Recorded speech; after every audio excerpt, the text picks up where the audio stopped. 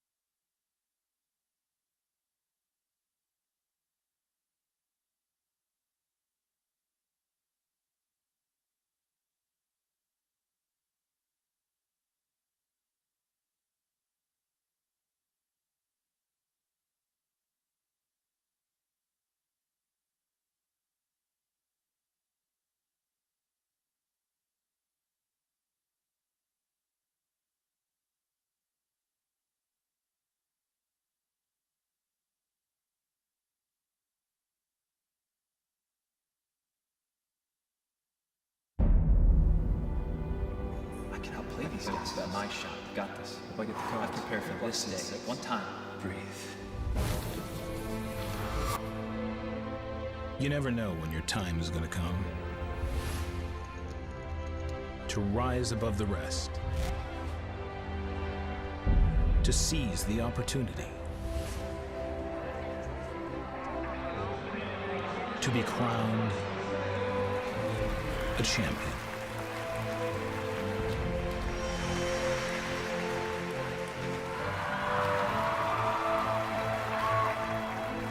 Is it time for your story to be told?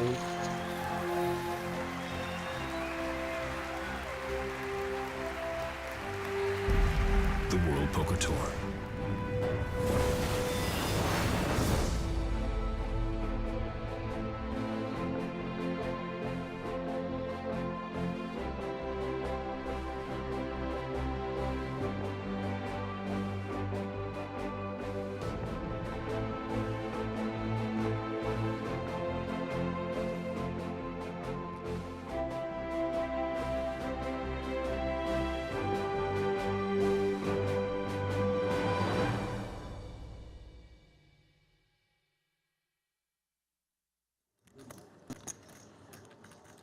All right, we are here, Matt Savage alongside Tony Dunst from the beautiful island of Cyprus.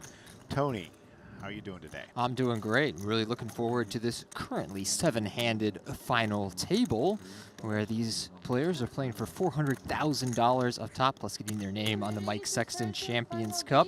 Here's a look at our leaderboard. Vladimir Zakharu with 63 blinds on 9.4 million, followed by Raphael Chamura with 42 blinds, James Mahoney, 41 blinds, Nikolai Zadanov on 40 blinds, so 3 players bunched right between 40 and 42 blinds. Ignacio Sole with 32 blinds.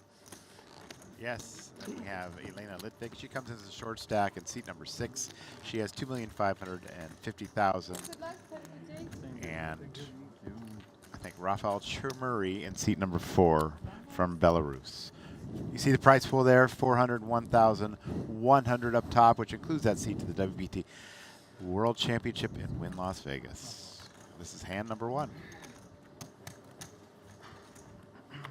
And it's a good one for Nikolai. He's queen of clubs, first to act here. And we're playing 75,000, 150,000 with 150K big blind ante. The purple chips are 100Ks, the orange chips are 25Ks, and you see those time extension chips are there on the table right there. We are playing with the action clock from Protection Poker.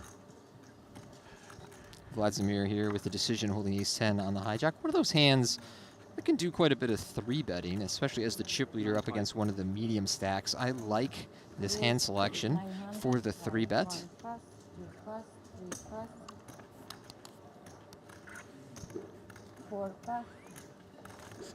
Ilia had ace-5. Nikolai, a very nice hand to take a flop with here. Never an ideal situation as one of the medium stacks in a 3-bet pot up against the chip leader at a final table, but certainly ace-queen suited too good to fold, and a great-looking flop for Nikolai. Queen, jack, 5. 2 spades, not a bad one for Vladimir either, holding the ace of spades here, also blocking some of the backdoor diamond combinations with that 10 of diamonds.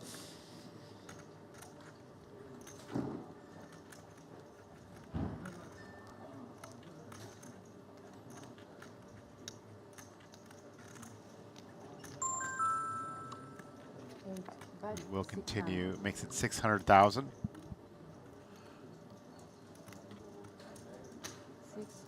Nikolai making the call. Yeah, not wasting any time there. Very quick call. Be curious to see whether there's any timing tells going on or if he's generally acting quickly. Beautiful turn for Nikolai. Another queen. Imagine that will slow down Vladimir most of the time.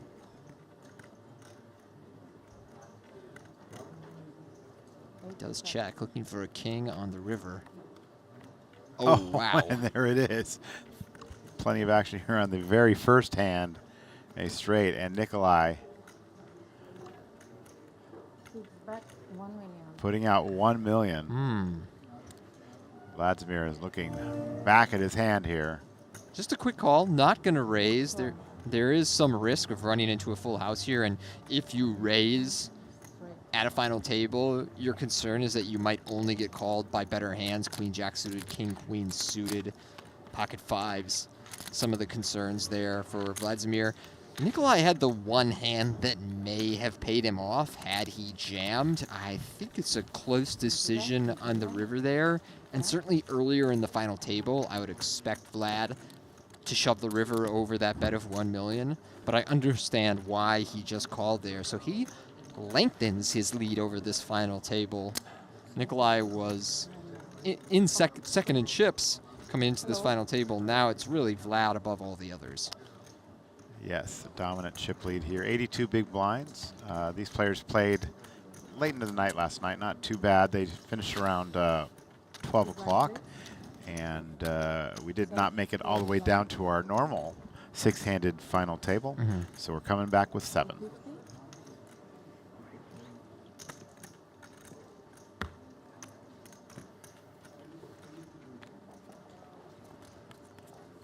$63,000 of the first player eliminated today, and like I said up top, $401,100. Tony, you played in this event. What did you think of the play out here in Cyprus? Unbelievable.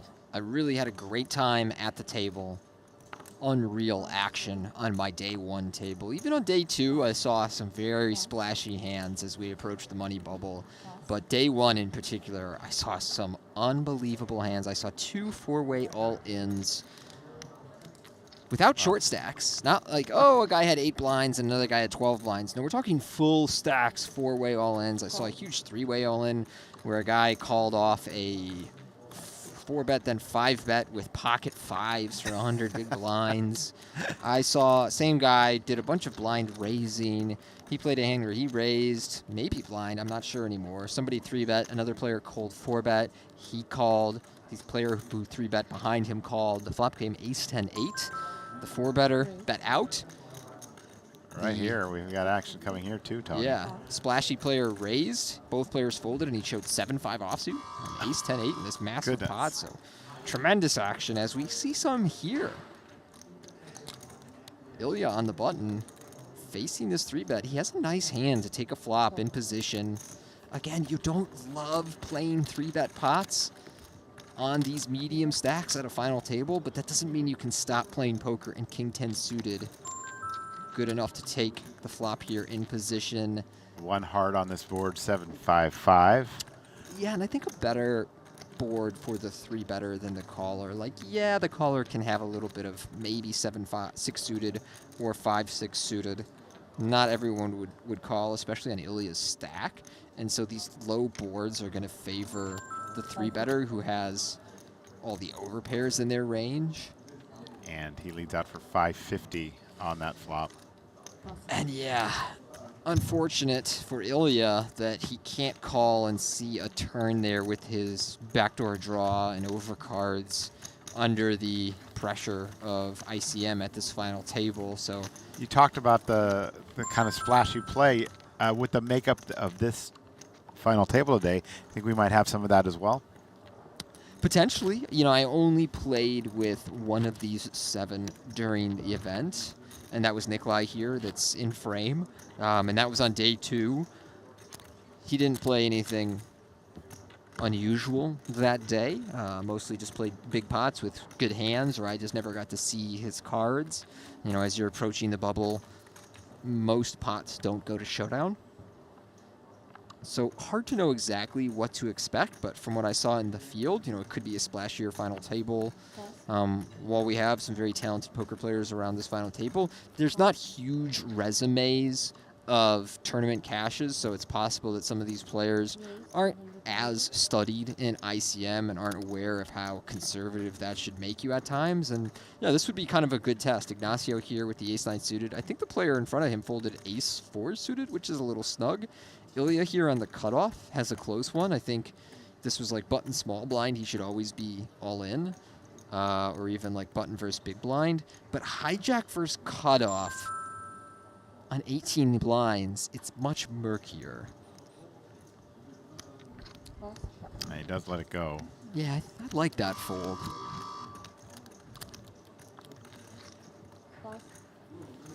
Round to Elena in the big blind with the Doyle Brunson.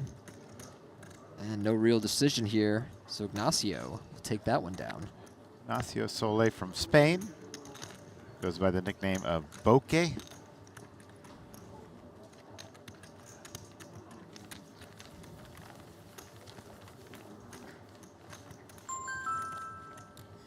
But it's been a pleasure playing and spending time here at Chamada. Plenty to do when you're not playing poker. Unlimited free food. Yeah, unlimited free food, beautiful pool, a beach club, a short shuttle ride away. It's been very hot this week. Finally cooled down a little bit the last couple of days.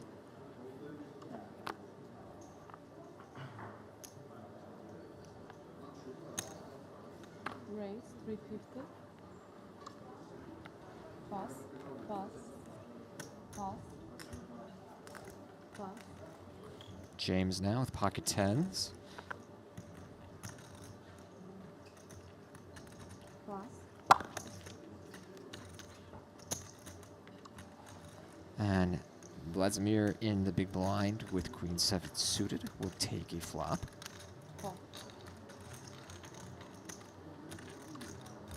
Heads up.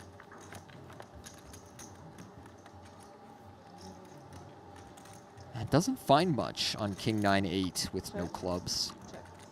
James quickly checks behind. Jack of diamonds on the turn. Probably not an inspiring card for Vlad here with just the gut shot. Check. Check. James checks behind once more. Another 9 on the river. Suppose Vlad could try and apply some pressure and make a big bet to try and represent a 9. But he elects to check this down and lose the pot to James pocket tens. Like that check behind on the river from James. I don't think there's much value to be had. I think the only real decision for him in this hand was whether to bet the flop or not. And with the overpair to the 8 and 9, and wanting some protection against the jack or a queen peeling off, there's a lot of merit to betting, but plenty of merit to checking behind as well, especially as one of the medium stacks with now 2 short-ish stacks around the table. When you study ICM poker, what you find is that a lot of your adjustments are checking a bit more frequently on the flop and using smaller bet sizes. So when players have a medium strength hand, it's really never a bad idea to check behind more often than usual.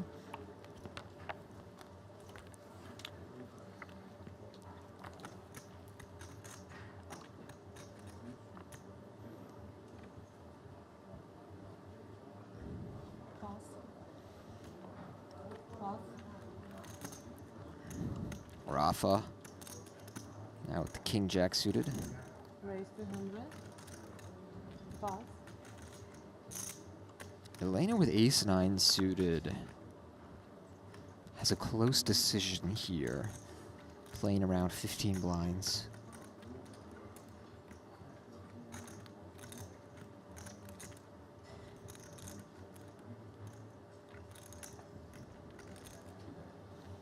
Does she want to take a stand and move in here? No, she is going to fold. Vlad with ace 8 in the small blind. Could elect to 3-bet here and go after Raphael. Yeah, Ah, Raise. it's a 1 nice million. play. the hand we talk about very often here.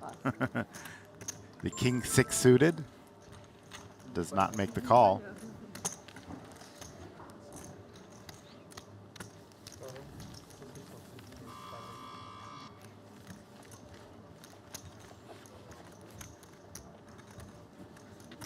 Vlad in firm control of this final table thus far. Showing some nice hand selection for his 3-bets. Very cognizant of the stack sizes and how he can use his to apply pressure on the medium stacks.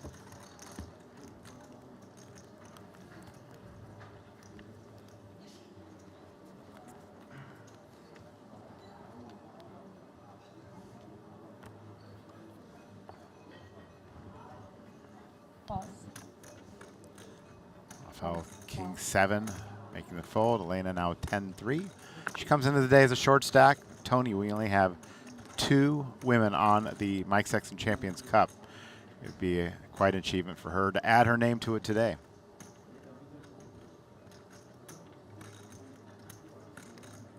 Raise 300,000.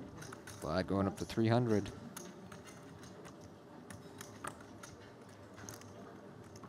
Pass.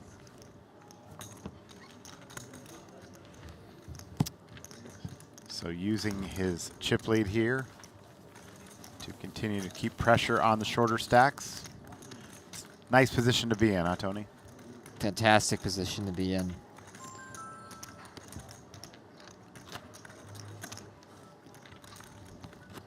He's got the Air Jordan shirt going on. Looking to dominate this final table the way Jordan dominated the NBA in the 90s. Yes.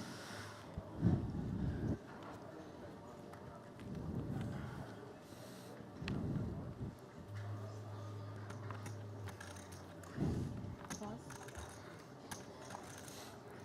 1 card open. King of clubs.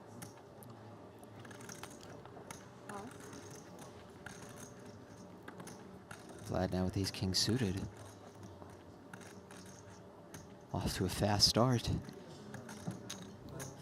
300,000. And the rest of the table, Tony has to be thinking that he's just continuing to open with wide range of hands, but yet here he has a big one.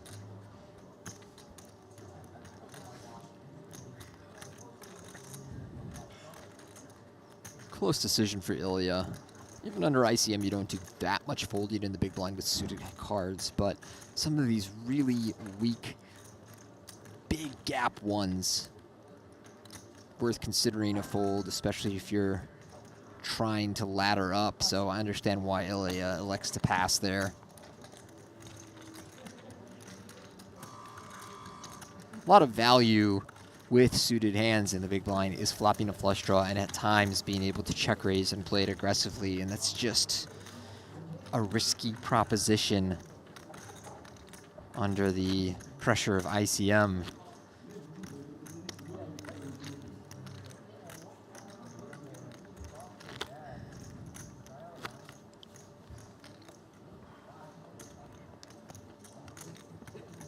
Nikolai still looks like he's pondering that first hand of the day here.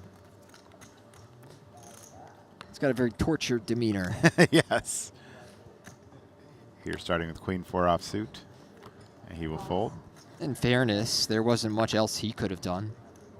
He was ahead the whole way until the river and didn't even lose that much on the river. And look at this, Vlad. Holy. Pocket kings now. Just keeps getting better.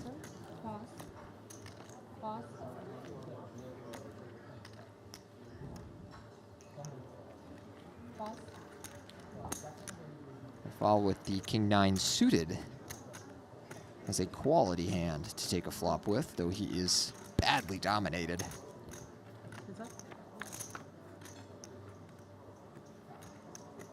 But an interesting flop for him on Jack 10-8 with a heart.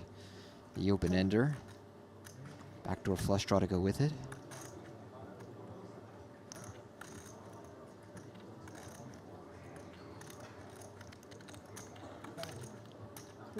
Vladimir bets 350. I like that he's sizing up a little bit here. It's close to half pot, I think, on this coordinated board.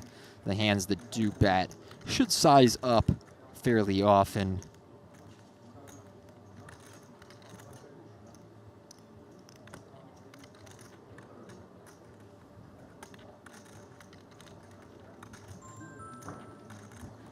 Uh-oh. Raphael check raising the king 9 suited. I do think this is good hand selection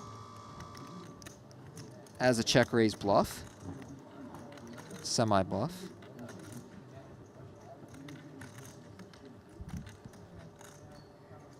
It's such a wet texture that Vlad can't be happy to see that check raise, but his hand is much too good to fold. So he will make the call. 10 on the turn might slow Raphael in the big blind down. It makes it harder for him to have the kind of 2-pair hands that would check raise the flop for value.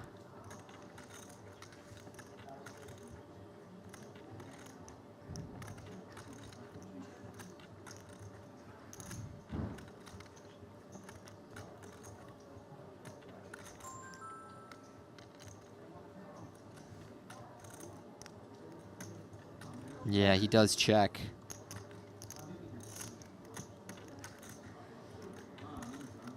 And I think there's merit to betting and checking for Vlad. He elects to check.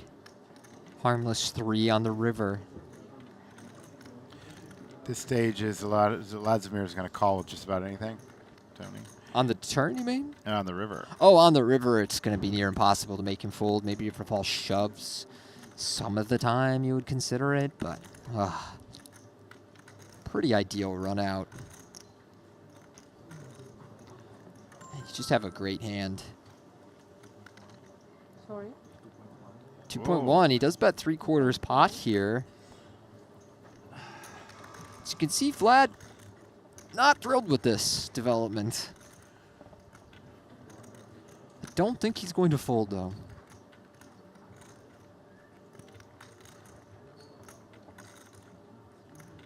You know, you only beat bluffs. The dilemma is when Raphael checks the turn, most of his value range is like hands that turn to full house. I don't really think he's checking stuff like Queen 9 and 9-7 all that often. And so he's pretty thin for value here. Of course, he's thin for bluffs. I mean, many players don't even semi-bluff by check raising the flop much at all at a final table. So that's why you see Vlad struggling with this decision and laying out time extensions.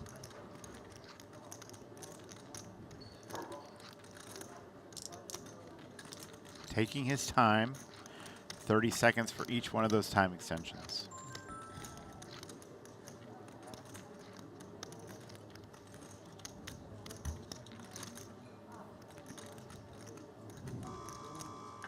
A second time extension now.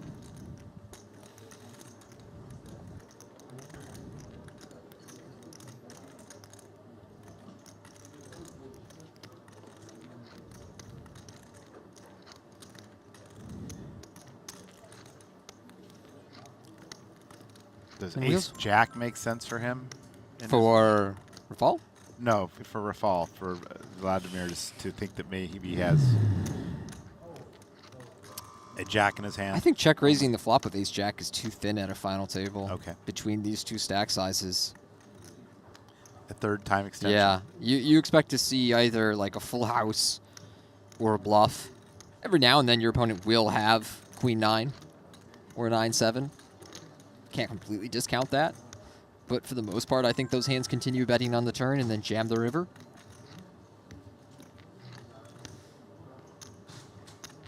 And of course, we don't know the history between these players or Vlad's read on Raphael. A fourth time extension now. Yeah. So he is. You know, if Raphael was just really snug on the play down and he never saw him make any kind of aggressive play, show a bluff, anything like that, this is a really difficult call.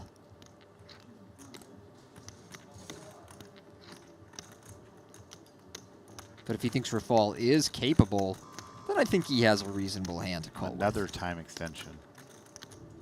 He had plenty, and that's some of the advantage of not using those early in the tournament. The players could have a total of 20 time extensions. We'll talk a little bit about that in a bit.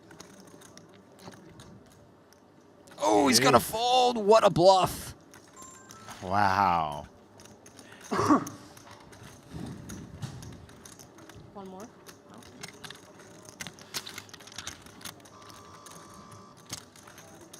There she is collecting those time extensions.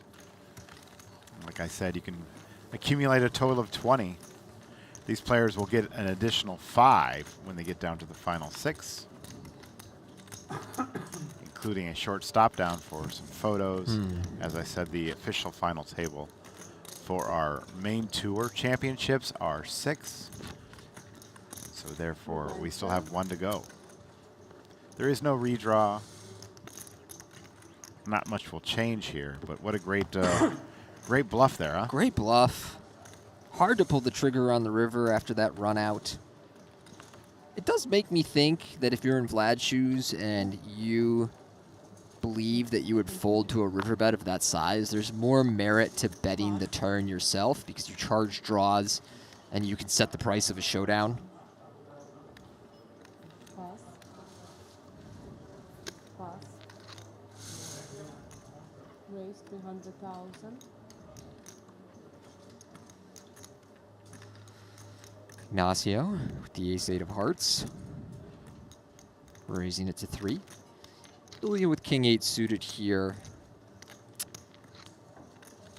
Probably just taking a moment. Don't know why you would want to get involved here.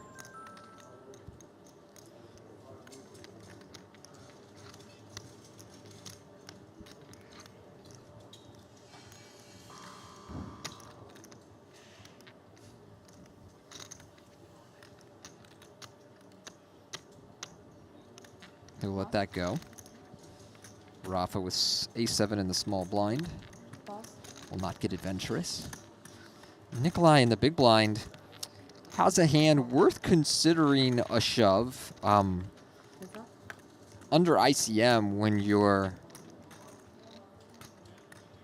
reshoving out of the big blind, we use a lot of these low-suited aces. Sometimes ace-5 suited prefers a call because it plays pretty well post-flop, but if you look at a final table chart, when you're playing these like 15 to 20 big blind stacks, big blind versus late position raises, a lot of like ace-2 through ace-5 suited.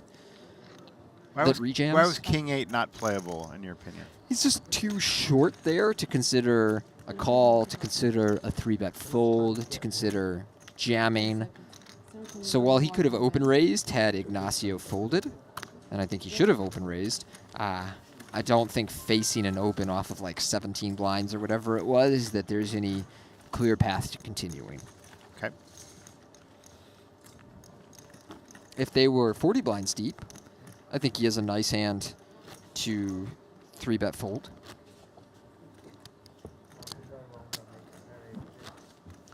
They have an interesting thing here in the room, Tony. It's sort of like Hunger Game style, where a player gets eliminated and they will show them on the big screen kind of getting, I don't know, eliminated and making a loud noise. And it's pretty interesting. Wonder if they'll show that on the live stream, but good thing. We do have the chat open here if you guys have any questions or want to know anything about this event. We did start with 775 entries, and we are down to the final 7 at this point. Players are earning at least 63,000. First place, 401,100, which includes that seat to the WPT World Championship at Wynn Las Vegas, where they can win millions more. Tony, we'll see you out there at the Wynn. Certainly will. Ambitious raise from Vlad with King 8 first to act on a 7-handed table. Even more ambitious call from James here with the 3s. Can't say I'm in support of that one. You really should not be looking to get involved with small pairs at final tables, especially with 5 players to act behind you. And here on the 9-8 deuce flop, it may end up costing James. One of the 3s was folded pre-flop. Turn is a 4.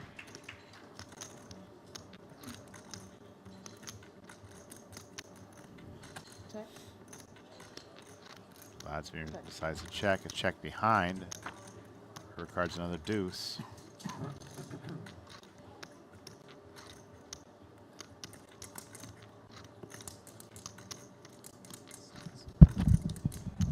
I think Vlad can value bet this hand. James should mostly bet the turn with the 9. You can't say that with 100% certainty. Shouldn't even really have that many 9s, but he shouldn't have 3s either. But he should have a lot of, 7s, 6s. And at this point, James can't let Ace-high this go, can he backdoors. not? For a bet this size, he's kind of stuck. Showdown, please. I don't think you have to call it because very few players bluff for that size, but the real mistake was getting involved pre-flop. Small pocket pairs really diminish in value at final tables. Like, even if Vlad had folded, I don't think the 3s are worth a raise. I don't think 5s would be worth a raise. You could argue that he should fold all the way up to, like, 6s or 7s. So calling there with players to act behind, you can come over the top and force you to fold pre-flop, or just having the hand play out as it did, where you call pre-flop and you have to pay off some small bets post-flop, and now you shrink the distance between yourself and the other middling stacks is a bad outcome.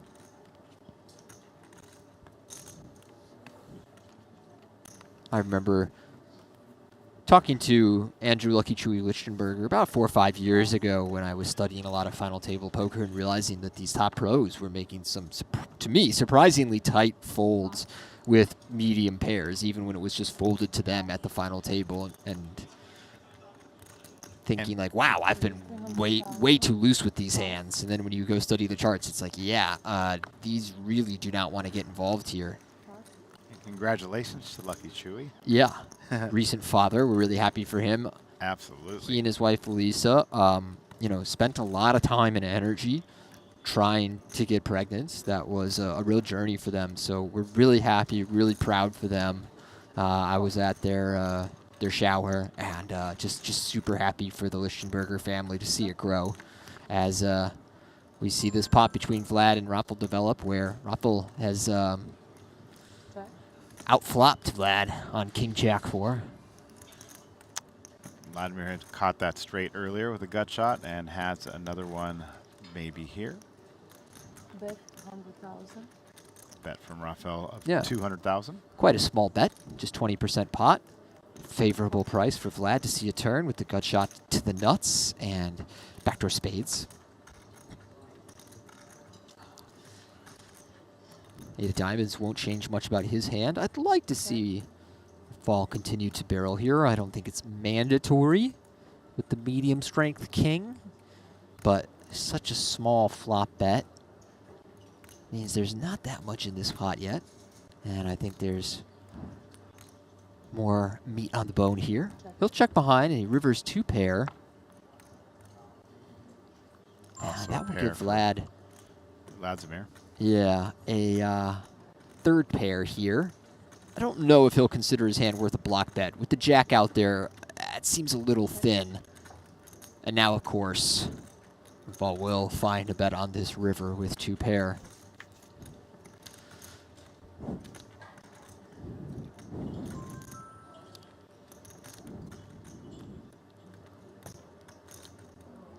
Uses a time extension here. A little bit of strategy Possibly, there. yeah. It may just be considering the bet size.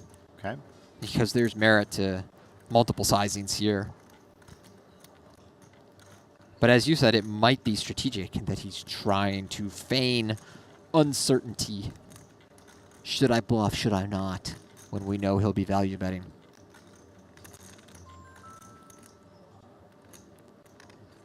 $8.50 is the bet. 850. You like that size, Tony? In the area of 2/3 pot. I think it's just fine. 850. Yes, 850.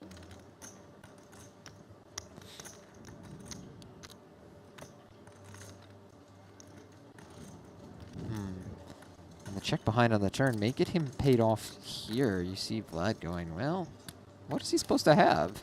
Well, He does make the call. It's shown the bad news. Now, the amateur player in me, Tony, says he folded with the kings, and he's calling with the tens. Completely different situations, I know. So I will say with the ace-10, he blocks ace-queen, which is Okay. quite important there. He may believe that Raphael mostly bets strong kings on the turn. In fairness, I thought he was going to bet most of the time. good luck, everyone. He doesn't think that Raphael would value bet a jack for that size, really at all, on the river. I'm sure he was a little concerned about jack-10, but he blocks that hand as well. Hello. So I can understand why he got to the river and elected to call with that hand. Still probably a bit hopeful to make that call. But I do think your opponent's going to show up with more bluffs on that river than he does on the jack-10, 8, 10 deuce hand.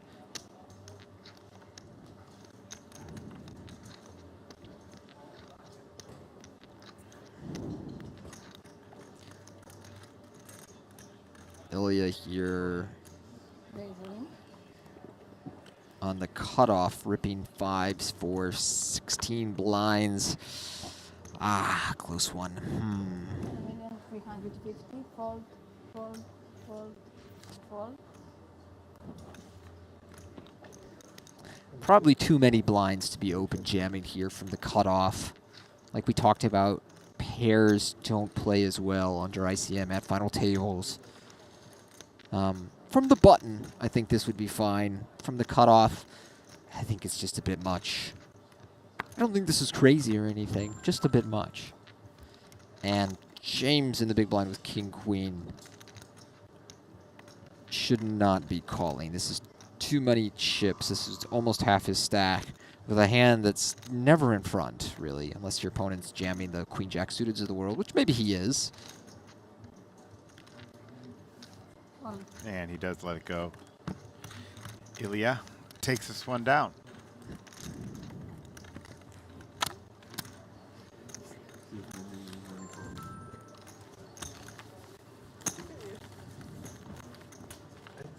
A unique commentary setup here. We're overlooking the poker room right now.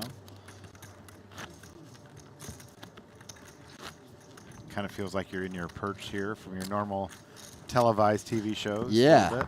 more of that perspective than the usual segregated into a booth. Yeah. We are on a 30-minute delay here.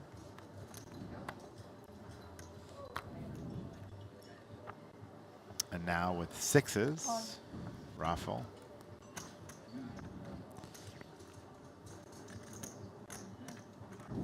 Raise. 300. Raises to Fold. 300,000. Elena with ace-jack, her first real playable hand of this final table. You think And they're as going we to can go all see in from the here? graphic, she is moving in here. All in, and there they go. I think this hand would be too good to pass. Raphael 1,000,000 has opened up his game 800. some Fold, with the now tied for chip lead stack fold. close to territory. So I think this is a very nice play from Elena.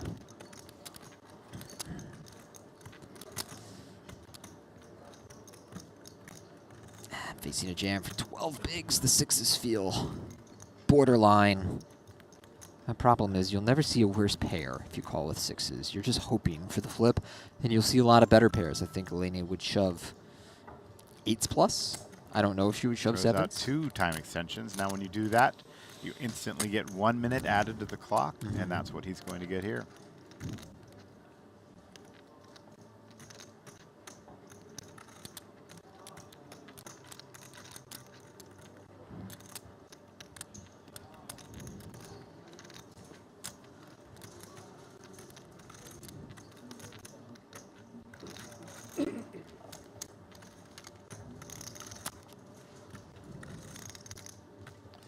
We've used the action clocks on the World Poker Tour since 2016. A lot of discussion about clocks this summer. Yes.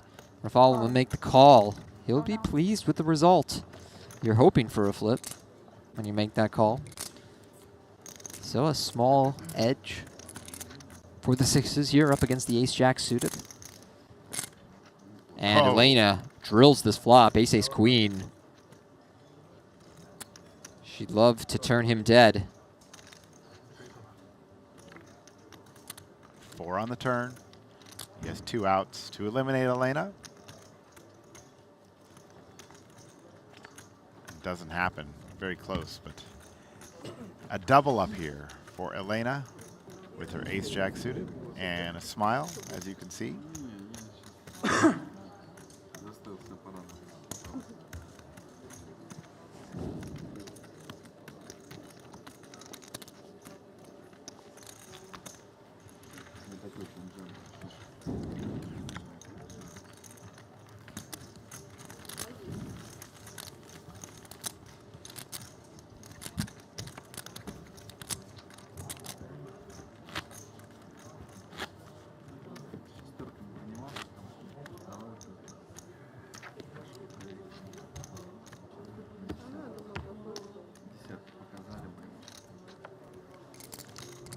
So Elena with the big double up here early at this final table.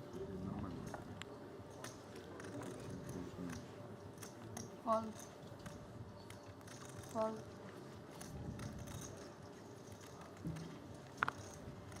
Fold.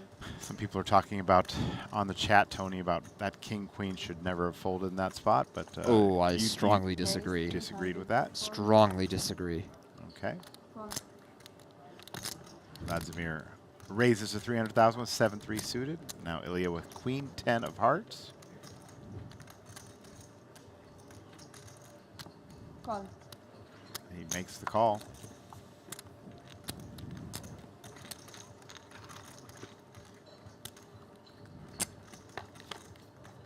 And we'll go to the flop. 1 diamond followed by a 8 and 6 of hearts. That's a fun flop for these two hands. Yes, heart flush draw for Ilia. Plus the overcards and open ender with a backdoor diamonds for Vladimir. Bet 250. Vladimir is going to continue here, bet 250. Gonna open 7-3 suited. Can't ask for much better on this flop. I think Ilia is a good enough hand and a short enough stack that yes, the all-in is the best play available, especially after Elena doubled up. You are the clear short stack, and so there's less to lose by risking the elimination here. 2,275,000. Now, if you're Vladimir, what are you doing here, Tony? I think you have to fold. Unfortunately, Ilia is going to have a lot of this type of hand, and so your 8-outer becomes 6. And yes, you have a backdoor diamond draw. Maybe you can count that as 1 extra out. That's a Does good let it fold. go. A disciplined fold here. Yeah.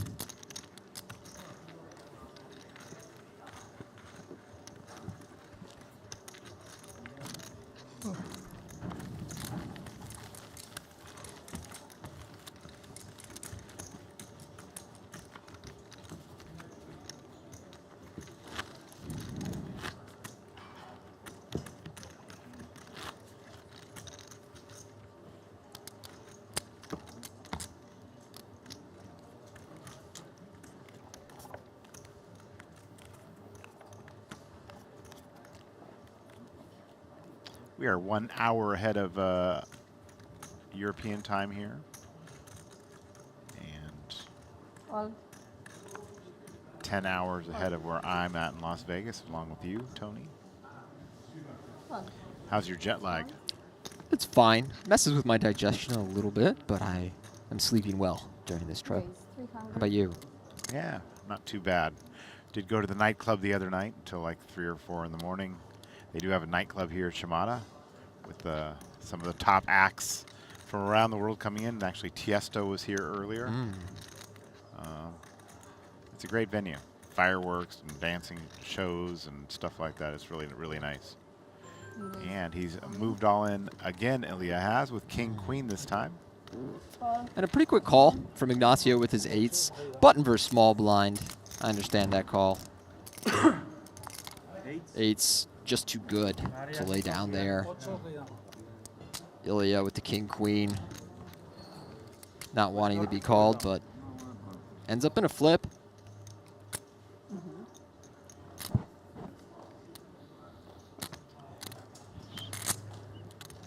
ICM Poker is so weird that when I was watching his decision pre-flop, I was like, is this a shove or a 3-bet fold? And a King, Queen on the flop. Wow, only running 8s for Ignacio. And not going to happen. Ilia Overkill. with a huge double up here and up to 7 million. And that's going to put Ignacio Soleil in deep trouble here. He now becomes the short stack. Down to 10 bigs.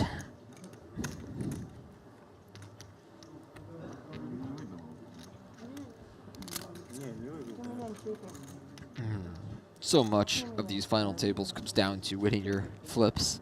So when I see these guys go on these incredible runs over a 3-6 month span, I'm just like, how did you win that many flips? How did you do it?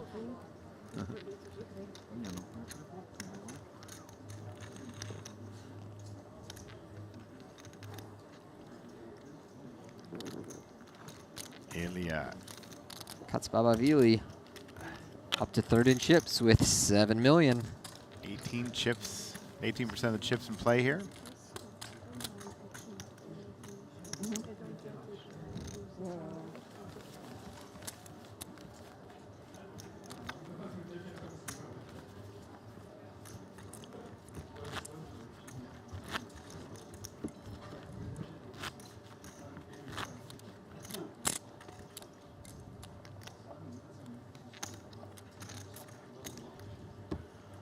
Few events coming up on the World Poker Tour. We're going to Texas for the first time in the Lodge.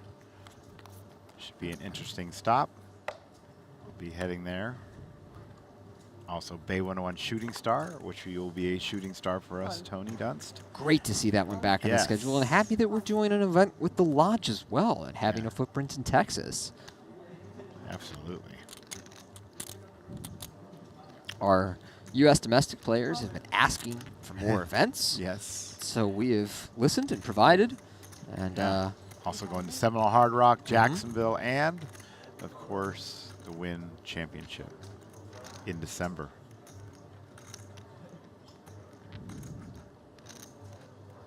Ilia on the button, opening 9-8. Fall on the small blind, King Jack has a good looking hand, a 3-bet fold here. We raise 1.1. Fold.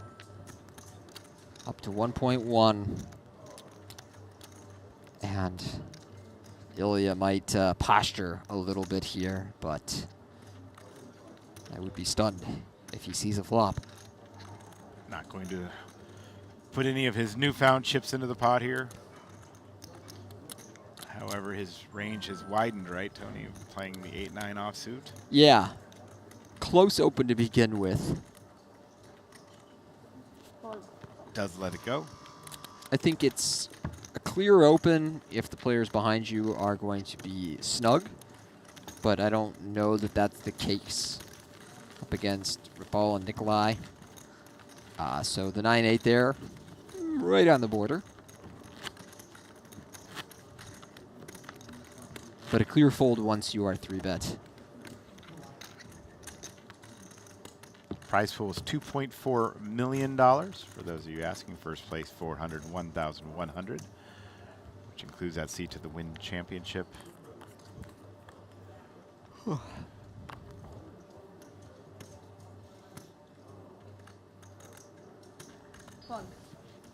Fun.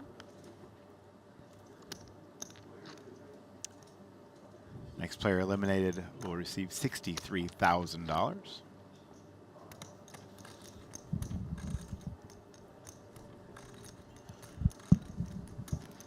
Now Ignacio's A3 down to 1.6 million. I think he's still just a touch deep to be ripping this hand. You know, I think when players get to 10 big blinds, sometimes they tell themselves in the ace in a position, but Right. I'm happy to see that he folds there. Did properly lay it down. Yeah, important for Raphael to know how much his opponents are playing, because I think his fours should just go all in here. Very nice. Excellent play with the fours. Nikolai, I think, is second shortest stack right now, so he has to fold almost everything. Elena kind of has to fold everything as well. Really nice play there with the fours. Raphael's been impressive. I think he's made some of the best moves so far. Getting that bluff through against Vladimir, and then getting Vladimir to call when he had 2 pair.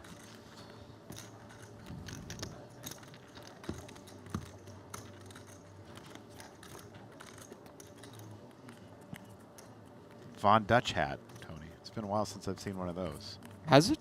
Yeah.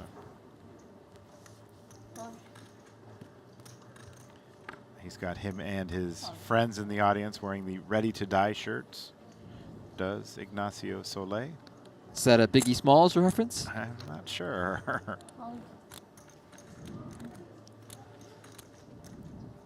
Can't remember if that was an album title or a song title for Biggie. But I think it was his second album title. And, you know, of course, it felt prophetic because he was murdered not long after that came out, or right before it came out. Right. Raphael now does raise to 300,000. Vladimir making the call with 9-6 off. This big blind call feels a little loose. Ace 10-3 on the flop. Raphael flopping top pair. Does check it.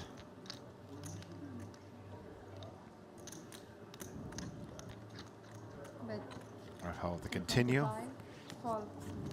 And a fold. Raphael increasing his chip stack here.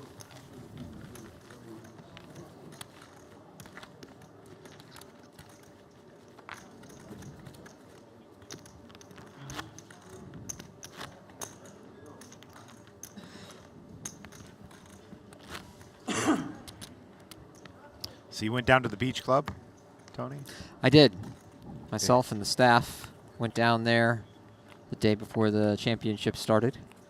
Spent a full day there in the water. Oh, beautiful water temperature. Great beach club. Ignacio with the ace-king suited. This hand is strong enough that it's worth considering just a min-raise here. Nothing wrong with open shoving as well. He has 10.5 blinds, but he should still have a min-raise fold range, and so you want to have the induce hands. 75. Stuff like aces, kings, queens, ace-king suited. Elena now with ace-jack, the hand that she doubled up with earlier. Yes. She's on 3.6 million. What do you think, Tony? I think she should fold. I know it's easy for me to say looking at the cards, but she'd be calling off almost half her stack here. There's 2 players to act behind. Ignacio is probably not going to have a worse ace than this, except maybe like ace-10 suited, maybe some lower suited aces. But I think you're just going to see a lot of pairs, ace-queen, ace-king.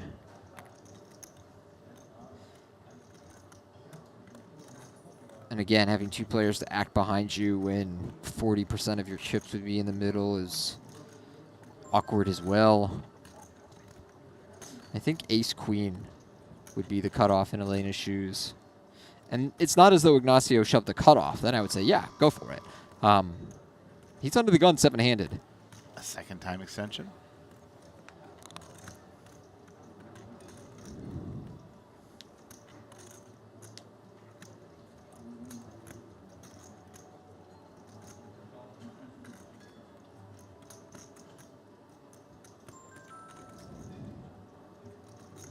She's down to 1 remaining. If she were to run out of time extension chips, Fold. Nice fold from Elena. it would be an automatic fold. It's fold there. One, five, Now James with the ace-jack. Closer decision for James. Nobody to act behind him. 9 blinds to call here. Still not an easy one. I'm not sure what I would do in his shoes. He's going to make the call, though. He's not going to like it when he sees the ace-king.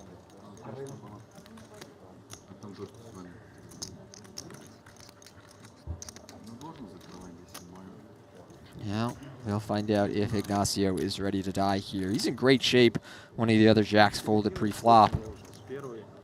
Oh, and a jack Oh. right in the window. But 2 diamonds. Oh, goodness. So 12 outs for Ignacio. Waiting with bated breath. How's the saying go? To be willing to live, you have to be willing to die, or something like that. Amir Vahidi. Yes, a 5 of clubs on the turn. Still 12 outs.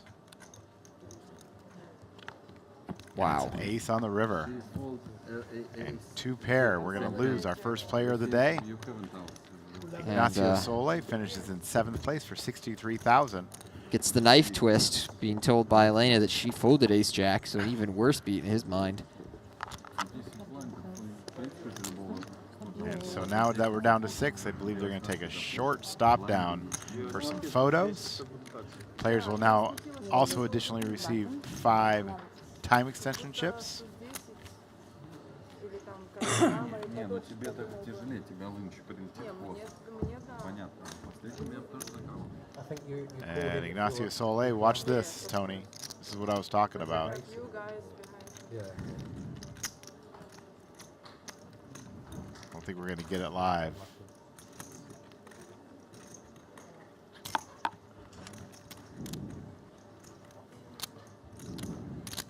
Here's Sergio bringing in the time extensions. Yes. 5 more time extensions being delivered. And there it is. The elimination.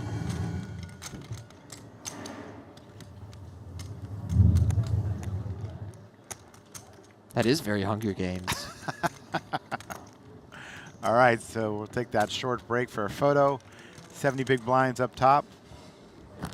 And we'll be right back from WPT Cyprus at Chamada Prestige Hotel and Resort.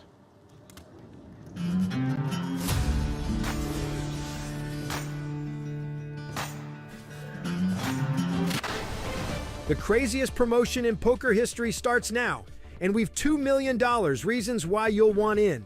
August 18th to October 5th, play a $10,000 daily crazy free roll every day and battle it out every Sunday in the epic $100,000 super crazy free roll. The wait is over. The craziest promotion in poker history starts now. Welcome to WPT Global. Let's turn up the fun. Pick your game. MTT, No Limit Hold'em, Flash, PLO, Short Deck, or Global Spins. Every hand's a new adventure. Every game, a shot at glory. With top-notch design and non-stop thrills, you're always in for a great time. Join the party. Play your way at WPT Global. Now is the perfect time to discover WPT Global and take advantage of our best ever welcome offer. We're giving you back 100% of your first deposit as cash, from $10 all the way up to $3,000, The bigger your deposit, the bigger your reward. You could earn up to $480 in tournament and global spins tickets, plus $100 in other bonuses. Discover now and make WPT Global your new online poker home.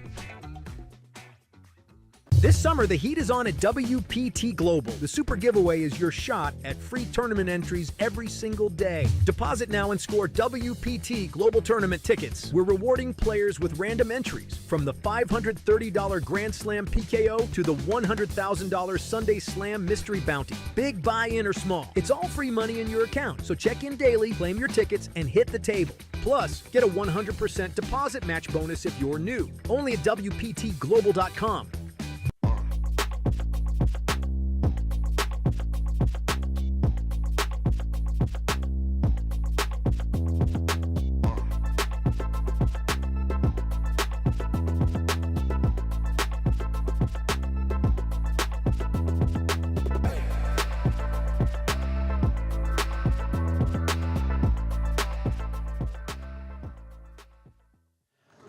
From Protection Poker. Vladimir here with the decision holding ace-10 on the hijack. One of those hands that can do quite a bit of 3-betting, especially as the chip leader up against one of the medium stacks. I like this hand selection for the 3-bet.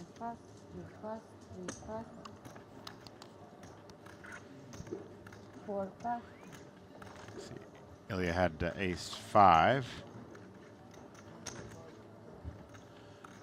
Nikolai, a very nice hand to take a flop with here.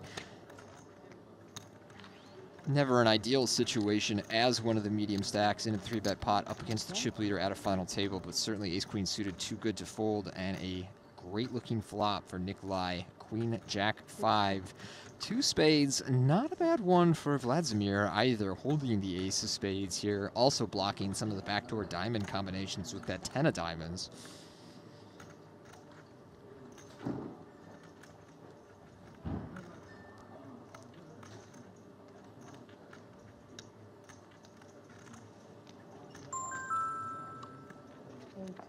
Will continue, makes it 600,000.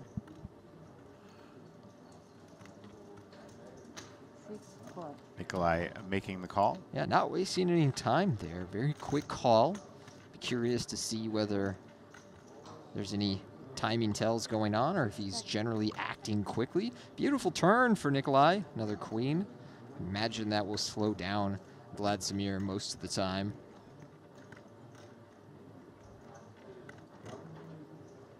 Does check, looking for a king on the river. Oh, wow. And there it is. Plenty of action here on the very first hand. A straight, and Nikolai putting out 1 million. Vladimir is looking back at his hand here. Just a quick call, not going to raise. There is some risk of running into a full house here, and if you raise at a final table, your concern is that you might only get called by better hands. Queen, jack suited, king, queen suited, pocket 5s. Some of the concerns there for Vladimir. Nikolai had the one hand that may have paid him off had he jammed. I think it's a close decision on the river there, and certainly earlier in the final table, I would expect. Here starting with queen 4 offsuit, and he will fold. In fairness, there wasn't much else he could have done. He was ahead the whole way until the river, and didn't even lose that much on the river. And look at this, Vlad. Holy. Pocket kings now. Just keeps getting better.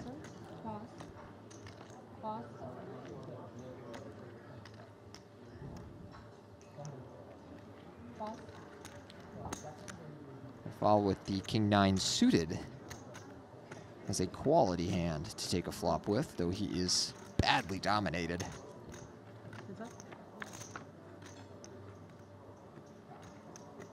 But an interesting flop for him on jack 10-8 with a heart. The open ender. Backdoor flush draw to go with it.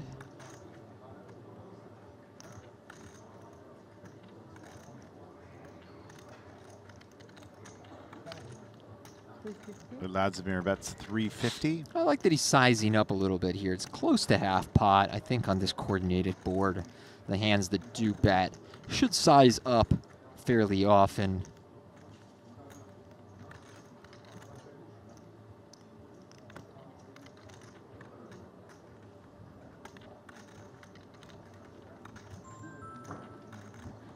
Uh-oh. Raphael check raising the king 9 suited. I do think this is good hand selection as a check raise bluff. Semi bluff.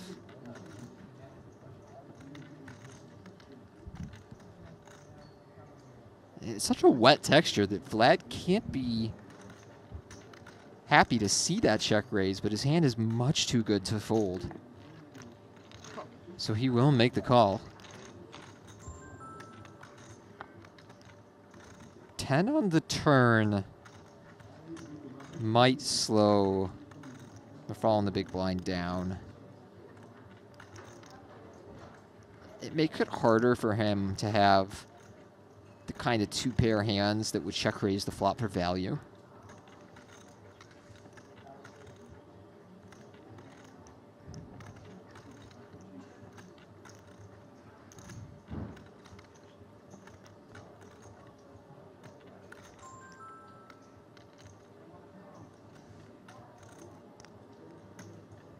Yeah, he does check.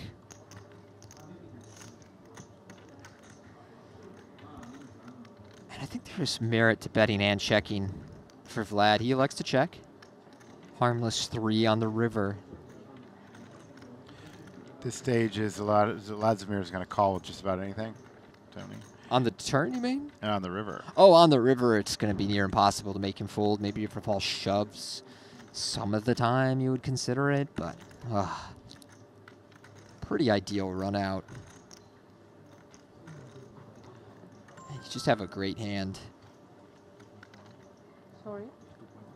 2.1. He does bet 3/4 pot here. As you can see, Vlad not thrilled with this development. I don't think he's going to fold, though.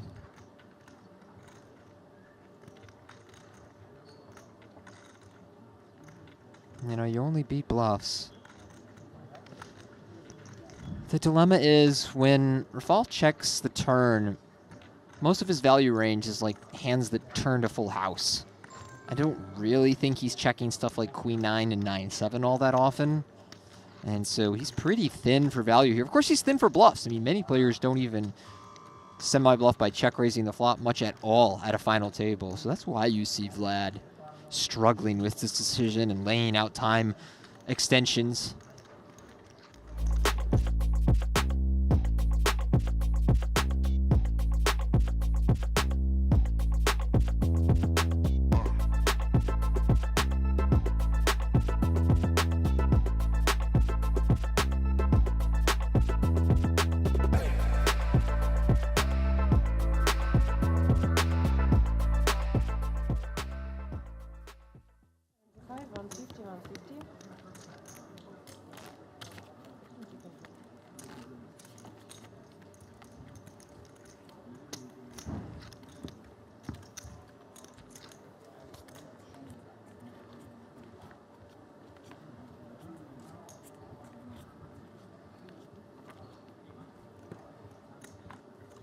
Pass.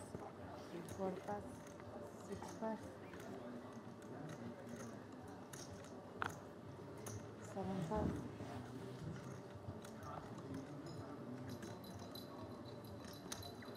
8 raise. 300. 2 pass.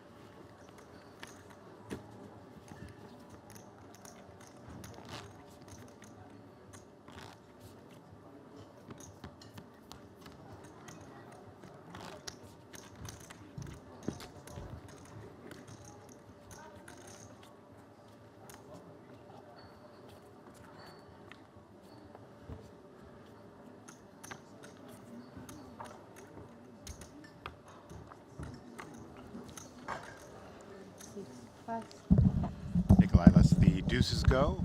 7 pass. Elena with Jack 9 also folds. Our chip leader still Vladimir. Who may get involved with this ace 8. 300. 2 quarters. This call. The 5s on the button. Like this a lot better than the call with 3s earlier. When you're on the button, you can play a lot of pairs, and especially now, 40, 45 blinds deep. James is deep enough to take a flop and proceed.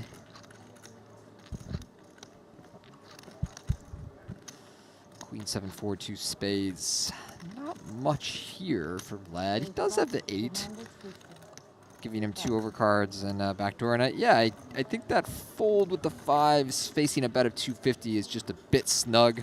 I don't think he can give up quite that easily. Vlad shouldn't have too many 7s, so you really only need to worry about, you know, pocket pairs and the queen. Yes, he'll have some king 7, some ace 7. But for the most part, that's a pretty safe card for you when you're James. And I think if you're going to fold to such a small bet, calling with the pairs pre-flop becomes a lot less profitable.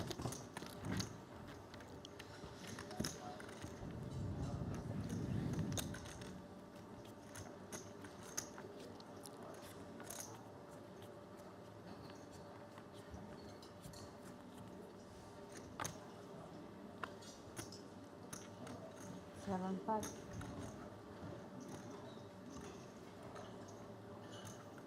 8 5.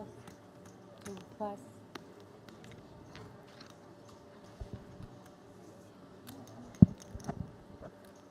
3 5.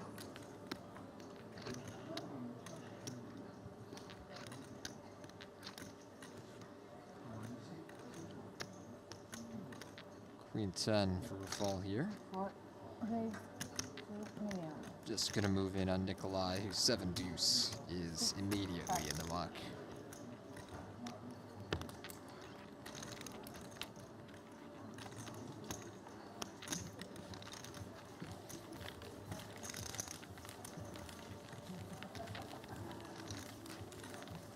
Raphael's done a good job of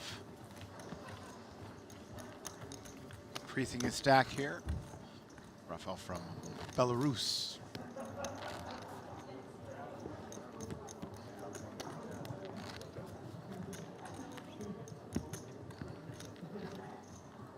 Vladimir is from Georgia.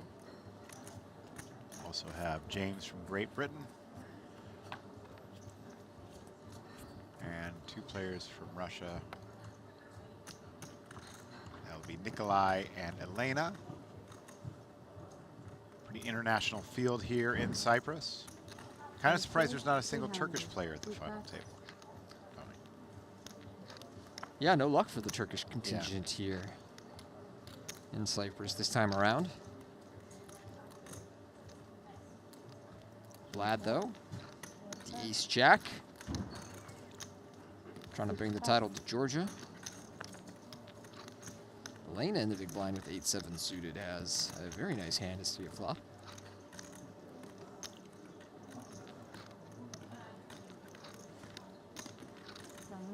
That's what she'll do.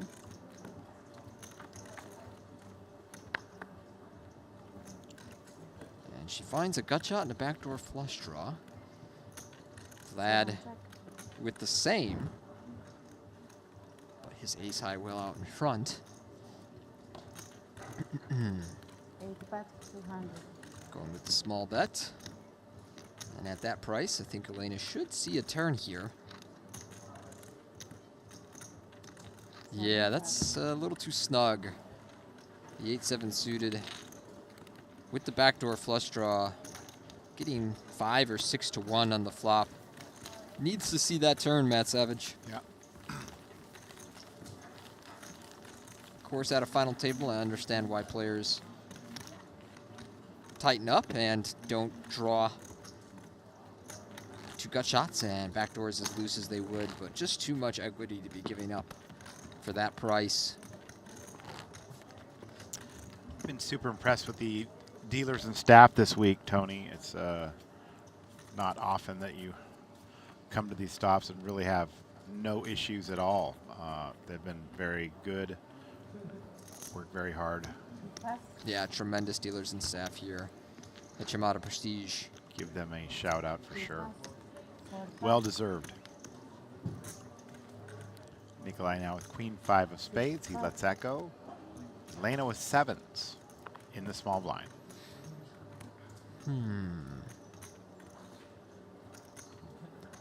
Small blind play. It's pretty weird under ICM. I like that she has started with a limp here. Oh, this could be fireworks. I think facing a raise, she should probably shove. I don't know. It's, again, ICM play is very weird. Blind versus blind, but I think these pairs that need some protection 550. play well as shoves, especially against Vlad, who has just been by far the loosest and most aggressive player pre-flop.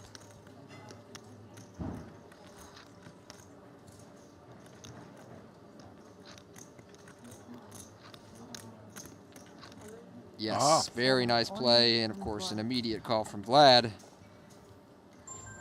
And so essentially a cooler blind versus blind. Elena, the much shorter stack, is at risk here, but a little bit in front.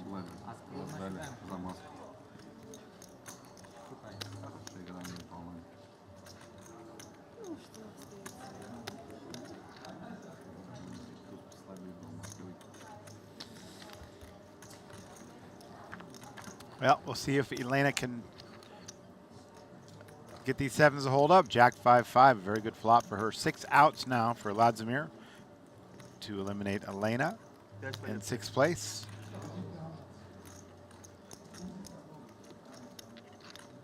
An 8 on the turn. No help. Only an ace or a king will eliminate Elena. 10 on the river. Safe run out. Will bring Elena over 6 million in chips now.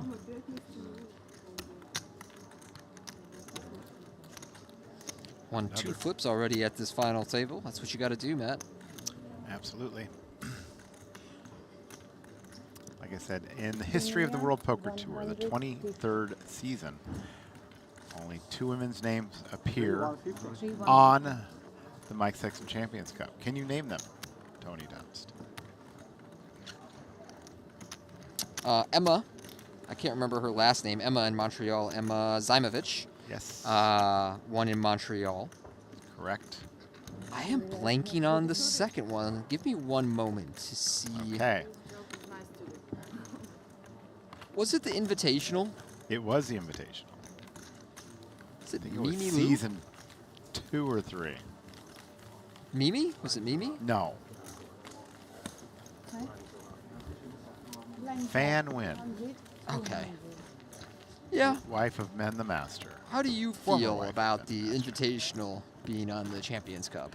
I mean, at the time, it was one of the very few events that we had, and so I think it made sense at the time. I Yeah. don't think it would make sense today, but the fact that it was part of the lore of the World Poker Tour, I'm okay with it. There was like 500 players in those things, but Correct. it just wasn't a very serious tournament. Right. I remember first time I played it, I was drunk. I played it myself a couple times, had a good time doing so, yes. 3 days, 400. I was drunk and was on the same table as Don Cheadle, and he did not appreciate it. He wasn't loving it. Ilia here with the King Jack. Have you since spoken to him about that? No, I've never seen him again. Oh, really? Up to 400,000. Our blinds are up 100, 200K. Yes. Ball with a very nice hand to 3-bet fold here.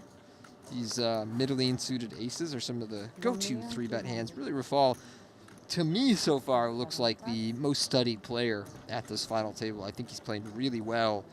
And now Vlad, Vladimir, yeah. tricky spot in the small blind. To me, Matt, I think he has a clear fold. I mean, these guys are basically tied for the chip lead right now, and when it comes to facing a 3-bet in front of you, you have to be really, really snug in this situation. But not everyone agrees with playing the ICM style of poker at final tables. So let's see what Vlad wants to do here with his nines.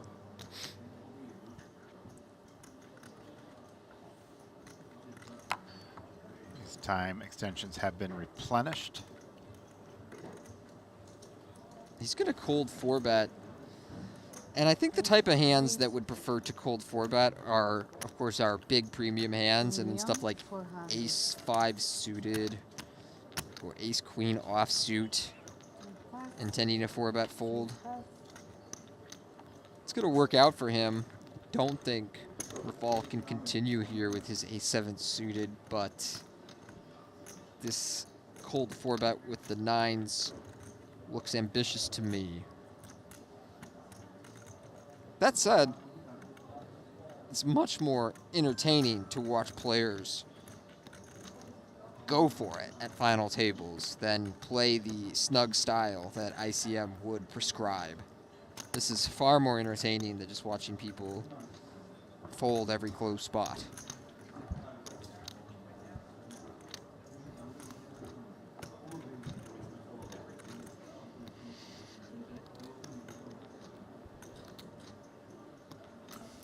Raphael used a time extension here, using them wisely. Yeah, I don't know if he's genuinely thinking about continuing. Oh my god, he's 5-betted. Whoa!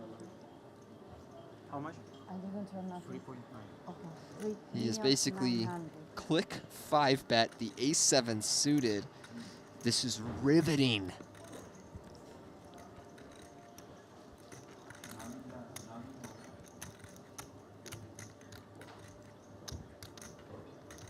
To hell with ICM. We're playing street poker, Matt.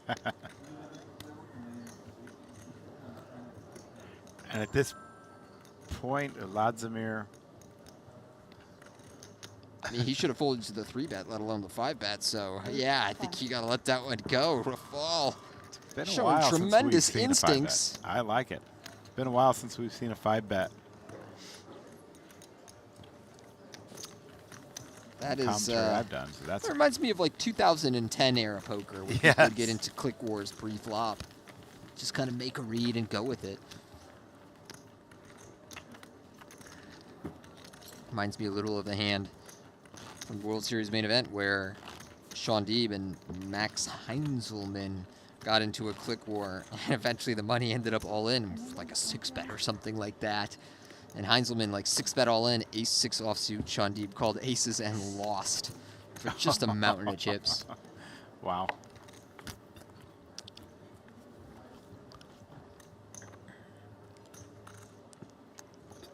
Nice Sean Deeb shout out there if you're listening, Sean. Nikolai with King Queen here. Yeah, he's player now of the all year. in. 1.725. 1,725,000. Vladimir's out. James will also fold. Ilia with Jack 3. Quick win for Nikolai, trying to Go, rebuild his Nikolai stack. gets this one.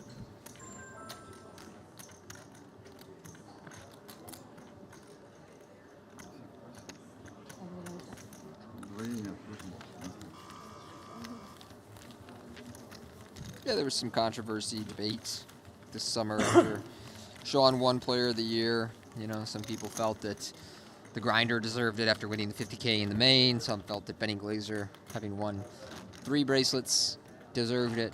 But Sean Deeb, I want to say pretty far and away, not far and away, but, you know, pretty comfortably won it on points. So there was debate about whether that was I mean, he had a deserved or very not. good summer. He won one of the bigger events of the summer. Yeah, and the 100K. points were determined before the series started. So I'm with you there. I in don't my think there is a opinion, I think it's debate. fine. I don't think there's a debate either. You create a format. He won under that format, and that's it. 7+. Mizraki got the added benefit of making the Hall of Fame. I He think stole your spot. he's probably happy with He it. stole your spot. No, he didn't steal my spot because spot was never available. So it's actually probably a better thing because he would have just got in next year anyway. Yeah. Ace 10 for Ilia. Makes Ball the call. here has the kind of hand that should do some isolating. These really junky gapper hands. Shouldn't do it every time, but some of the time. does flop a pair with the threes, but Ilia Quick has bet. top pair aces and a bet to 200,000. And with that bottom pair, Raphael will see a turn. Looking for a 9 or a 3, but it's a 5.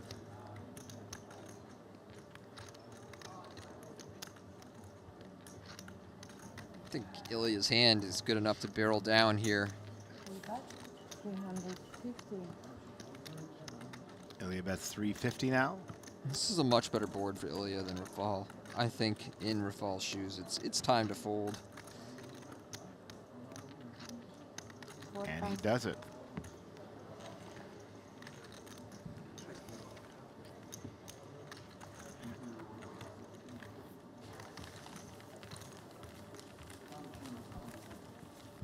Yes, some hotly debated things here this week. We did have another hotly debated topic in the building this week. Will Kassouf was here. Will Kassouf. He did actually present himself much better, I feel, here than he did in the last tournament that he played in, that we saw. And players actually enjoyed playing with him. I did an interview with some of the players that were at his table, and they enjoyed his banter. He's not boring. Yeah, he's not boring. 7 plus. Could say a lot of things. Boring is not one of them. Not one of them. I've played with him in the past when we did the party poker events up at Till Dusk Till Dawn. Will was often in the fields. We played quite a bit. 3 raise 400. And I always found him entertaining to play with. His stalling wasn't an issue back then, as we see Ilia open the king-queen suited and take it down. Yeah, we were keeping a good eye on him here, and I was actually had a conversation with him before the tournament started and said that kind of behavior would not be allowed here in Cyprus. And it was reiterated by the management team here that they were not going to allow the stalling and Yeah, that's the big antics. And to be honest, he didn't do any of it, so could have got just got lucky, but he represented himself okay here.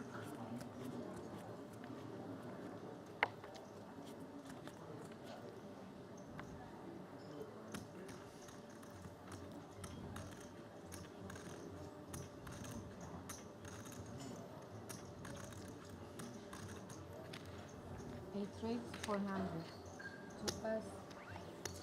Vladimir with ace king. 3 pass. 4 pass. Raises to 400,000. Raphael folds. Nikolai folds, and Elena with 5-3. I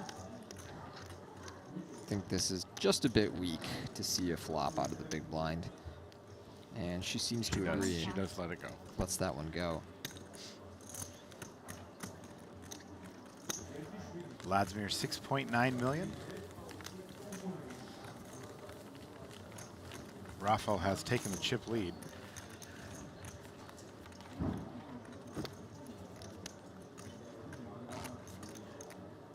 I believe this is the biggest score for everybody at this final table at this stage. I thought I saw somebody that had a score of like 140,000. Okay. Can double check that. Take a look. 2 pass. Ilia's going out. Fall with queen 9 on the big blind now as our chip leader. We'll open it up to 400. 6 pass.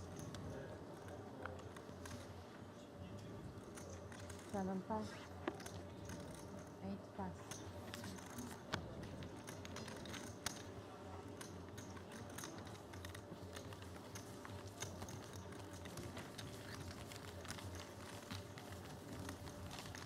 Quick win. As the rich get richer.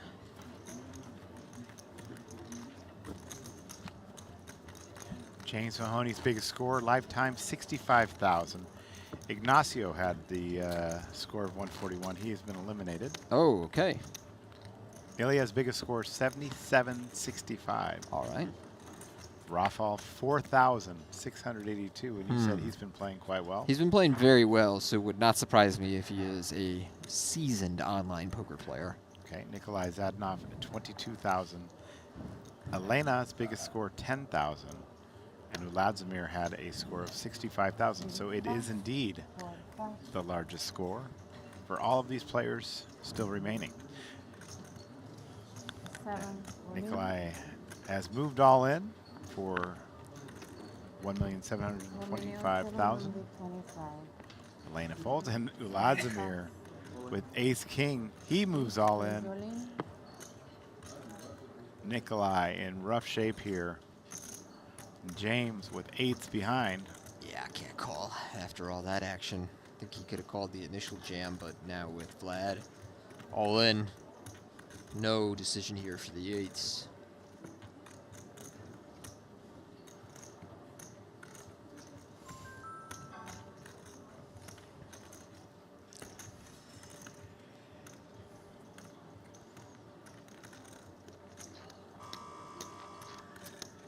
Gone through time extension.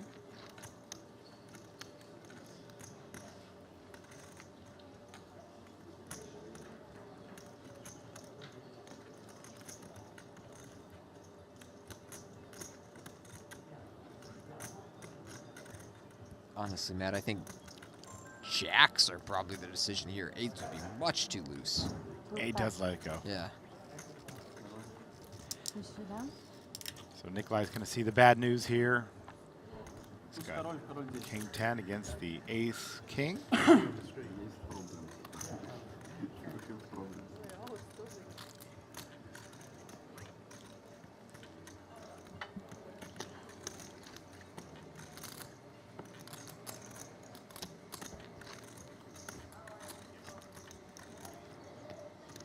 All right, it is Jack 7-7 on the flop. No help for Nikolai. Needing a 10 or a running straight. Oh, a 10 of clubs on the turn. Nikolai now with the commanding lead here, looking to fade. An ace or a queen on the river. Can he do it? Yes, he can. Full house, 10s over 7s. Vlad with an unfortunate run here. He was a significant chip leader above 12 million. Would you give me 25? If you remember, he was facing that bet at 2.1 million on the river. If he had called that against Raphael, he would have had a commanding chip lead. Instead, things have disintegrated since then.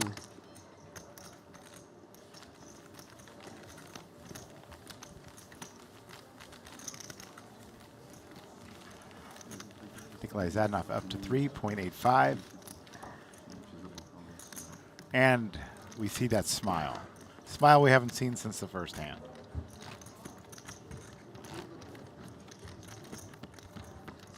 Yep. Okay, thank you.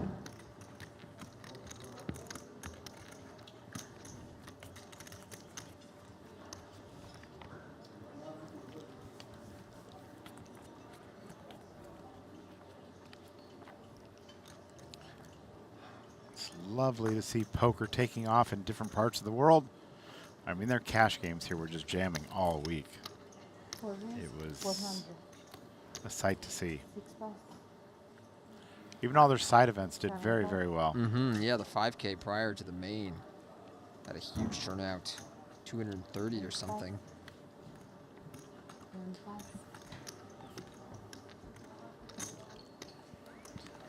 We'll be back next year at Chamada Poker, the Chamada Prestige Hotel and Resort.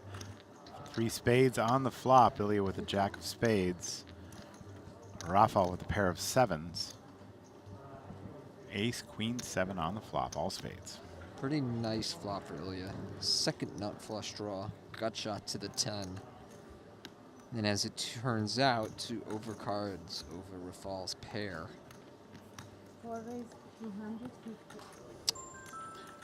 Raphael bets 250.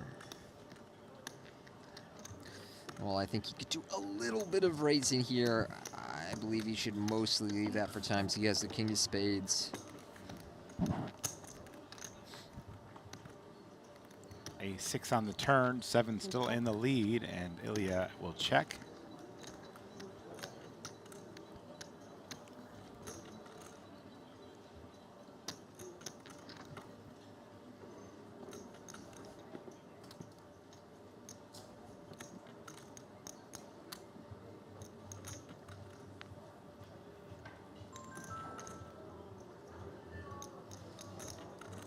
And a check behind. River cards, a deuce of hearts. Raphael has to feel good about that river card as Ilia checks. And a check. Sevens will be good for Raphael. Ilia with king high. Raphael will take down another pot. Ilia hasn't shown much propensity to bluff or get out of line thus far. That was a spot worth considering.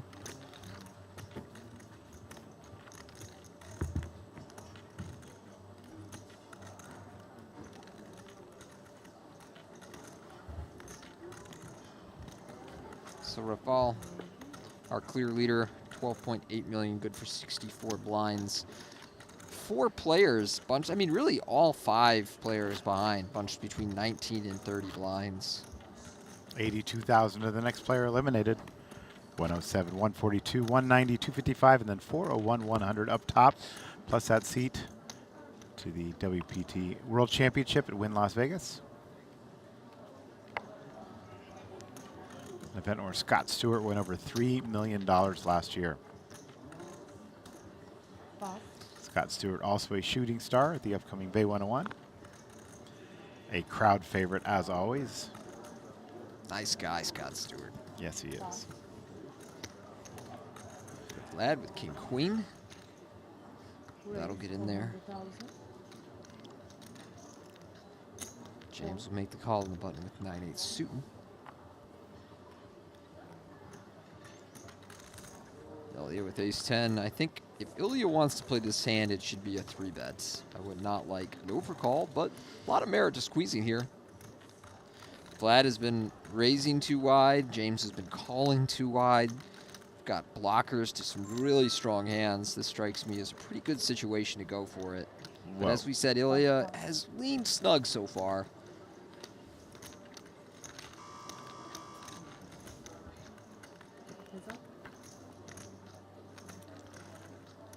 Oh, wow.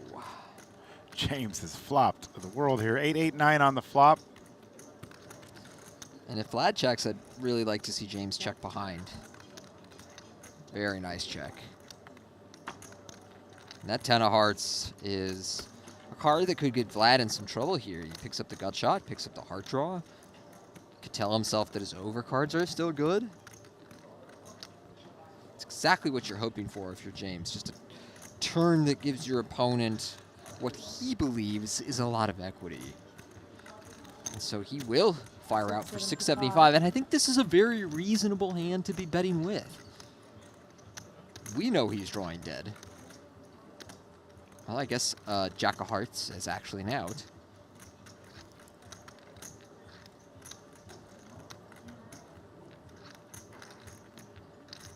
James feigning some uncertainty here. And makes the call.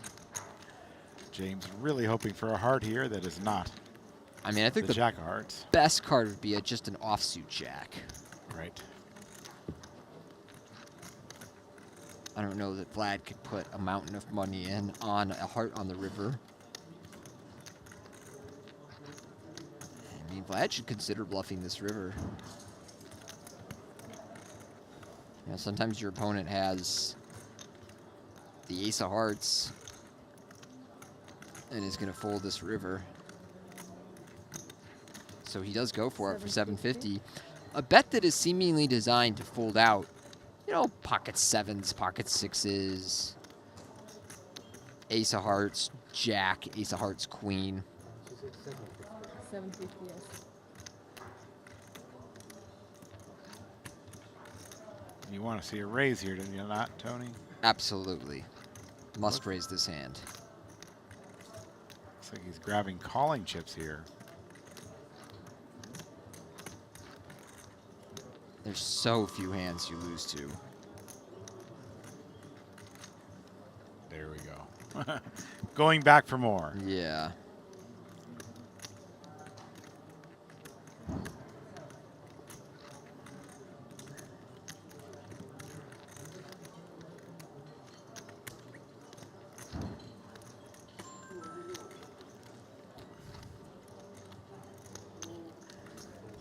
All in.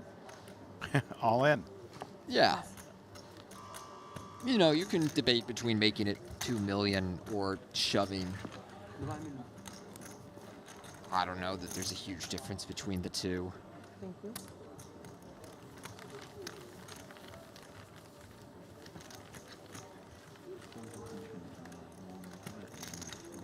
Vlad, now down to 6th in chips. Not so long ago, he was our far and away chip leader. Decline empty, please. Yes, one, please.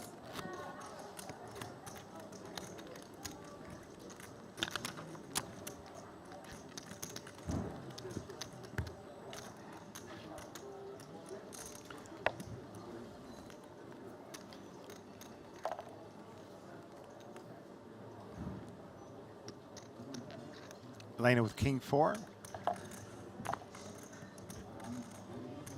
Pass. She folds. Vladimir with queen deuce now. Pass. Also lets it go. James. Pass. Ilia now on the button with ace 5 offsuit. Raise 400,000. Raises to 400. Raphael folds. Nikolai in there with his king 10. Is that? Flop queen 4-3. Gut shot straight draw for Ilia. Nikolai checks his king 10. 300,000. And 300,000 from Ilia. Quick pass from Nikolai. Like the pace of play here from these players. Another hotly debated topic this year was the use of clocks. We call it the action clock on the World Poker Tour. What's your thoughts on clocks, Tony? I think they are a positive whenever used. It's too bad we can't have them from the start of a tournament because you're talking about having just a ton of clocks and a ton of dealers who are really on top of things. But I like the way we do it on the WPT where the clocks are usually introduced approaching the bubble. And then in the money, you're generally playing with the clock. It's a little different property to property. But for the most part, I think they are very well used here. And like I said, we've used them since 2016 on the World Poker Tour. So a lot of our properties have used them, seen them before. Dealers are a little more comfortable with them, but I really think it keeps the dealers in tune as well. And I think 400,000. I've said that I think that they are the future and they should be used in all no-limit tournaments at some point. Already in Latin America, they're being used from the very start of the tournament. Another tour in Asia has already started using them from the very start of the tournament. I didn't know that. Without complaint, from what I'm told. Yeah, I think when players have 30 seconds, they feel very comfortable with that amount of time. The only small issue you ever encounter with clocks is sometimes players feel like, oh, if I have a 30-second clock, I'm entitled to take all of that in approaching bubble play. But most people don't even abuse it like that.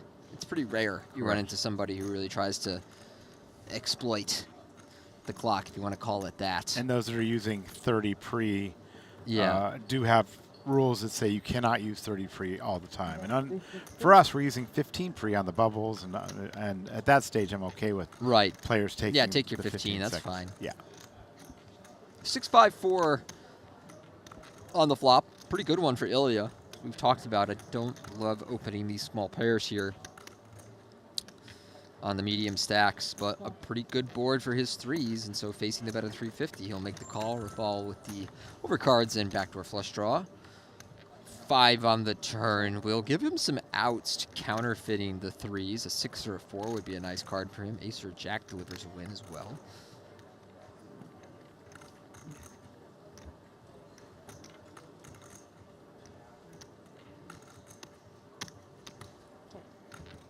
does go check, check.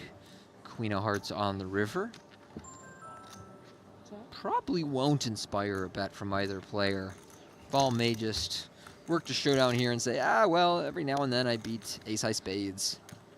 I don't think I can get him to fold a pair.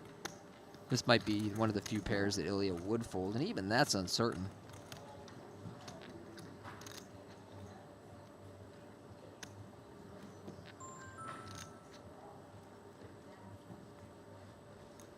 Yeah, he does check behind.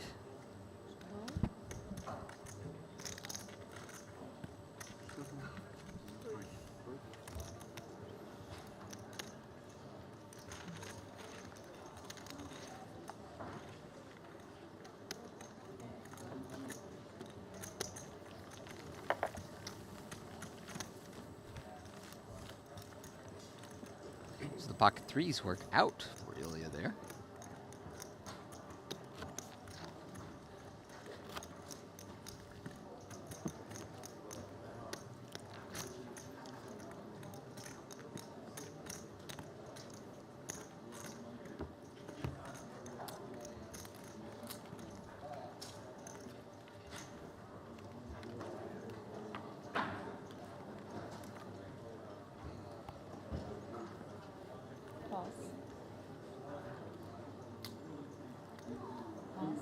Back around to Raphael. He's out with the 8-7. Nikolai with king jack on the button with 16 blinds. Has a close one here. I think his hand's probably going to be better as an open than a shove, but both options worth considering.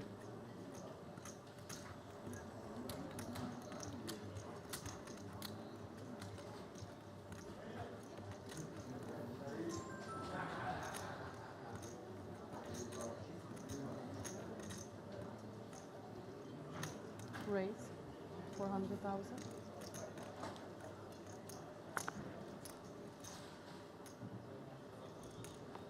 Bluff. Vlad has to go out.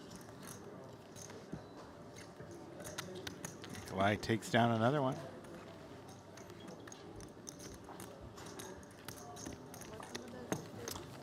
Nikolai taking that bad one, the very first hand of the final table, when he turned 3 queens and lost to a rivered gut shot straight.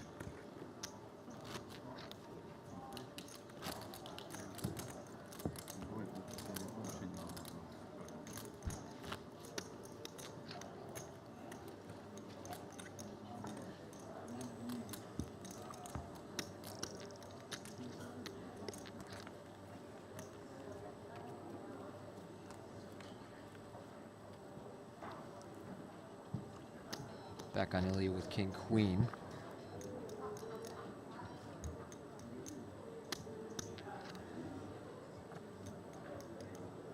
Up to 4. 400,000. Round to Elena on the button with king 9 suited. Right on the borderline of getting in there.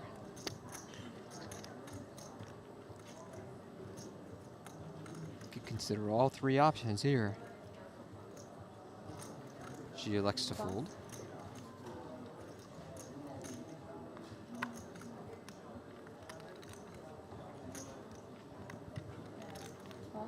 James, the queen 9 suited would take a flop.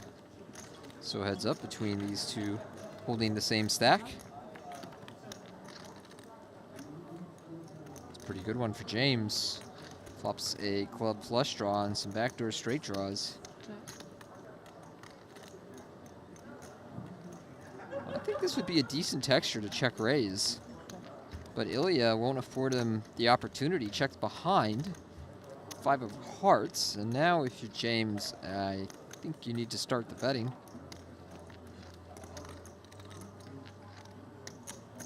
Goes pretty small. 425. 425.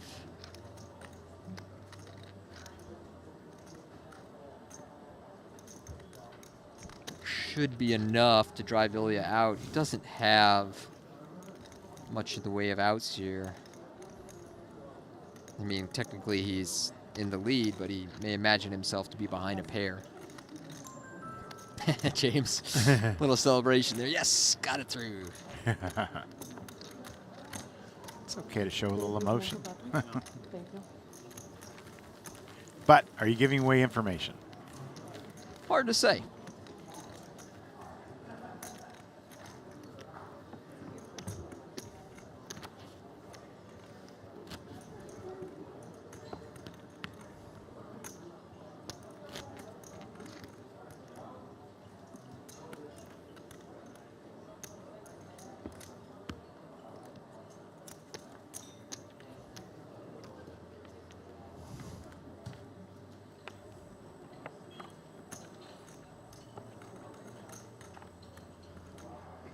Pocket sixes for Raphael. Raise 400,000. Pass. Pass. Pass. But James at the small blind has the Cowboys.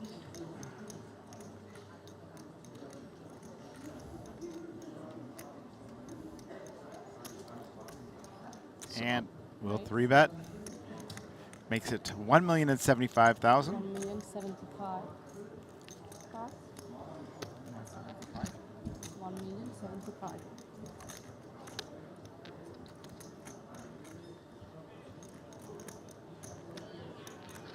Raphael with a small pair, sixes.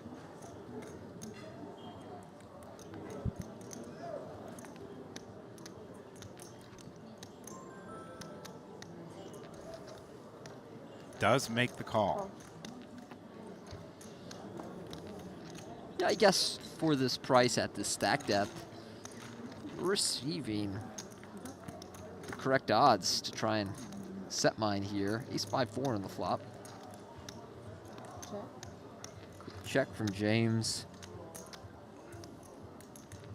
And as I've always said, when you have kings, they are guaranteed to be an ace on the flop. Does check it. 750. Pass. Fall. Oh, wow. Yeah, I think James should be betting the flop himself. He is going to be very weighted towards aces, so just check folding the kings there, especially to just third pot. Going to be too tight. And yeah, he should be the one starting the betting, not just check folding. These ace high boards, especially ace low low, as the 3-better under ICM, should be pretty favorable. Don't think you can give up that easily, as we see him get bluffed out there. And Raphael kind of working the final table over.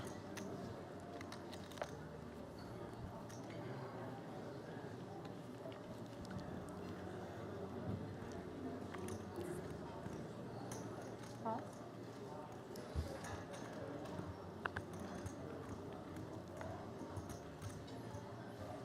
Pass. Pass. James now making it 450 with ace-8 offsuit. Ilia right behind with ace-3. He lets it go. Pass. And Raphael with king-jack. Very nice hand to take a flop with. Do not like a 3-bet at these stack sizes. And Raphael will make the call. Answer.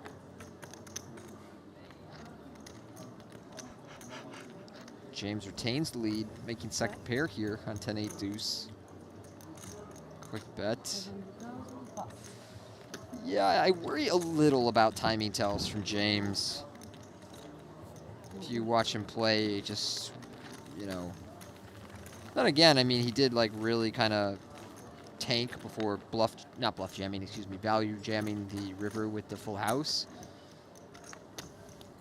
But just something to be mindful of, that he may be betting quickly when he has a clear decision and thinking a bit when he's less confident in his hand. I will say that before bluff jamming, he sort of very visually thought about it, if you know what I mean. Like, he seemed to be performing a little bit before moving in on the river. And so if I were one of his opponents, I would be watching him closely and seeing, you know, does he act quickly when he's sure of his action and therefore a little more confident in the strength of his hand? And does he deliberate a bit the times he's a bit unsure? Then again, some people just act quick all the time. So it might just be nothing. Ball with the 5-4 suited. Raises into the big blind of Nikolai, who has king-jack offsuit. Very nice hand to see at flop. I even think Raphael could consider jamming this 5-4 suited pre-flop. Some of these suited connectors are around like 15 to 20 blinds when you're a big chip leader against a medium stack. Do just rip it in there. Flop a gut shot for Raphael. 1 club. 8-7 deuce. Nikolai with the overcards. Yeah, not a bad flop for Raphael.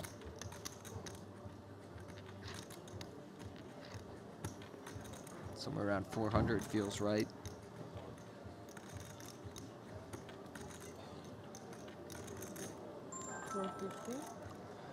Best 450. Frustrating situation for Nikolai. One of those spots where you suspect you're usually good, and yet at this stack size, it's very difficult to continue. That's why I like the sizing from Raphael. If you bet too small, give your opponent favorable odds to just like peel and force you to fire another barrel and maybe hit their 6-outers. But at that price, it becomes quite awkward and murky. Force a lot of those king jacks of the world to end up folding. Which he does here, and Raphael takes this one down, increasing that chip lead.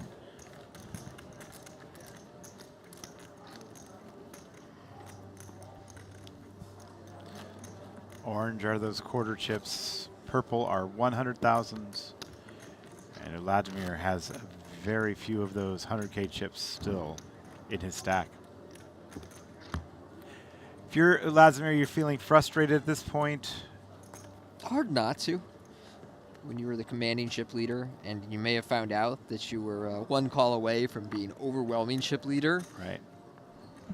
So with the 30-minute delay, if he has people in the audience, it's very hard for them not to say, hey, you made a bad fold there. Right. James going up with Queen-9 suited, Raphael with the 8s on the button. You've always taught me not to be results-oriented, and at the time, it may not have been a bad fold. Yeah.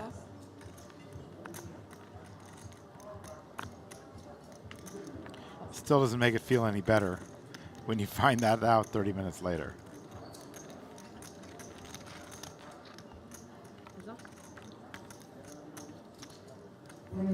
Oh, what a flop for Raphael. I like that check from James, but it'll only save him so much money. This is a really good board for his hand.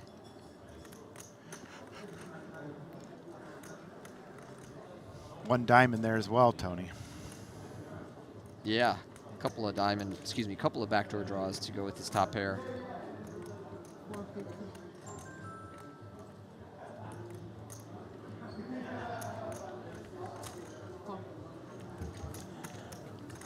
Quick call.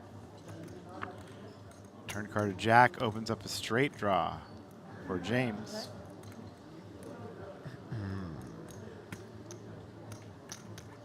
If I'm Raphael, sizing pretty big here. Would love to see this pot grow to a size where we could consider jamming the river. And a fairly coordinated board. The river is a 9 or a 10. It'll be very tough to get more value.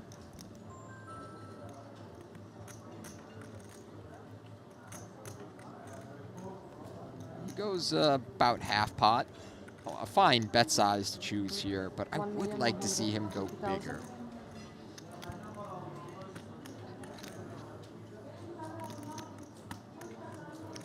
James can have over pairs, 2 pairs. Stuff like this that's top pair with the gut shot.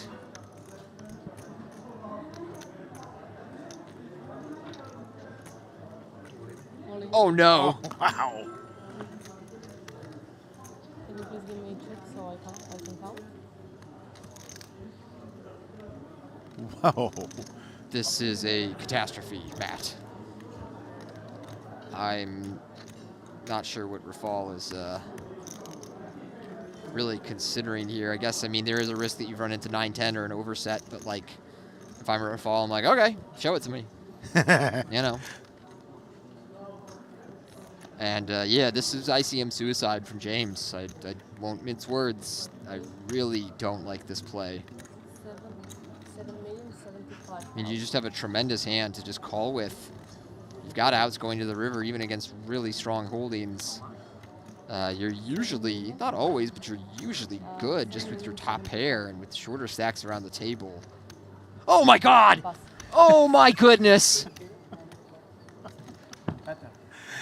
What is going on here? 9-10? He didn't even go into time banks there. Me? I can take it. He's telling the truth. He's telling him that he folded eights. But Elena said that he had 8-8. I like the turn. I respect And he said yes. I don't know.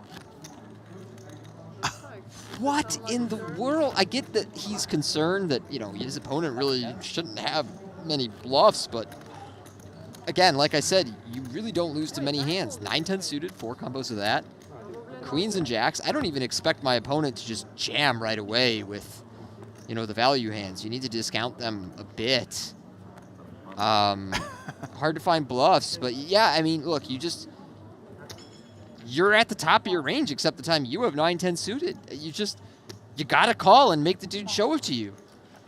Oh my goodness. Oh my goodness, Matt. I might need to take a walk after that one. Nikolai now ace, queen, and all in. What did I just watch?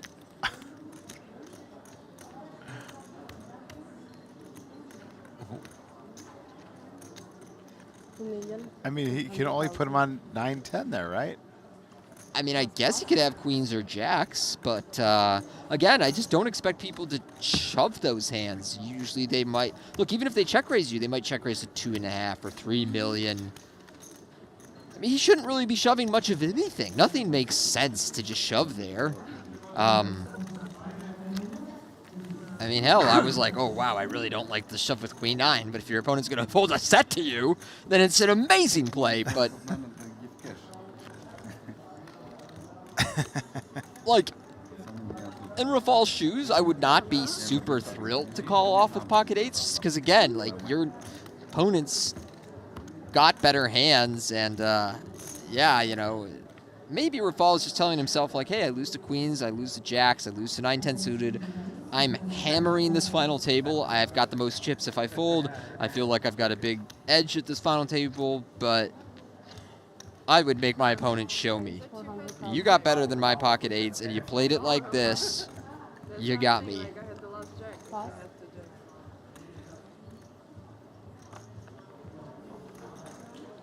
People in the chat are saying he's never going to shove with 9-10 there.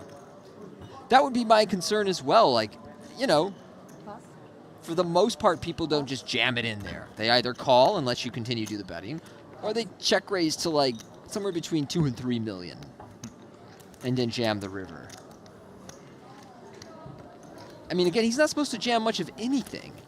And so the fact that my opponent really isn't supposed to jam much of anything made me go, I don't know what's happening here, but I got a set of eights, so whatever, man. Oh, no. Twice at this final table, we've watched somebody fold a hand that would have given them an overwhelming chip lead. I understand the kings fold a lot more than the set of eights fold. Wow. Oh.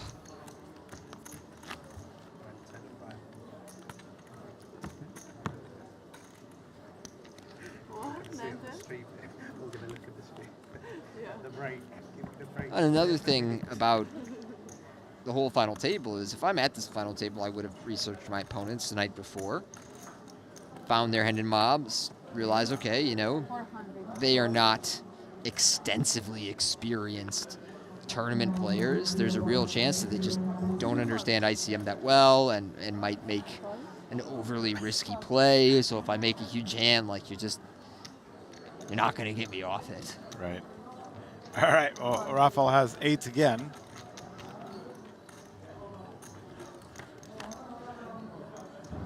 Heads up. Does not flop set this time, but he has 8s and 4s, 2 pair. Ace-5 for Ilia. Raphael, an ace on the turn now. Ilia quickly checks.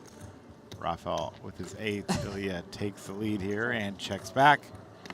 And the river card is a 3.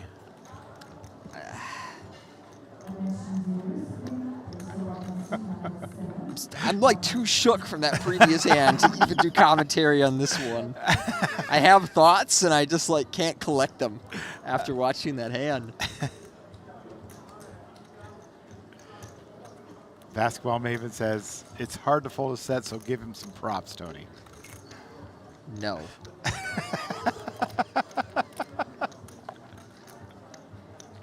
I mean, I get it. I get it. You're just worried like, okay, this guy hasn't done anything crazy. He's jamming in all these chips. We're big stack versus big stack. The value hands all beat me. I'm in control of this final table. I get it. I get it. Ilia bets 400,000 on the river, and Raphael has already used one time extension. Thinking about calling with 2 8s, but not the 3 8s. And he does let that one go as well. That happens to be a good fold. Folding machine. He called himself a folding machine there, Tony.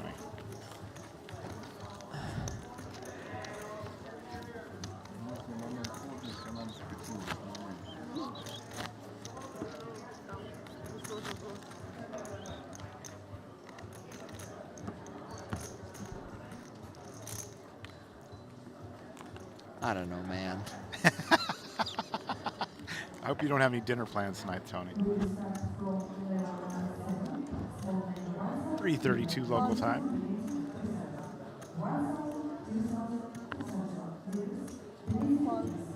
Made a fold 6 deuce.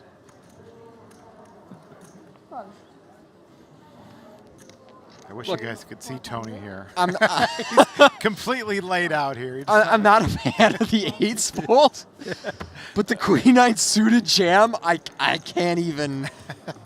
I can't even. Oh my God.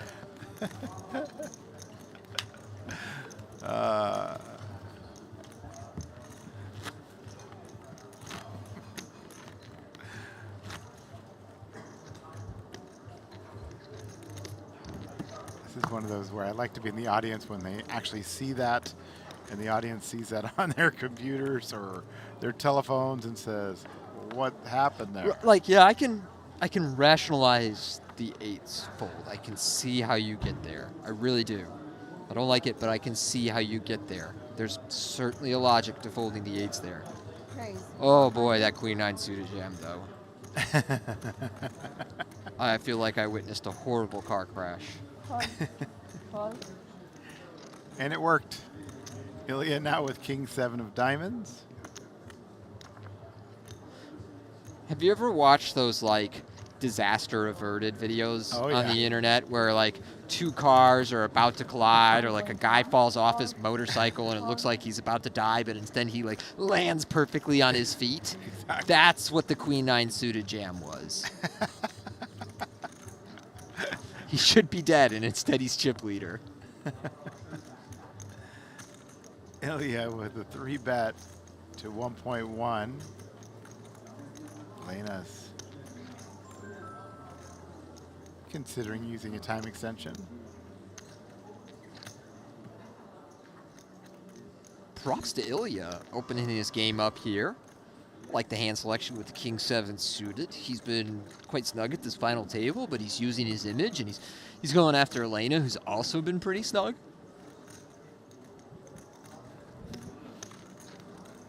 And nice sizing, nice stack size to pick on. Elena has 2 players at this table covered, so she should be pretty risk averse here. And that's a good fold from Elena. And a nice 3-bet from Ilia, who, with some newfound chips, opening up his game, showing some moves.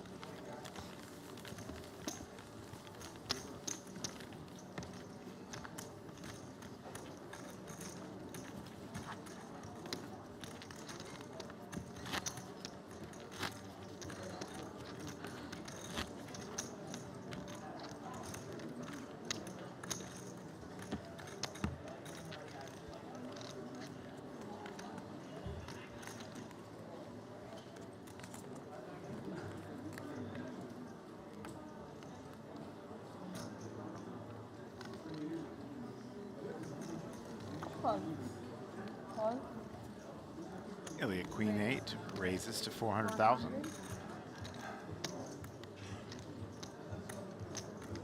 Raphael ace 6 suited.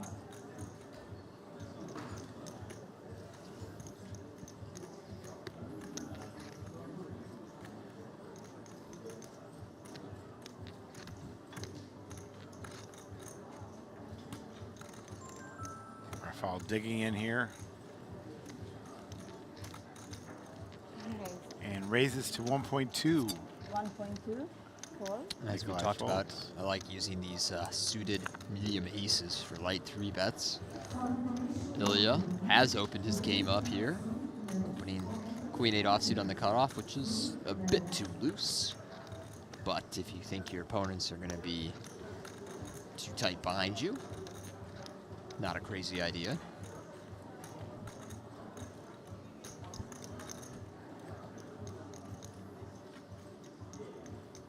Call. Gets a fold. Raphael wins the pot.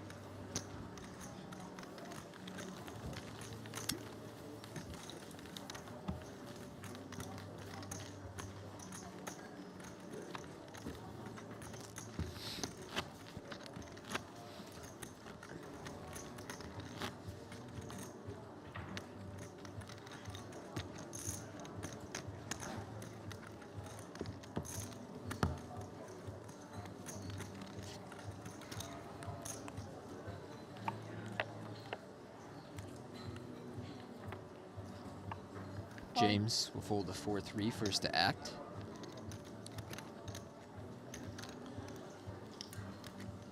Ilia opening up here. Raise. 400. 400,000 with 9-5 suited. We're seeing a whole new Ilia. Yes. Queen 8 offsuit on the cutoff, 9-5 suited on the hijack. And Nikolai here has a hand that is worth his remaining 16 blinds being in the middle.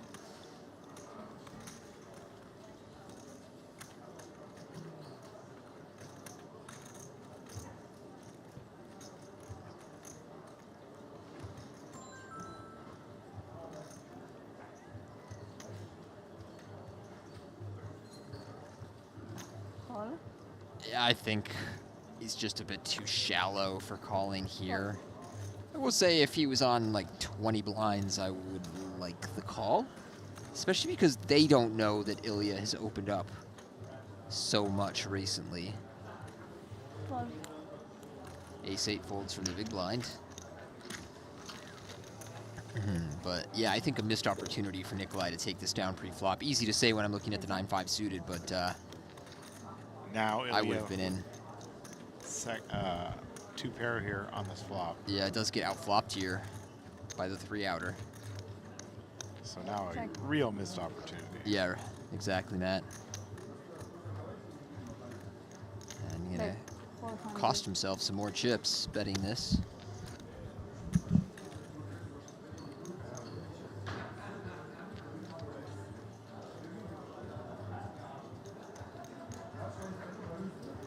Call. Well, and more chips now. 6 on the turn. Check.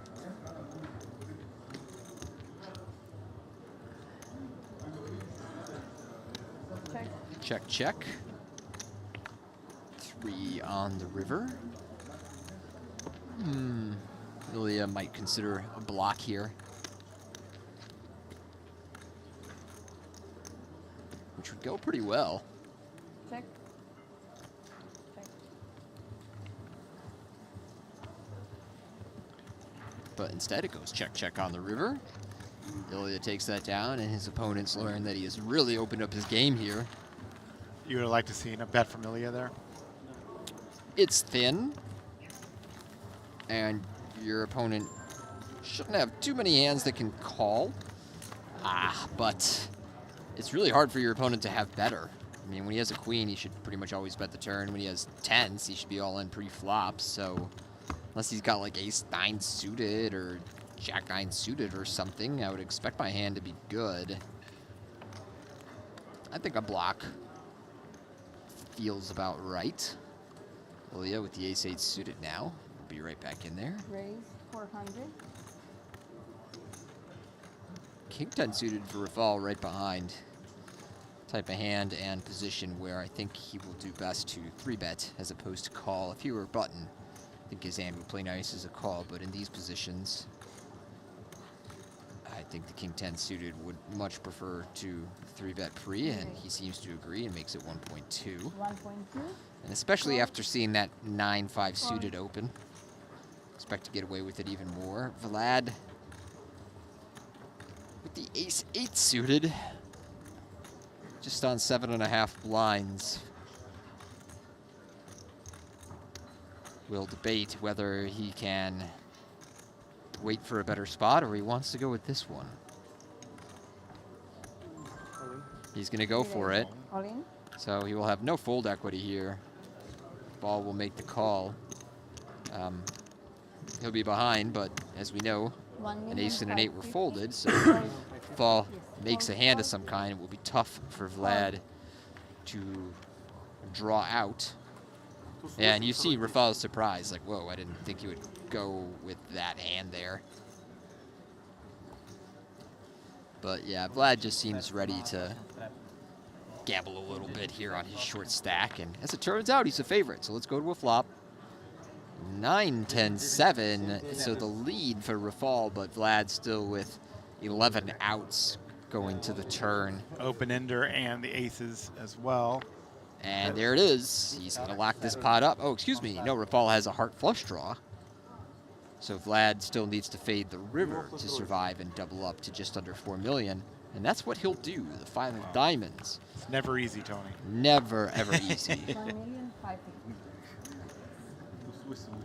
Nice double up here for Vlad. Yes. 1,550,000.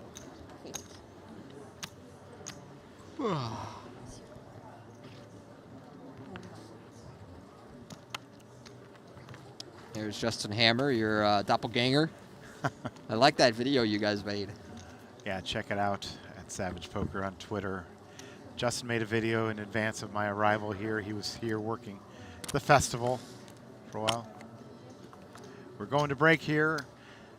James Mahoney is the chip leader with 10,075,000, just 26% of the chips in play. We'll be right back from WPT Cyprus.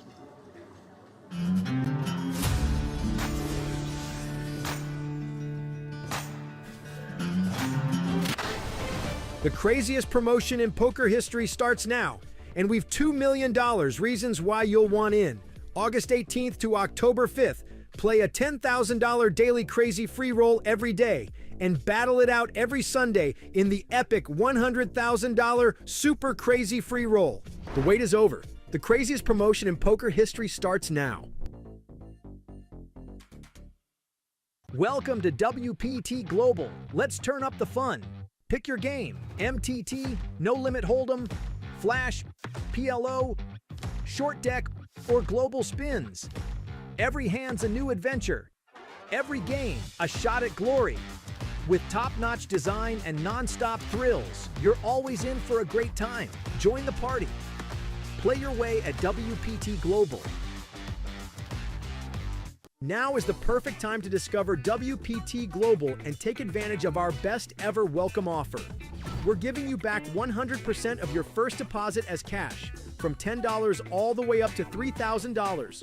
The bigger your deposit, the bigger your reward. You could earn up to $480 in tournament and global spins tickets, plus $100 in other bonuses. Discover now and make WPT Global your new online poker home.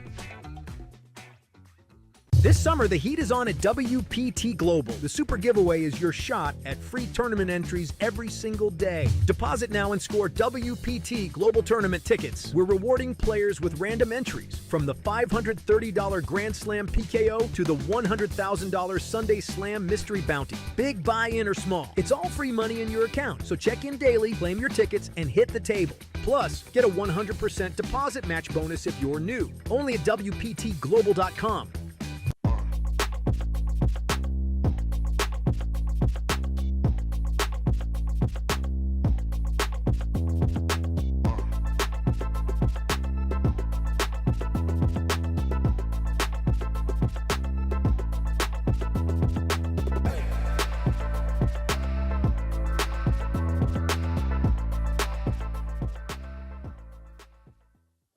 And now with sixes, Raphael.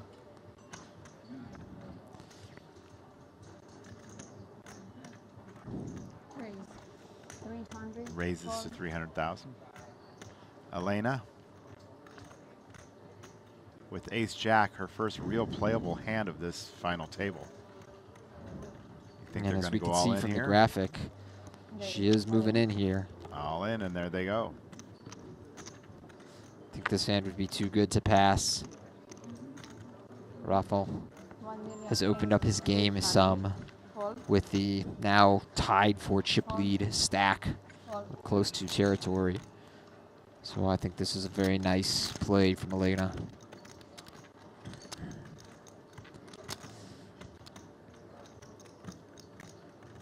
Facing a jam for 12 bigs, the sixes feel borderline. The problem is you'll never see a worse pair if you call with sixes. You're just hoping for the flip, and you'll see a lot of better pairs. I think Elena would shove eights plus. I don't know if she would shove Throws out sevens. 2 time extensions. Now when you do that, you instantly get 1 minute added to the clock, and that's what he's going to get here.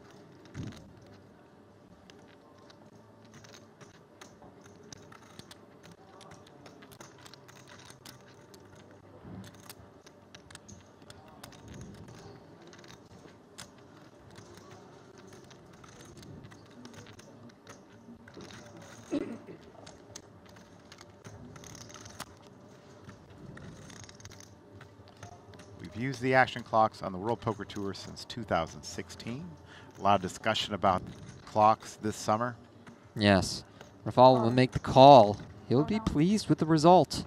You're hoping for a flip when you make that call. So a small edge for the sixes here up against the ace-jack suited. And Elena drills this flop, ace-ace-queen. She'd love to turn him dead.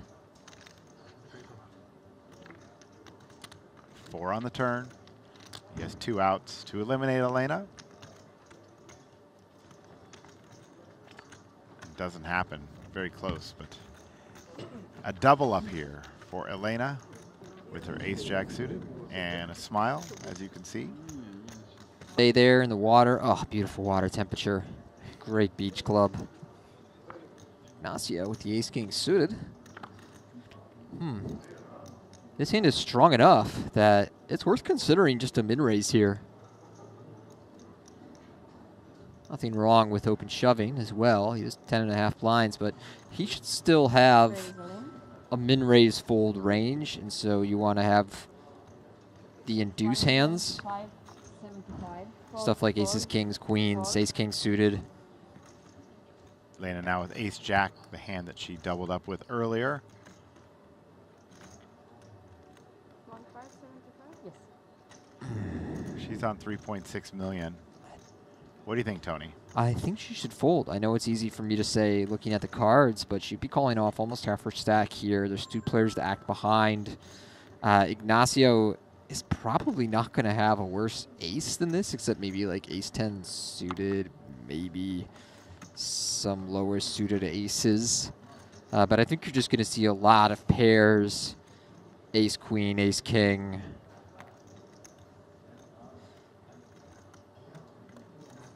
And again, having 2 players to act behind you when 40% of your chips would be in the middle is awkward as well. I think ace-queen would be the cutoff in Elena's shoes. And it's not as though Ignacio shoved the cutoff. Then I would say, yeah, go for it. He's under the gun 7-handed. A second time extension.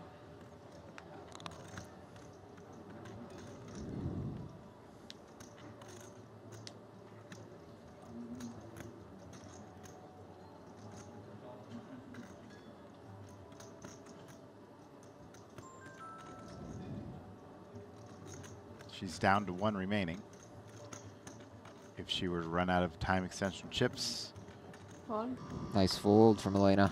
it would be an automatic fold. It's fold there. Now James with the ace-jack. Closer decision for James. Nobody to act behind him. 9 blinds to call here. Still not an easy one. I'm not sure what I would do in his shoes. He's going to make the call, though. He's not going to like it when he sees the ace-king.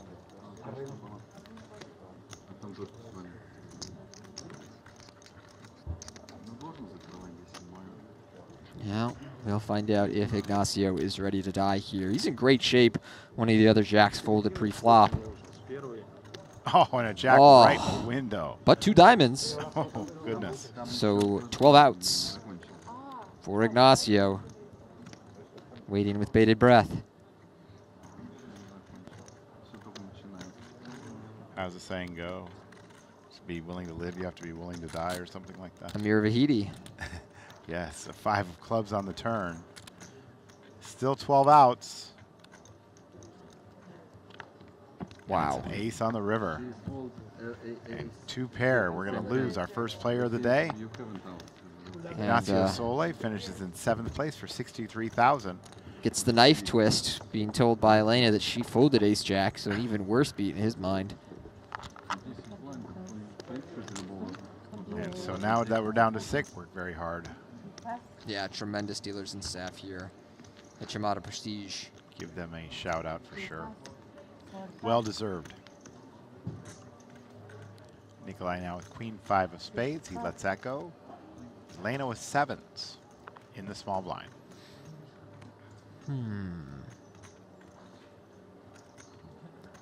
Small blind play is pretty weird under ICM. I like that she has started with a limp here. Oh, this could be fireworks.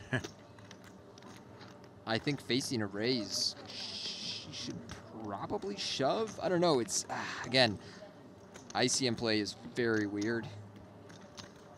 Blind versus blind, but I think these pairs that need some protection play well as shoves, especially against Vlad, who has just been by far the loosest and most aggressive player pre-flop.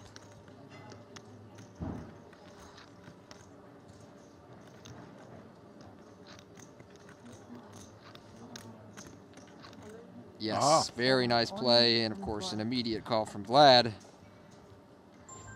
And so essentially a cooler blind versus blind. Elena, the much shorter stack, is at risk here, but a little bit in front.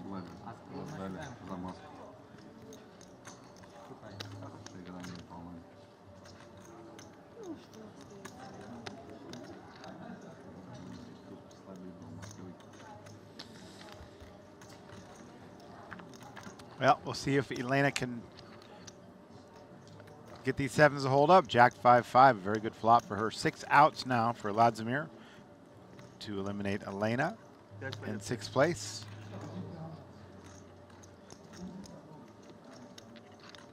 An 8 on the turn. No help. Only an ace or a king will eliminate Elena. 10 on the river. Safe run out. We'll bring Elena over 6 million in chips now. And online poker player. Okay, Nikolai Zadnov at 22,000. Elena's biggest score, 10,000. And Vladimir had a score of 65,000. So it is indeed the largest score for all of these players still remaining. Nikolai has moved all in for 1,725,000. Elena folds, and Vladimir with ace king. He moves all in. Nikolai in rough shape here. James with eights behind. Yeah, I can't call after all that action. I think he could have called the initial jam, but now.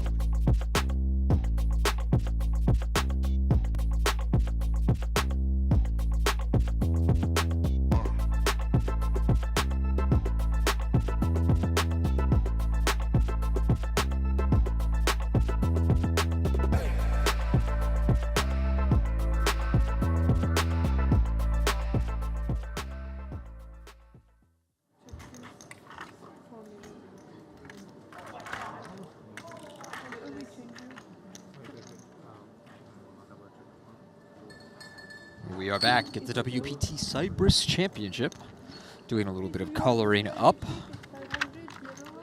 James Mahoney, after that wild Queen-9 suited versus pocket eights. The set on the flop hand is our chip leader, barely edging out Raphael and Ilia. Then we have two players on 16 blinds in Elena and Vladimir. Nikolai remains our short stack. He suffered an unfortunate hand early against Vlad. 400,000 up top for our winner plus a seat in the WPT World Championship at Wynn Las Vegas.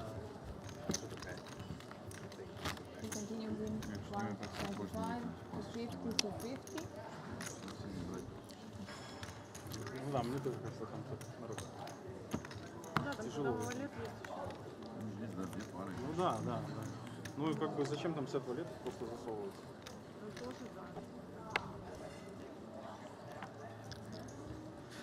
Fall here with the Queen Jack. Raise 500. Call.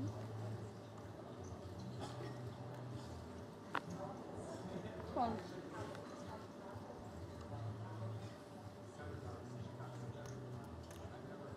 Call. Call. Up to 500,000. We are playing 125, 250 now, the 250K big blind.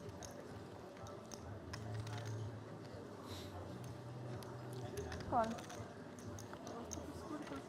У меня 3900. 4 у вас, да? Heads up, check.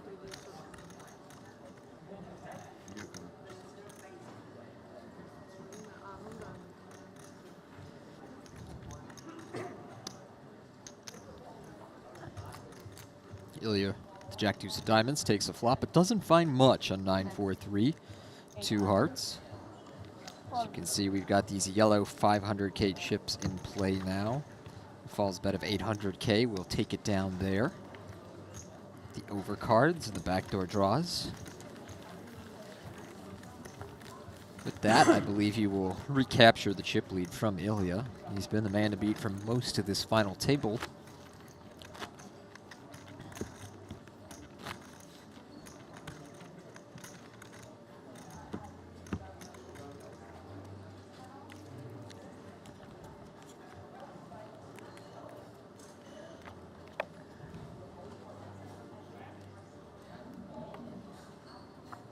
Nikolai with king 6.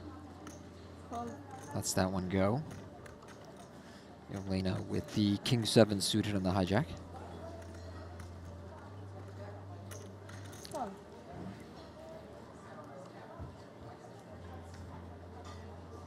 She'll fold that one as well. Everyone around to Ilia on the small blind with the ace queen suited. Just limping in there. These two as the co-chip leaders, really Raphael with the edge now. I understand why Ilia is taking a limp-heavy strategy in the small blind. Exactly what you want to do as the second stack up against the chip leader with short stacks around you. So limp check. Ilia with 2 overcards and a backdoor club draw. We'll bet 250. Raphael with bottom pair. Might be considering a raise here. Sometimes players raise these bottom pair hands for a bit of protection. That is what he'll do. Raise. Makes it 650.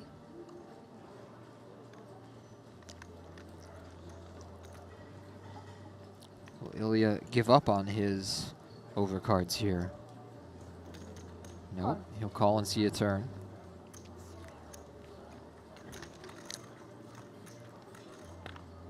Nine of spades on the turn. Check.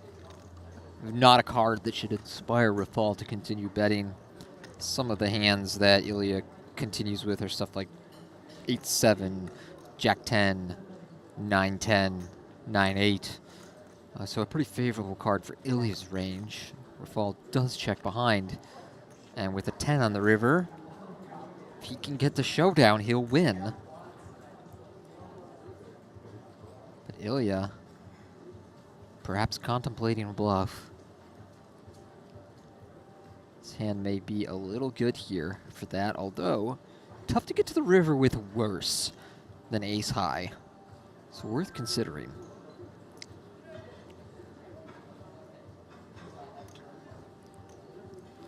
That's what he'll do here.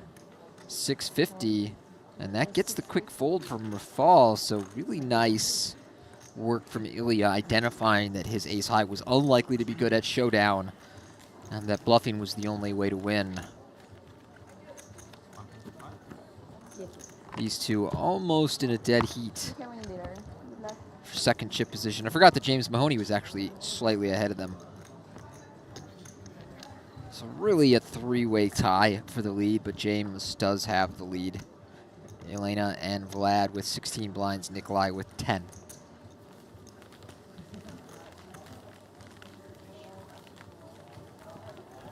Fairly short, as it did take quite a while to make that final table last night. Some passive play as well. People folding sets at this final table. Have you recovered from that yet, Tony? Yeah, I think so. It was still just, you know, hell of a hand to witness.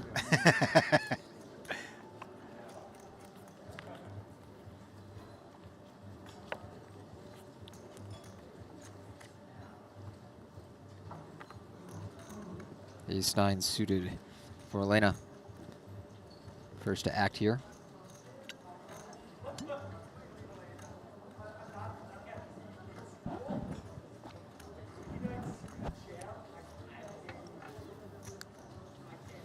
Up to $500,000.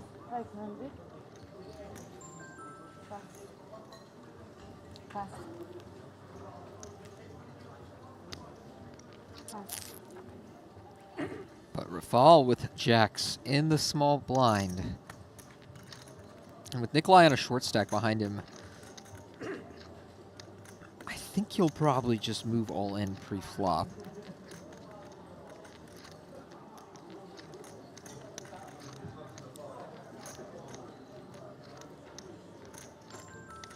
Elena opened off of about 17 bigs, so I don't know that there's much merit to calling or 3-betting small here.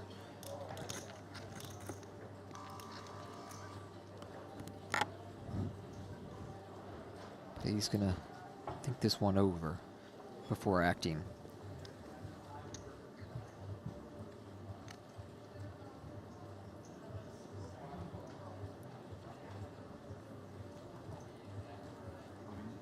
He is all in.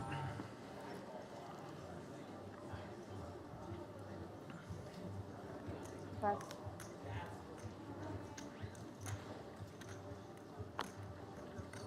And Elena forced to fold.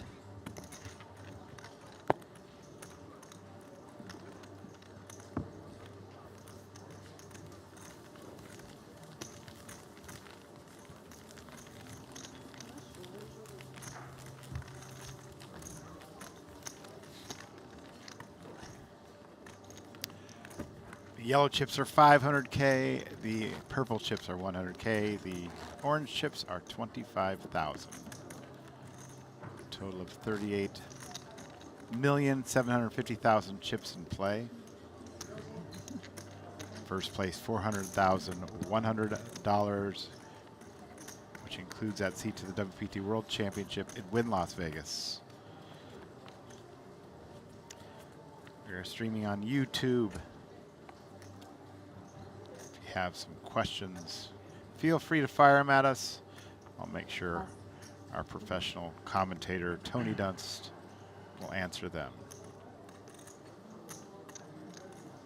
Raise 575.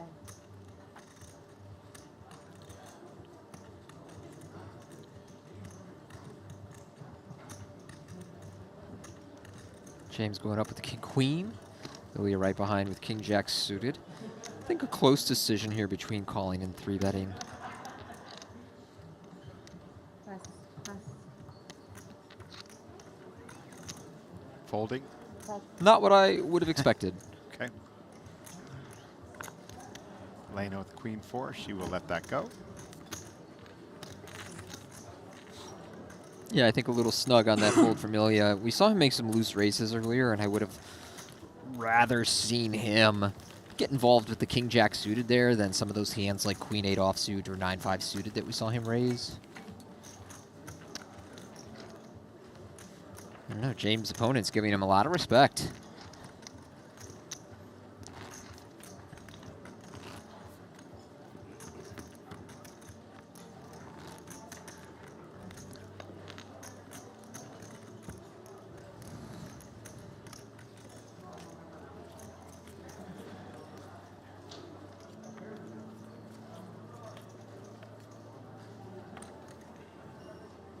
Pass.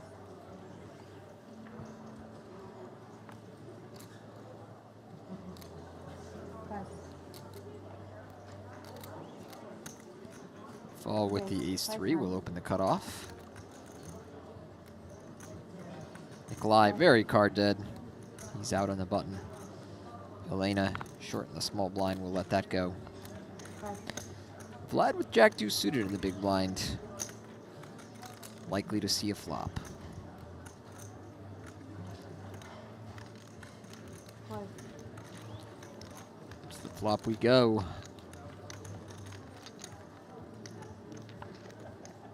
10-10-6. Not much here for either player. A better board for our raiser. Small bet should get the job done.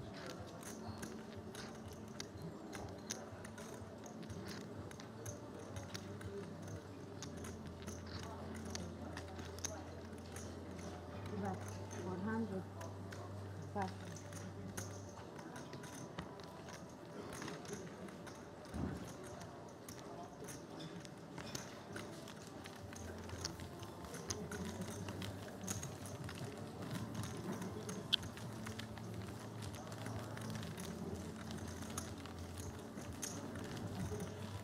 Had a great week here at Chamada Prestige. It's plenty of side events, a fantastic turnout for their high roller, and they have a super high roller going on today. That will finish as well alongside this final table of the championship here. 775 entries started. And we're down to this final table of 6. Pass. Pass. Pass. Folds, Nikolai folds king deuce. Elena with queen 10 on the button. Just 12 bigs. A little bit of an awkward stack size here. I think her hand's worth of in-raise. Pass. But Elena has been pretty snug at this final table. Vlad now in the small blind may want to move his king 9 in. Just 12 bigs. Yeah, he's going to go for it. And James in the big blind will not be able to call him with 10-4 offsuit.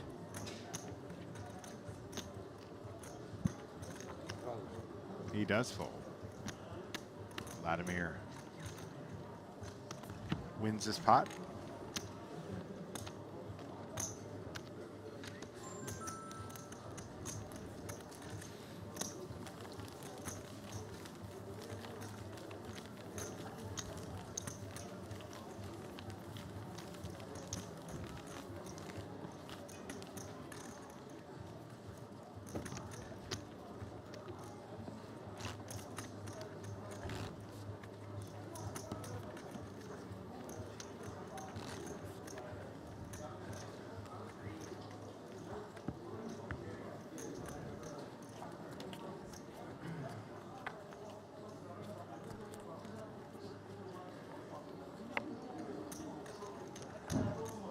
Round to Raphael. The ace deuce of diamonds. Raise 500. Makes the min raise. Pass. Elena with ace queen suited has the hand she's been waiting for.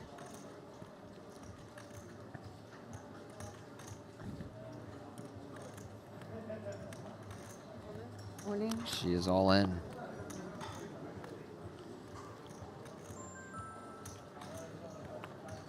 Pass. Pass. Pass. Pass. Pass. All the way around. And Elena wins this one.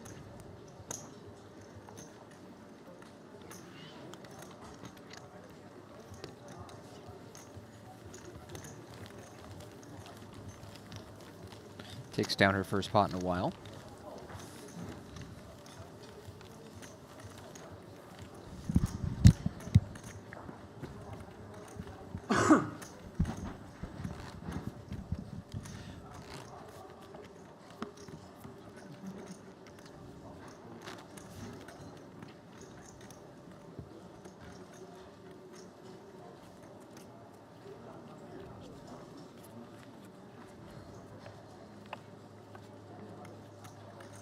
Nikolai has never been so card dead. I don't think we've seen him play a hand in ages. That's not because he's been tight. Elena with the ace-10. Good hand to raise here. Ooh, jeez. Man. Pass. Pass.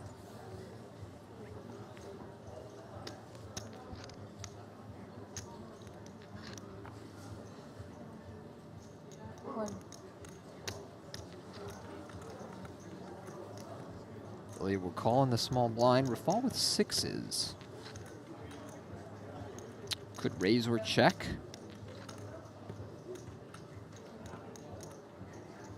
He will make the raise 900. to 900, and that should end this hand. E3 suited, a little ambitious to call a raise. Ilia seems to agree. Let's let it go.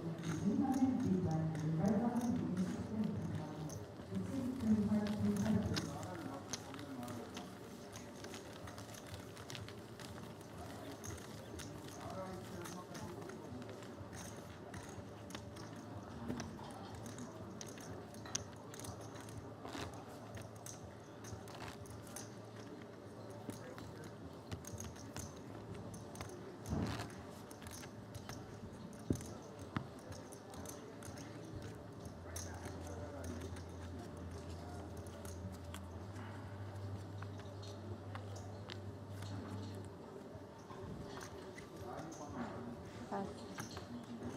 Ace king for Vlad here.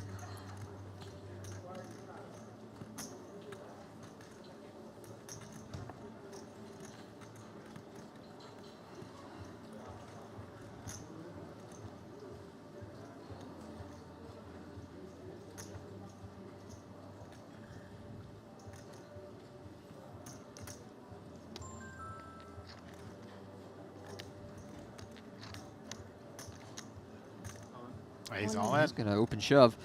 I think a bit much to be open shoving here. Won't matter because James will take him up on that. Will not. Either way, he will be taking him will, up on okay. that. I think had he opened James with a 3-bet and put him in. Right. I just think open jamming 15 bigs in the hijack is really not something you ever want to be doing on a final table. I don't know, maybe there's a couple of hands. 650. It's not many. 3,650,000. Raise all in. James gonna jam behind him. I don't know about that one either. I don't think he should be reshoving. If one of your opponents wakes up behind you and jams, you want to have the option to fold pocket tens. The other two big stacks are right behind him there, so James kind of gets away with one there. He's in a flip to become the big chip leader.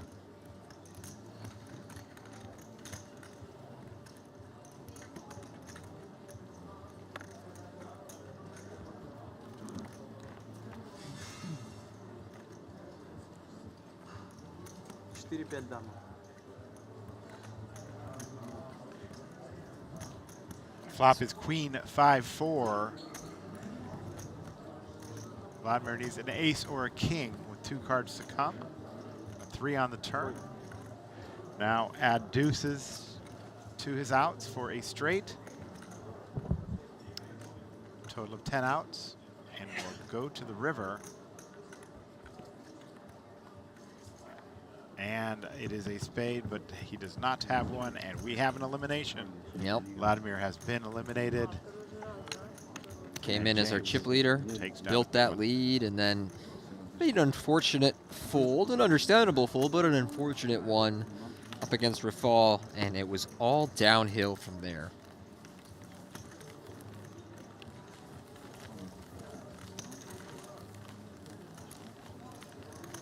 You go home, Tony, look back on that one with regret. Congratulations, guys, with 6-figure score. And there it is. Eliminated. They do that. Because if you pass somebody, it's eliminated. Yes.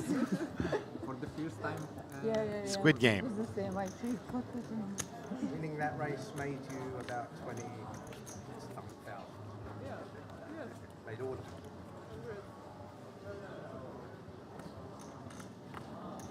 Pass.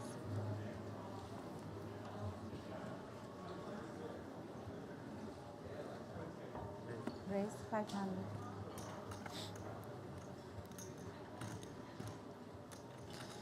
Now Raphael, the ace-8 behind the open from Ilia, could choose to 3-bet here.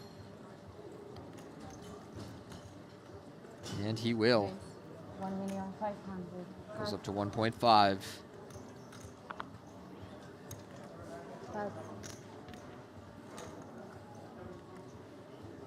Pass.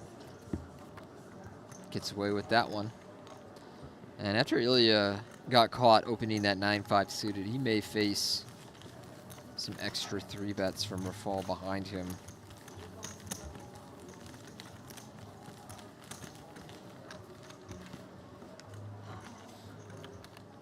Especially with Nikolai just having 5 big blinds. It's a great time to attack the other medium to large stacks.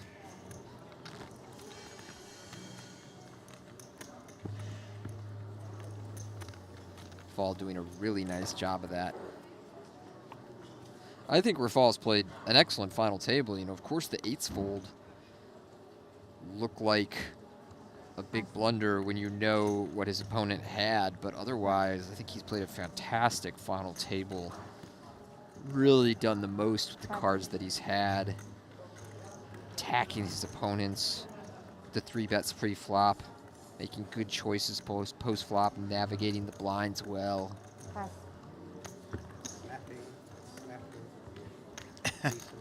James gets a walk with the ace-10. Said he was snapping there. I want to throw your cards in the box. You know? It's a little bit high. Or if you just put the purple on top, it's okay. Okay.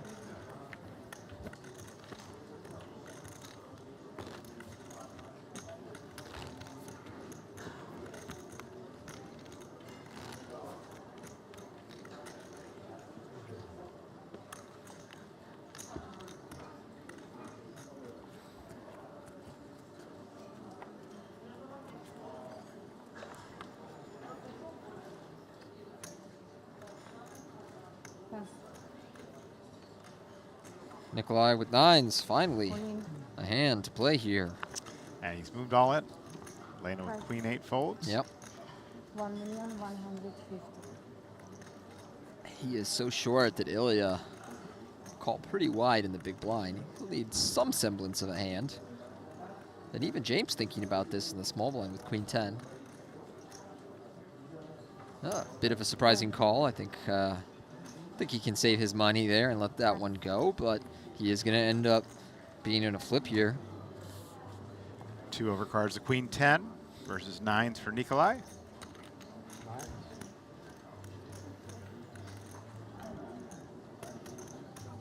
Oh, the pain in his face from Nikolai.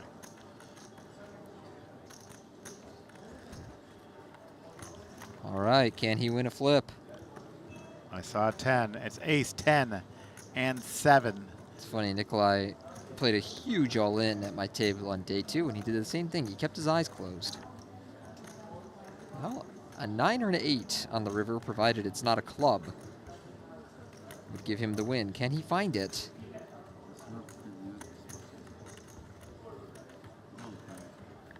No, he cannot. Nikolai goes down with a pair of 9s. James scores one more elimination. Continues to stack chips. And we've lost another one. Down to the final 3. 4, I believe, right? 4.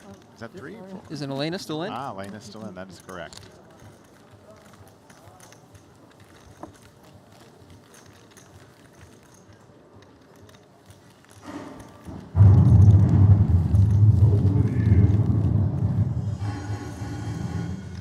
How do you feel about that, Tony? Love it. Absolutely love it. We used to even say that as a joke to each other sometimes when we'd be playing online. You'd knock somebody out and you'd go, eliminated. Oh, it's beautiful.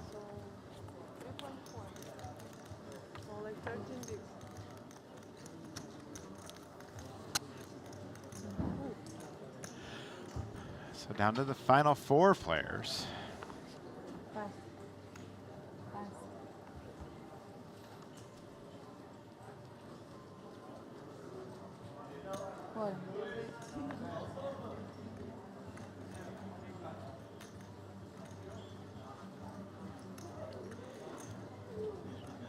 Players have now earned at least $142,000. Ilia limping the small blind Raphael, raises up to 10-7 in the big.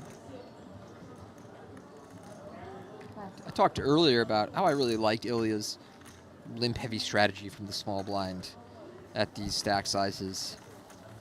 He's limping medium strength hands, he's limping his really good hands. It's exactly what you want to do while you're fairly deep, blind versus blind at a final table, and especially while there are other short stacks around the table. Ilia also doing a good job of not calling some of those junkier hands and bleeding chips to Raphael.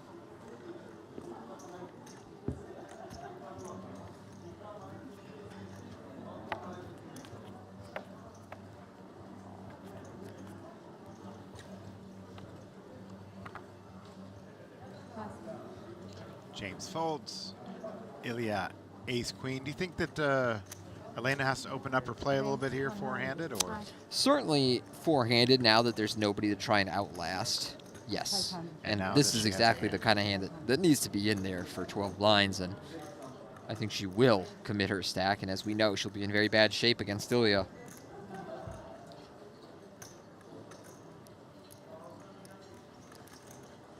Here she goes. Quick call from Ilia. He'll like what he sees.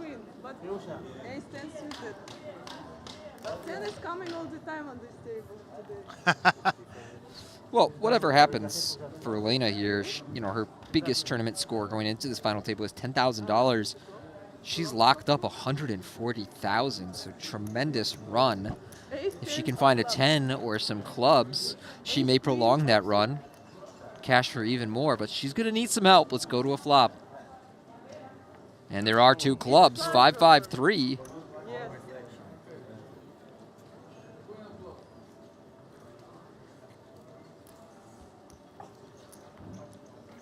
Nine of clubs on the turn. She will make a flush.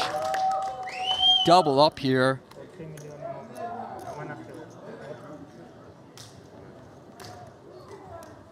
Ilia drawing dead.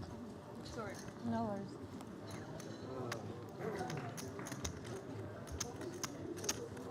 It's been a good day to be all in and behind, Matt. We've seen a lot of players in bad shape manage to find the win here at this final table. 175. Elena Litvik doubles up here in a big pot. Just getting chipped over some banana flavored chips.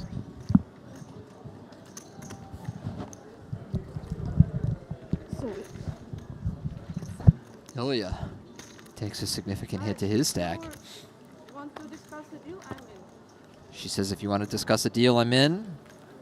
I see one head shake, and somebody said too early. Yeah. So when you're talking about deals, it has to be agreed upon by everybody? Yeah. I have to think that Raphael kind of knows he has a significant edge at this final table. Like, I would be surprised if he's in a deal-making mood.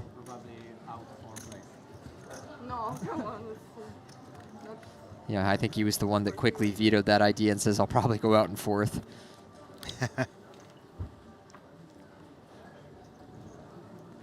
Ilia now with king-queen suited. We'll get right back to work.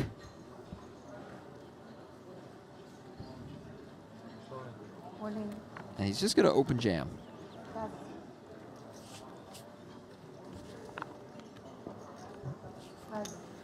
I don't think this is a bad play or anything, but I would prefer to see him min raise. He's got 16 blinds. And I think both James and Elena have been snug enough pre-flop that I wouldn't worry about getting blown off my hand by inferior holdings. So I prefer to have the option to raise and then fold if I face a 3-bet.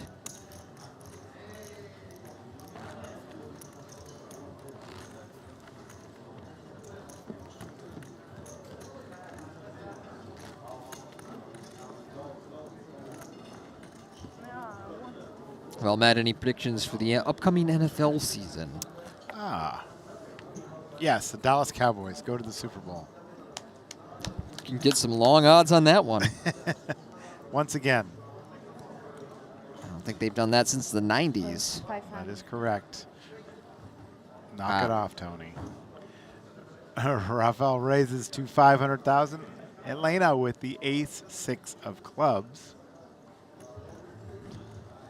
In fact, when I think about it, pretty much every time they've showed up in the playoffs since the 90s, my Green Bay Packers have been there to kick them in the nuts.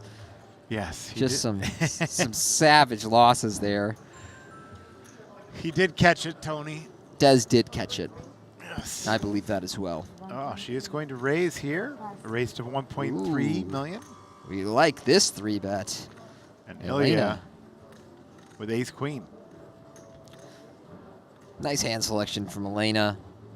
She's got a good snug image. She's going to get away with this.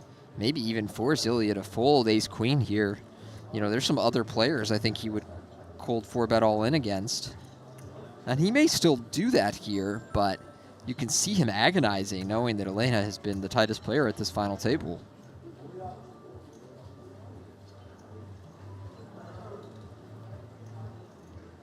Did he just use all his time bank chips? No, he just put them out there. If you do throw them into the pot, you only use what you spend? Yeah, you only, no, because he hasn't put them actually fully in the pot. I see. He just puts them out there so where they can see them. That's the right thing to do. Do not throw them into the pot.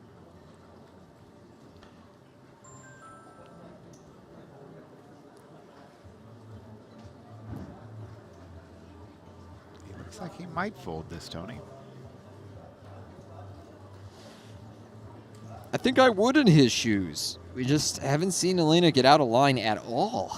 We've seen some snug folds from her. So if you've been fed information on breaks and your friends say, hey, Elena's playing really tight, you know, if you have any close spots, just overfold to her. I would fold in Ilia's shoes. And apparently I would be wrong. Really nice timing and hand selection from Elena here. 3-betting this ace-6 suited.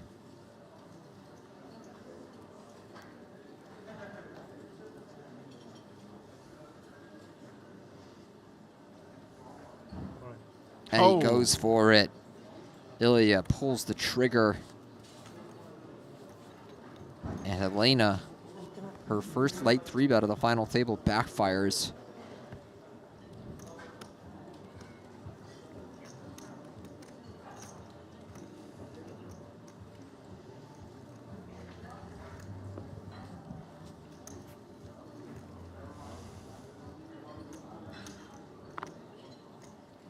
Ilia all in for 4,625,000.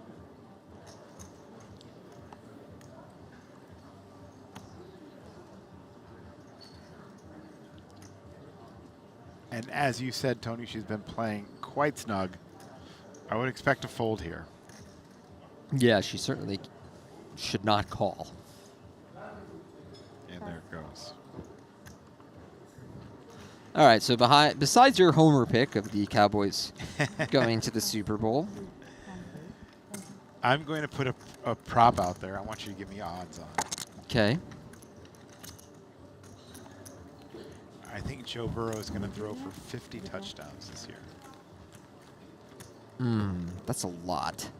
When was the last time anybody threw for 50 It's touchdowns? happened 3 times. Was Tom Brady one of them? Yes. Yep.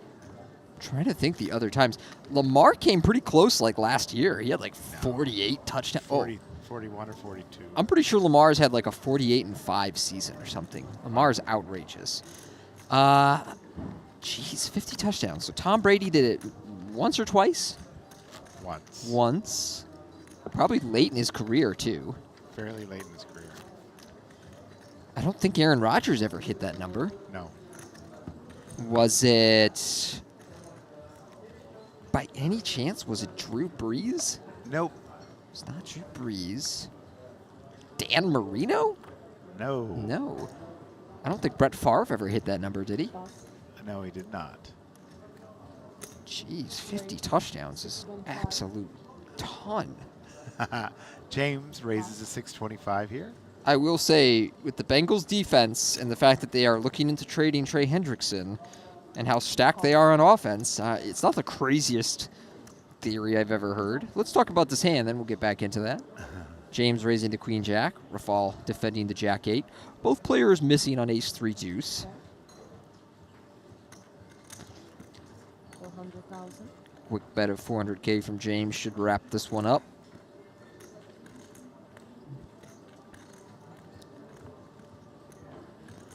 All right, I'm having a deep think about who else has thrown for 50 touchdowns in a season.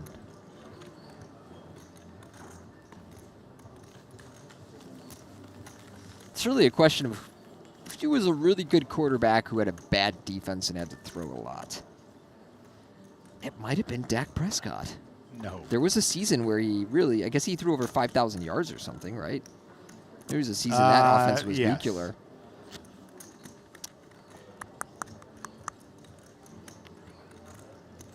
I'm getting You only got 1 of 3? 1 of 3. Ben Roethlisberger? No. Phillip Rivers? Negative. Ugh. Ilia with the weight 8-7. He's folding. Raphael with a 10-7. Matt Stafford? Negative.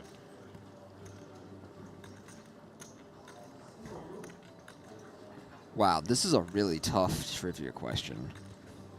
It's not that tough. It is tough. You'll say, oh, 25. of course. When you hear one of them, for sure. Pass. Fall raise, a good raise, 825. Gets the tight Elena to make a lay down there.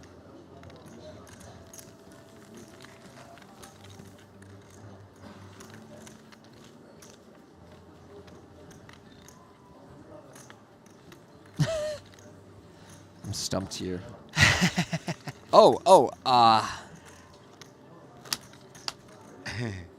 Kurt Warner. No. Damn.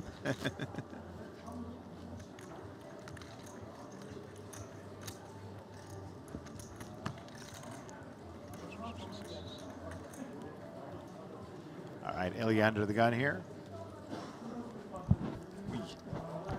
Pass.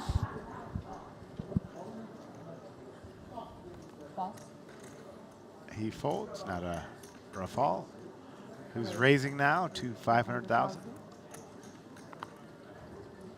Elena lets it go. James with Queen Jack.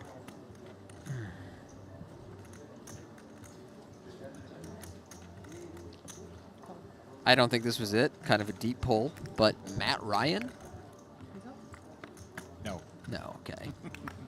Flop is 998, Raphael. Flops a pair here for 2 pair with his 8.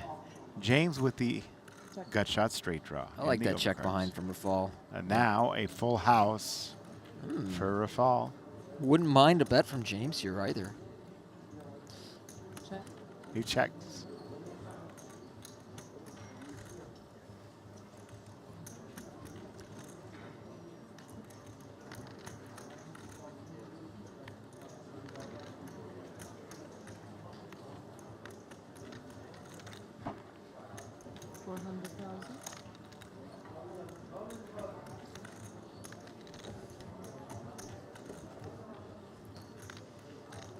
I'm so stumped by this. Carson Palmer? No. They've answered in the chat, but Tony's not looking at the chat. I'm not looking at the chat. Chat is too smart. They know the answer to this. They might have Googled it, though. Yes. I mean, I've named so many great quarterbacks who threw for huge numbers, and yet no, no, no, no, no.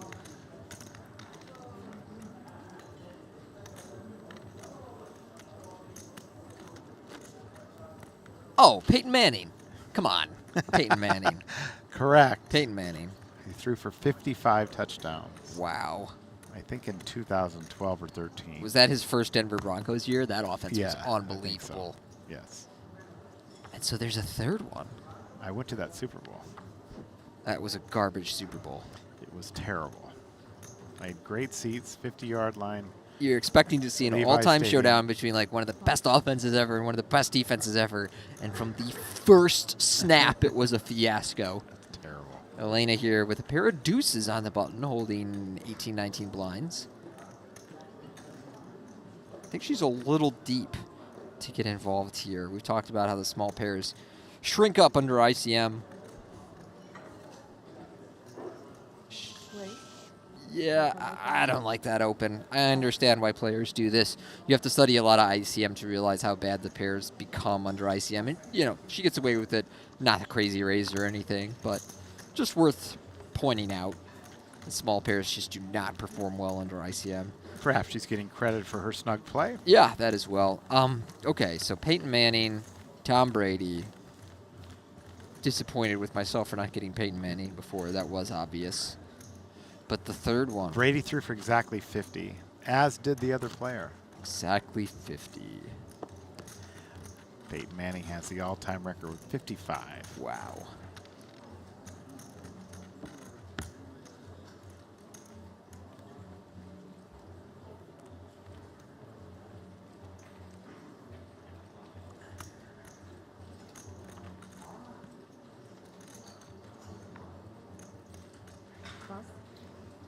Pass. I'm getting pretty close to just asking for the answer, but I Okay. want one or two more minutes to think this over. The Buffalo Bills may take the next step this year. Has nothing to do with the question. Oh, okay.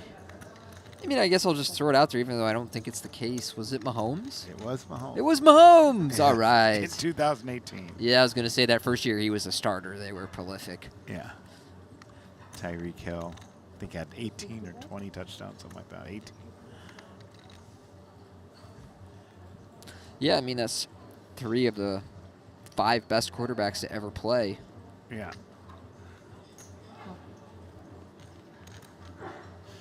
Both players flop a pair here. 8s for Raphael. And kings now, 3 of them for Ilia. Could be an expensive turn for Raphael. 500,000.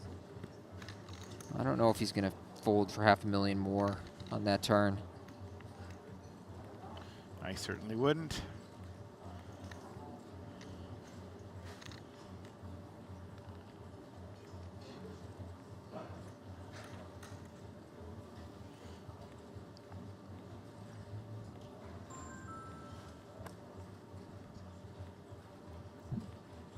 Wow. Wow. What is- Impressive fold from Raphael. I don't like it. I don't think I would fold in his shoes, and yet perhaps he's watched Ilia play enough post-flop to know that he's just not that aggressive post-flop with draws. I don't know. You're blind versus blind. I would not have given up there for 40% pot. But credit to Raphael, knowing his opponent, making a snug fold there and being right about it. So, all right, we'll put those 3 players on the 5-man Mount Rushmore of the NFL. Who are your other 2? Those are 3 of the best. Yeah.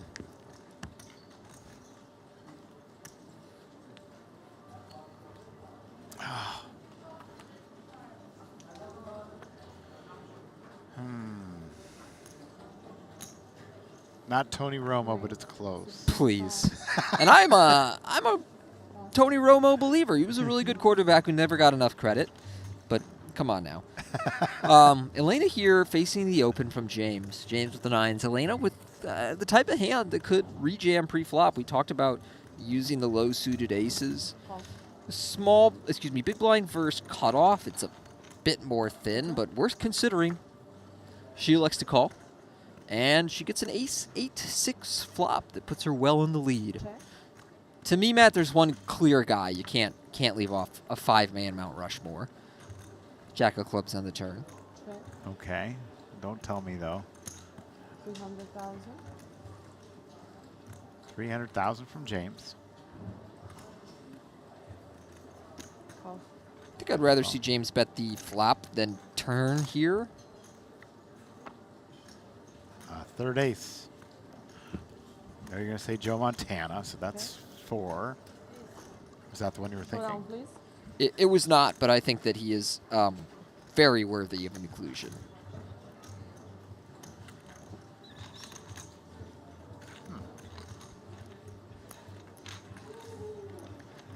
Elena takes this one down. Thank you.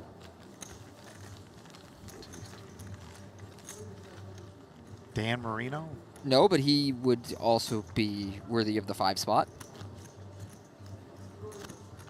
In my mind, Dan Marino was the first great prolific passer in NFL history. His record stood for a long time, and until the NFL evolved, it looked like his records might stand forever. No, you're not going to say John Elway. No, Elway's great. He's more of a top 10 than top 5 guy, though. With 1 card. 3 of diamonds, not playing. Pass. Pass. In fact, I would say, unless you're somebody who really believes in rings culture, you could put this guy ahead of Mahomes. Just because Mahomes, look, You're he's a guy that does not believe in it? I'm just saying, if you're somebody who's not really big on rings culture, you could put this guy ahead of Mahomes. Troy Aikman. No. Raise. 750. Pass. James gets that raise through with Jack 4 of hearts. Not big on rings culture. I will say that when I consider who I would give the 5 spot to, you named 2 of the 3 guys that I would debate in my mind who deserves that. Okay. But I think there's a pretty clear, this guy should be number 4 probably.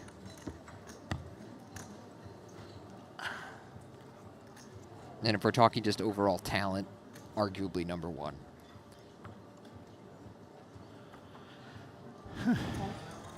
Michael Vick.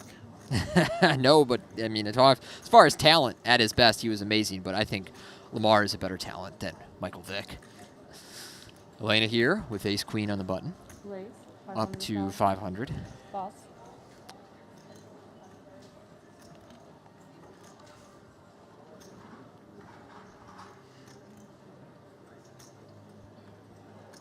Ilia in the big blind with a borderline queen 3 offsuit. I think he's making a good fold there.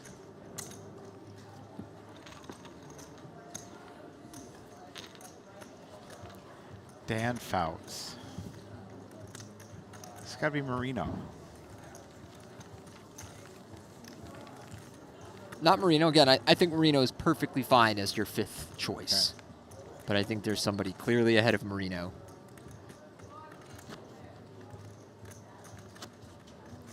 Well, the guy that threw for most yards, I think, is Drew Brees. That's the 3rd one I was thinking, that if you wanted to give him the 5 spot, I think that's fine. Okay. He's got a ring. He's thrown for the most yards. Excellent efficiency throughout the course of his career. But no, the 4 spot in my mind, I can tell you if you want. It's Aaron Rodgers. Oh, come on. Look at the stats. It's not even close. Come on. Here she is with aces. Elena with aces. I think maybe the only 4-time MVP in league history. Right. Just outrageous efficiency through the course of his career while putting up prolific stats. Has a Super Bowl ring. Probably should have retired 3 years ago. Yeah, probably should have retired 3 years ago. Ruining his legacy right now. Yeah.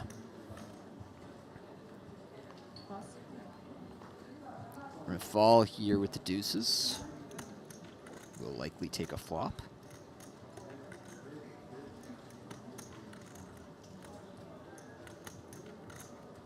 Oh, he's going to go all in. All in. Wow. I was going to say, I do think jamming is very worth considering in his shoes. My concern is that Elena's opening range is tighter than the other players. So 25 blinds effective, I don't like it as much as I would against some players.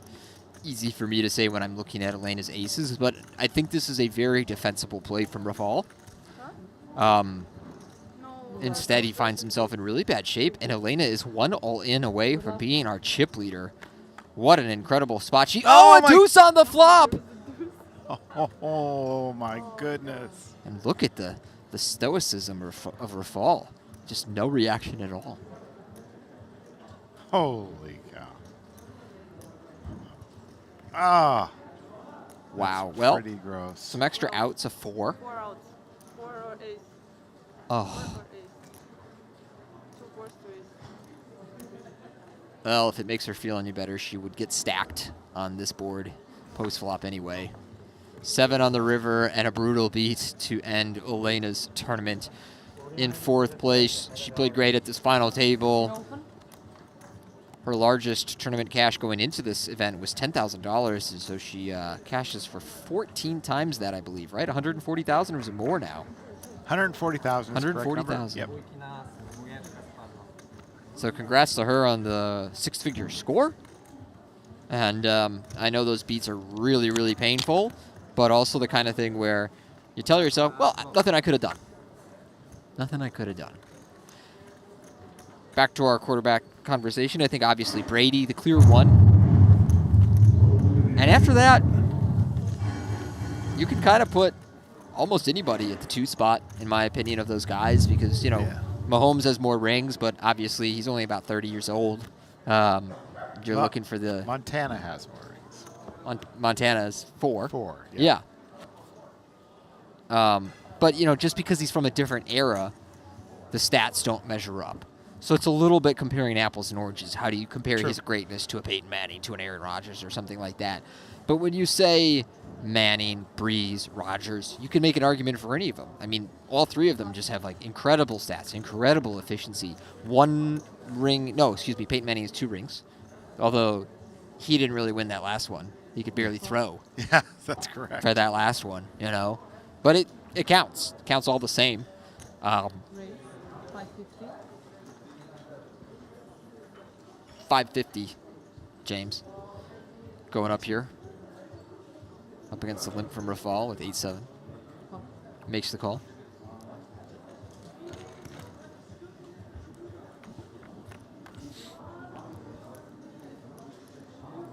Queen 5-3. Raphael does have the 7 of hearts in his hand. Pair of 3s for James. 500,000. And James bets 500,000.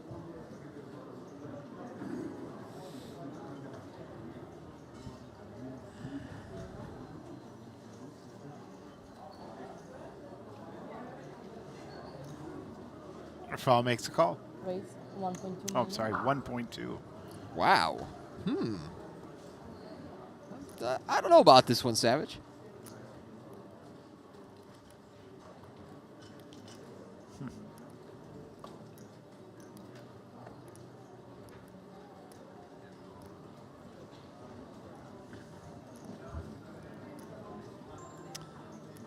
Might just get a fold, though.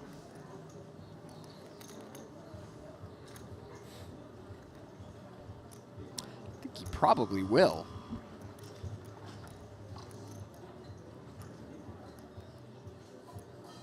And he does. Fall wins the pot. Yeah, assuming Aaron Rodgers' leg doesn't fall off, he should be number 5 on the all-time passing chart after this year. Okay. For touchdowns, wait, that's receiving. To me, there is absolutely no debate on the all-time greatest receiver. That's just an easy one. Randy Moss. You could argue he's the most talented. Jerry Rice. Jerry Rice, of course. Yes. I think Randy Moss probably was the most talented wide receiver ever. But Jerry Rice is the GOAT, and it's not even close.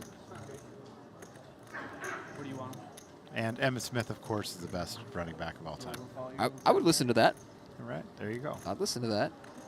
That's end of the discussion then. Yeah. I don't know. Rodgers would be... I got to see Barry Sanders play too. That was pretty Actually, yeah, sorry, Barry. It's Barry. Yeah. And, you know, people held up the thank Barry for your record, Emmett signs, you know, the day Emmett broke the record. But, yeah, just overall talent, Barry Sanders is one of one. Raphael Chamada, the chip leader, 76 big blinds, 18,975,000, just about half the chips in play. Down to the final 3 players.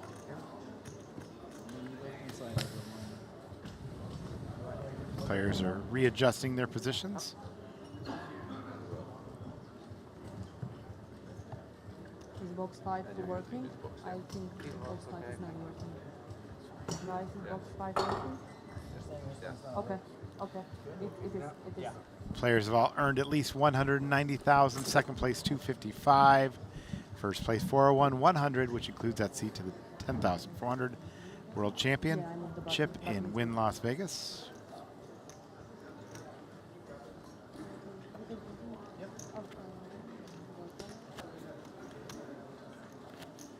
We are at the Chamada Prestige Casino and Resort here in Cyprus.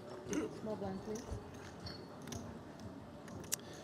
And while I have time, there's at least 2 million reasons why it's the perfect time to join WPT Global starting August 18th. They're launching their craziest promotion ever with 2 million up for grabs and daily free rolls until October 5th. Fall, going up to $500,000 with the ace-4 suited.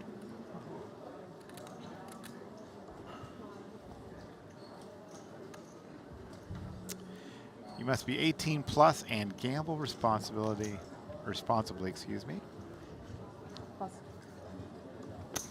Let's 4-3 offsuit. Go from the big blind. Also, don't forget to download Watch WPT to catch all the classic WPT moments. A lot of them with commentary from the fabulous Mike Sexton, Vince Van Patten, and of course, Tony Dunst, who has done a fantastic job for commentary for many years for the World Poker Tour. Been watching a lot of Mike Sexton and Vince Van Patten commentary lately. We're doing this new segment on the WPT Instagram called WPT Rewind, where we take classic WPT hands and remix them into a more internet-friendly format. Okay. And I've been both taking hands that we put on social media already and kind of remixing them into that format and digging through some of the old episodes to try and find hands or sequences of hands. Good to hear Mike's voice. I've seen some that you've done. It's been fantastic Thank you. to watch. I'm very excited about a couple of the ones that we have coming out on the horizon. Very nice. You can find those on Instagram, you said? On Instagram. Okay. World Poker Tour. Make sure you check that out. 750. Also, if you want some fresh new WPT gear, go to shopwpt.com. They have really upped their game on shopwpt.com. A lot of cool stuff, cool items. Some retro t-shirts. I have a couple of those. And the hats are really, really cool. Also, upcoming stops on the World Poker Tour, WPT Prime Lodge, October 9th through the 13th. The WPT Shooting Star comes back to life October 24th to the 28th. The Best Bet Bounty Scramble, November 14th through 18th. And of course, we come back to Seminole Hard Rock, the Rock and Roll Poker Open, the 28th through the 3rd. And of course, don't forget our WPT Championship at Wynn Las Vegas in December.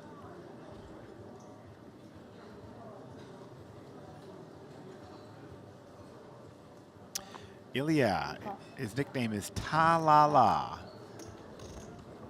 And James will take this one down with 2 9s.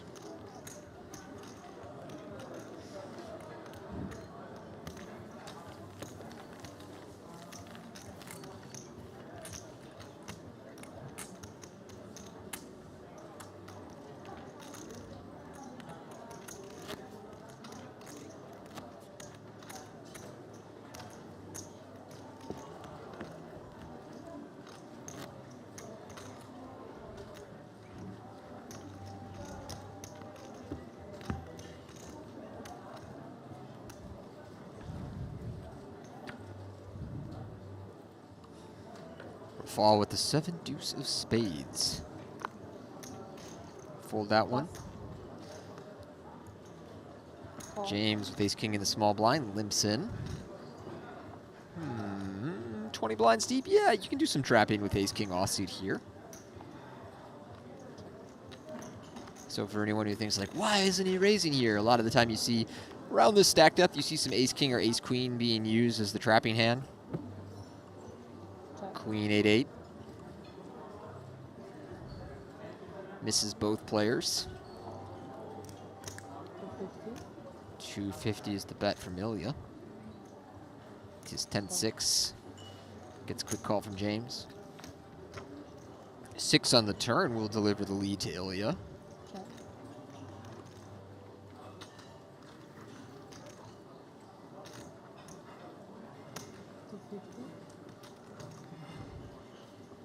Another small bet of 250.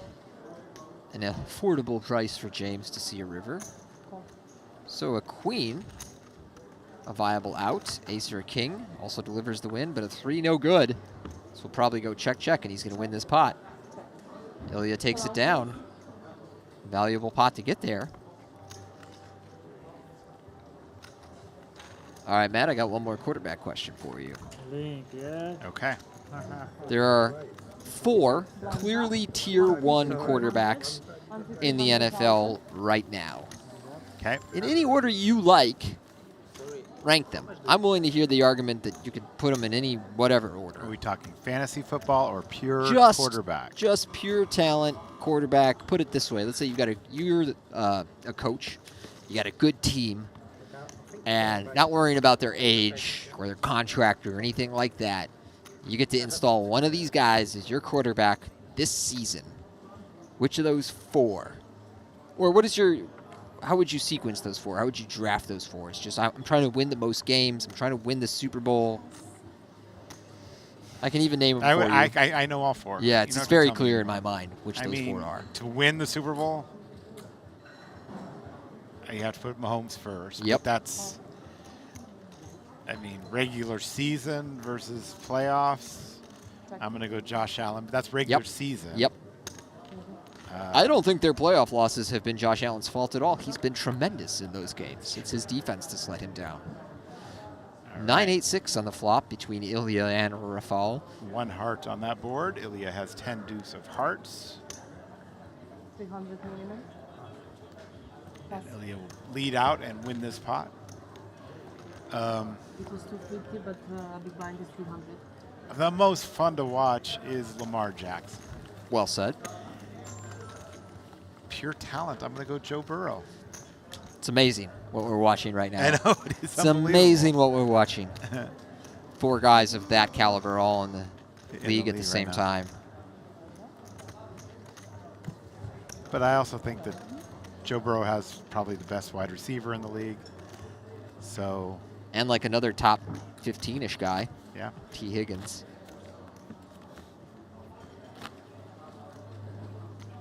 But yeah, I think Chase or Jefferson. Yeah. Yes, Jefferson and Burrow would be an amazing thing to watch. Ilia with King 3 on the button. It's weird, though. When you have that much offensive talent, you can't really have that great a defense. Can't even get to the playoffs. Yeah. Raphael with the king 5 of spades. Again, these two are the bigger stacks right now, but Raphael does have him covered. So I think he's going to apply a more raise-heavy strategy. I think if they're even in chips, he should be limping close to everything. But while he has James comfortably covered, he should be raising almost everything. 10, 11. Yeah, you know, obviously this time of year we listen to a lot of podcasts about football and everything. And sometimes guys talk about futures. And if anybody ever mentions an AFC team, I'm like, you're an idiot. Even if you chose one of those 4 guys' teams, you want to tell me who's going to run the gauntlet in the AFC and get out of the dogfight there. Not to mention a couple more really quality teams, even if I don't really believe they could get to the Super Bowl. But I did make a bet on an NFC team to win the Super Bowl this year. I hope it's not the Packers. I hope it's not the Packers. Not the Packers. I don't believe the Packers have the corner depth or edge rush talent needed to win a Super Bowl right now. Philadelphia could go back-to-back. Yep. We'll talk about it after this hand. James limps in the small blind with 8-7. Ilia raises 8-6. And the big blind. He is pipped by James, who makes the call. So onto the flop we go. And it is Jack 10-3, 2 hearts. Got shot for James, nothing there for Ilia. Now this is a board that should connect quite well with the limp call range of James.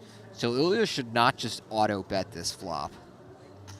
He does have a reasonable hand to take a stab with, but he needs to be careful not to just fire away at these kind of boards. James kind of eyeing both their stacks. Yeah, he is going to continue here with just the low end of the gut shot and a backdoor heart draw to the 8. Queen on the turn.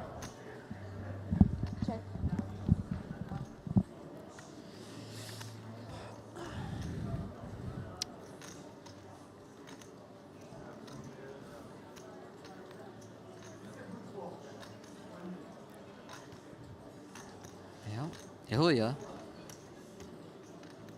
may be considering a double barrel here.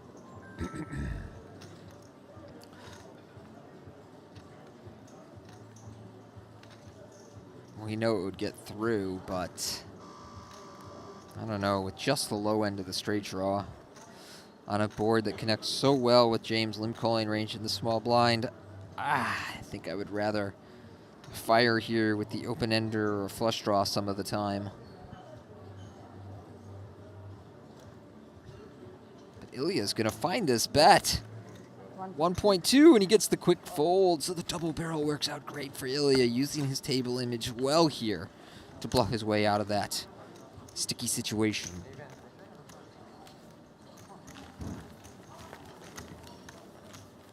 All right, Matt, I bet an NFC team to win the Super Bowl, and I got 35-1 on them. Who are they? The Falcons. No. Don't think Michael Penix in his 5th and 6th ever starts will be leading the Falcons to a Super Bowl.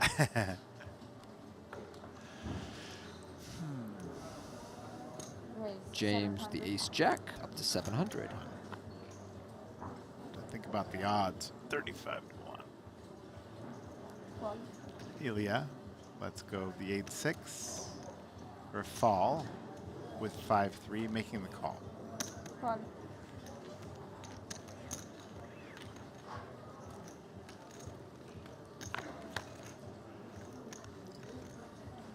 Flop is a Jack 8 and 9. Check. No spades on that flop. James with top pair, top kicker, makes a bet that will win this pot. Bet of 3 million.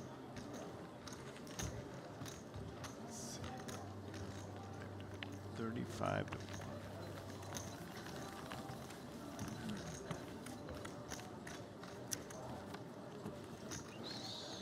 Not the 49ers?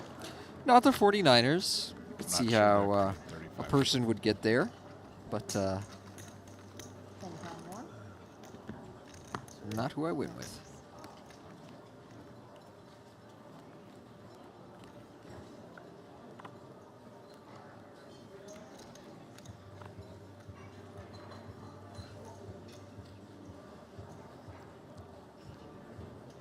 Call. Can't be the Commanders. No, I don't think their odds are that long. Really? No, I don't think. I think it's much shorter than that. Raise. All right. Maybe Raphael like I think they might be 1.1 20-ish to 1 or raises something. 1,100 or 1.1, and it's the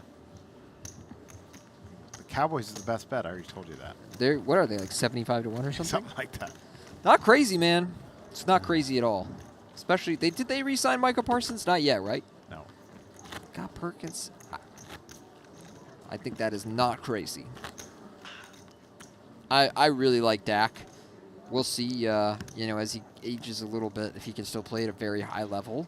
But only a couple of years ago, he finished second in MVP voting, and he was tremendous. Raphael here with the Queen 5 on the button.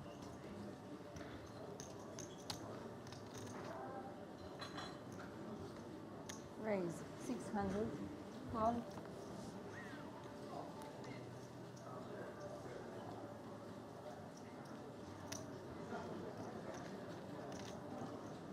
Call.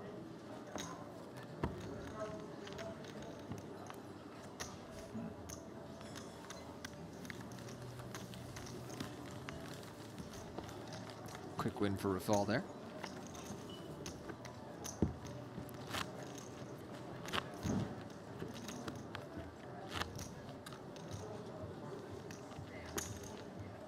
Does the chat have any guesses? Take a look.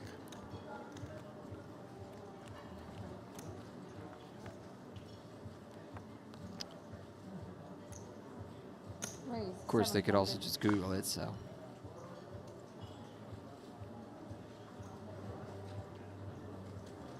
James here, going up to 700 with the King Deuce of Spades.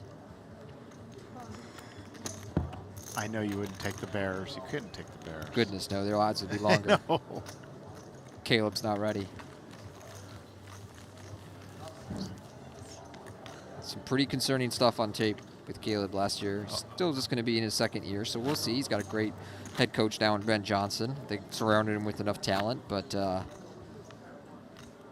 put it this way. I'm not saying Caleb's going to be a bust, but we've seen some stuff from him now that if he ends up being a bust, I wouldn't be as surprised. Right. Ilia here on the button.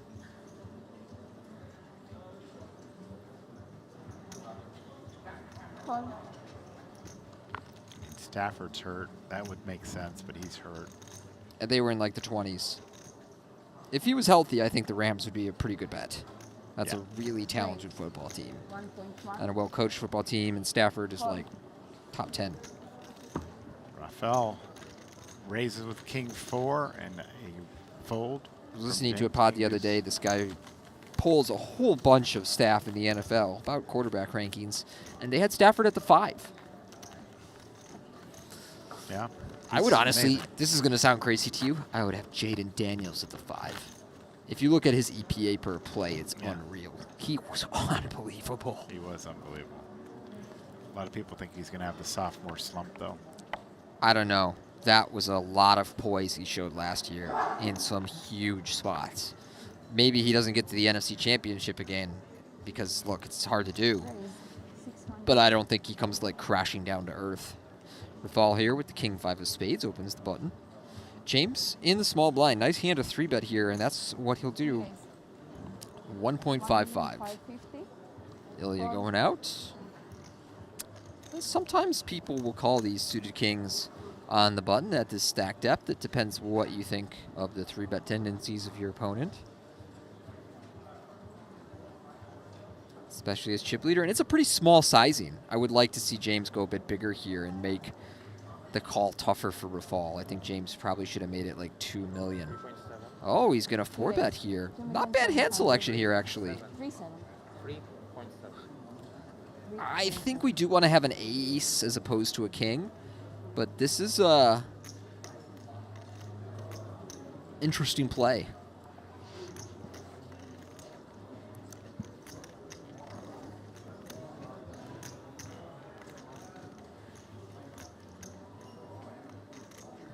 Puts the onus back on James. What changes in your mind from a 3-bet to a 4-bet,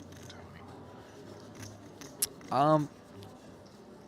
Can you rephrase the question a little bit? Meaning, 3-bets are fairly common. Yes. 4-bets are not Whoa! very common at all. 5-bet all in with the King Jack.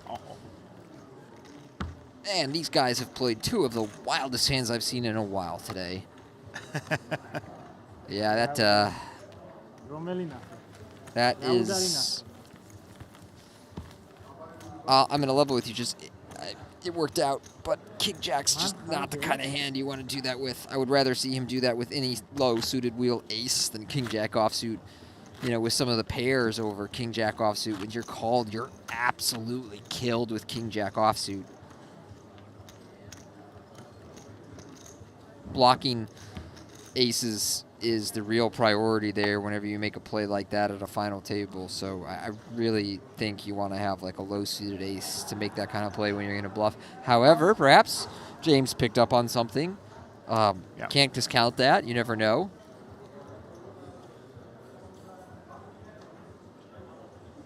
Ilia here will limp in the small blind.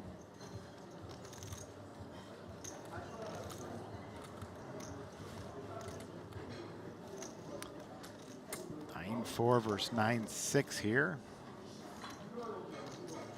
Raise. Raphael with one of those junky, disconnected hands we talked about earlier that make nice isolation raises. That's what he does here. Well, I don't like to see players pull all of their chips out of the pot like that, like he did when making a raise. How come? Just that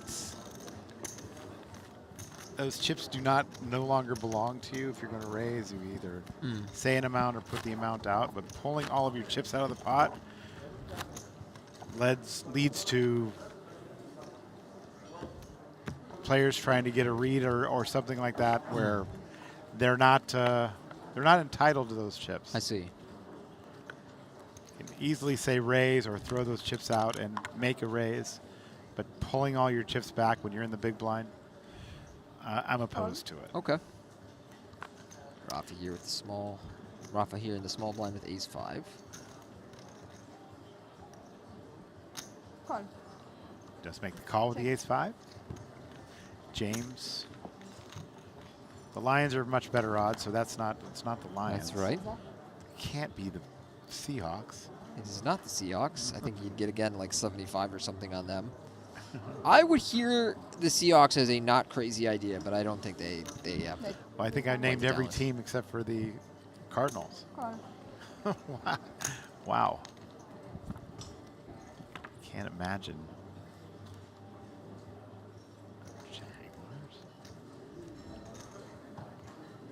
The Jaguars? No, come on. It's AFC. Oh, not Jaguars. James here. Check. Watches his top pair shrink up on the 4 straight board. They do go check, check. 4 on the river.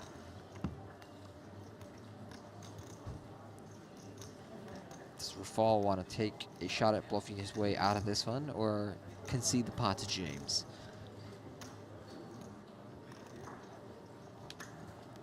He strikes me as a man about to wave the white flag, but I've been wrong before.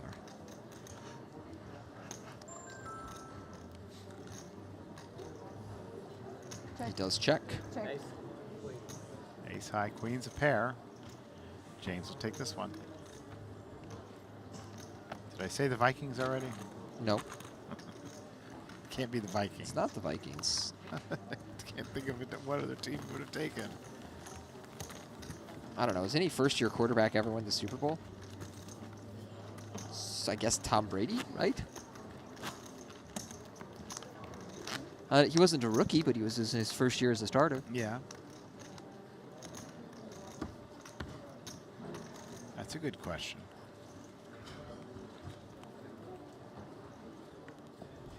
Nope, they've got an established starter.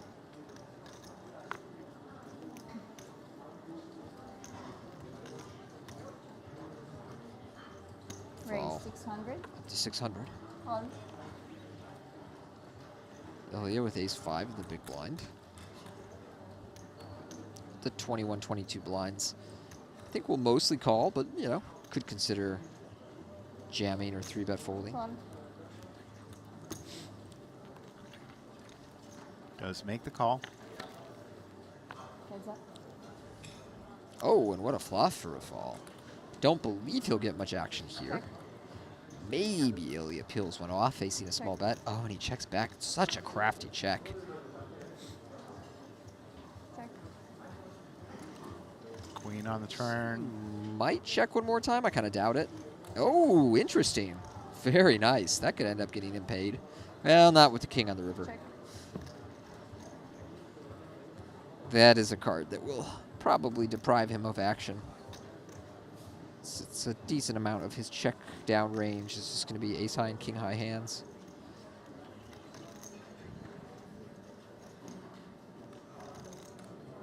So now what do you bet?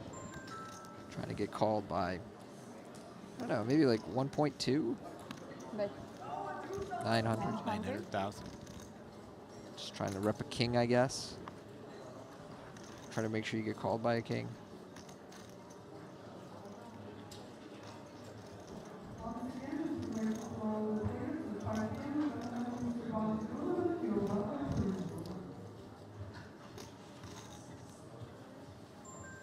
Have you given up? I've named almost every one, so I've tried to think of who I haven't named. I just can't believe that you would think. I mean, it can't be the Panthers. Goodness, no. I know. Who did I miss? You probably get like 200 to 1 on the Panthers. It's at I least still like 100. my Falcons pick the best. I think they're probably about 35 to 1, but they're not. They're much higher. Falcons would be higher.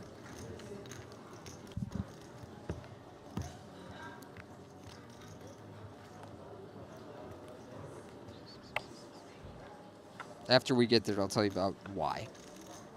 Why I think they actually make sense at those odds.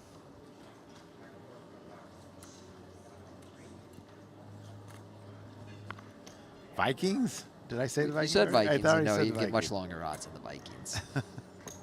Call.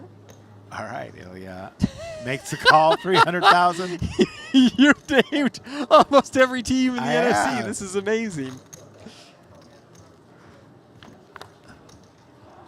Heads up. Hmm. There's one team I would never say because I think they're the worst team in the NFL.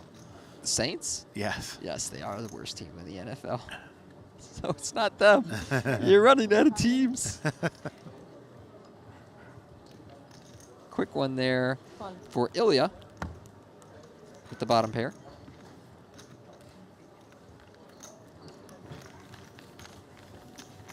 But in that division.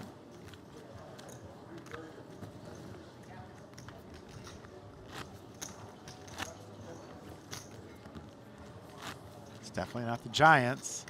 Goodness, no. I know. So I've said everybody in that division. I've said everybody in the 49ers division. I've said everybody. The only division I haven't said everybody. There's got to be one team left. I think I've said everybody but one team. Makes sense there, and often forgot about team. Let me think about it. You're not going to hear any discussion about them in the national media. Two folds. James quickly takes a walk.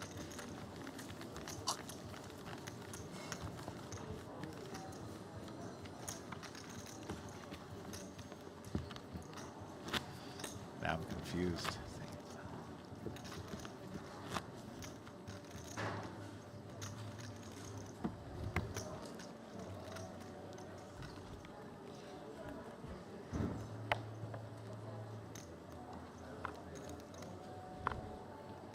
Fun. Fun. I can't even think of it in the NFC South right now, but it's a team in the NFC South. For sure. I'm missing one team from the NFC South.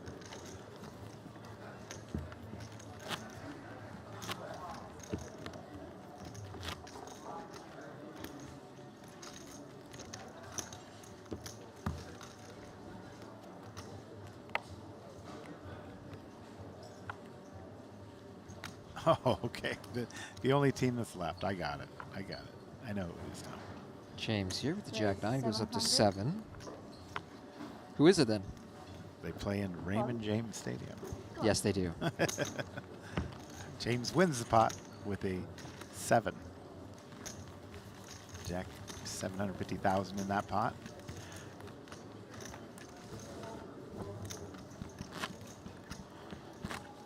Got my mind working. Do you think because Baker Mayfield is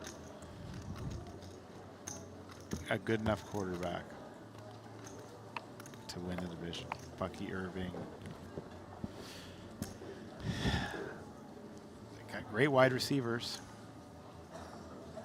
Maybe a little old at this stage. After this hand, we'll talk about why. Ilia here with the ace-3.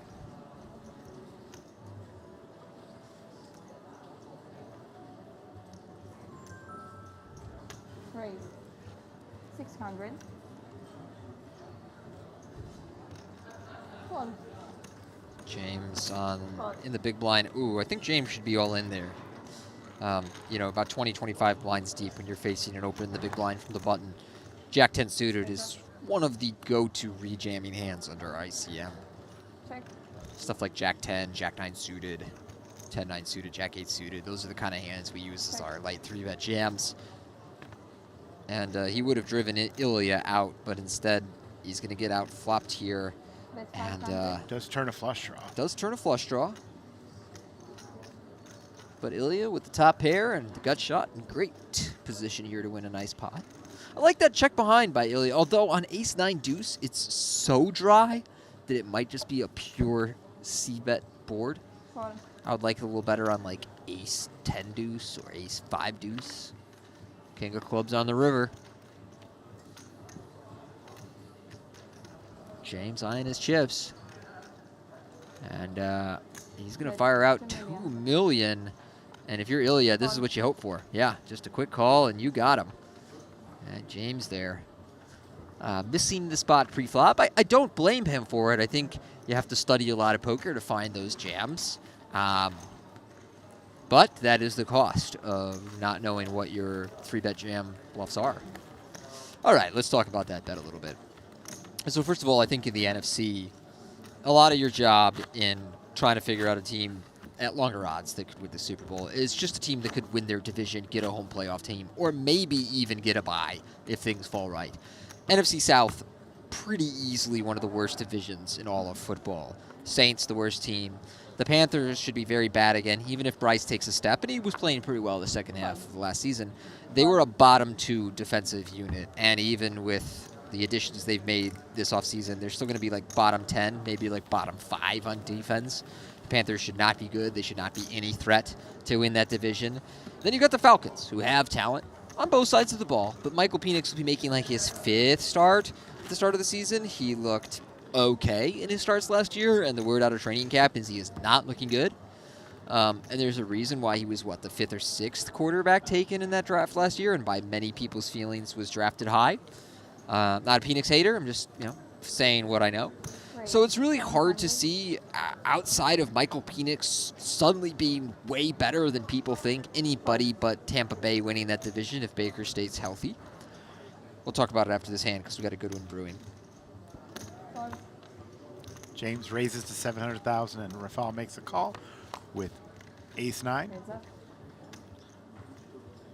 6-5 deuce on the flop, a rainbow flop. Check. Raphael checks and a check from James. 10 of hearts on the turn.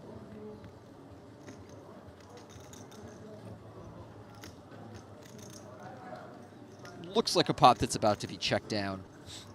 Check. Especially so now. Check. Fall's going to take this one. So as you mentioned, their receivers are a bit old. Mike Evans about as ageless as receivers get. Posts 1,000 yards, no problem, year after year.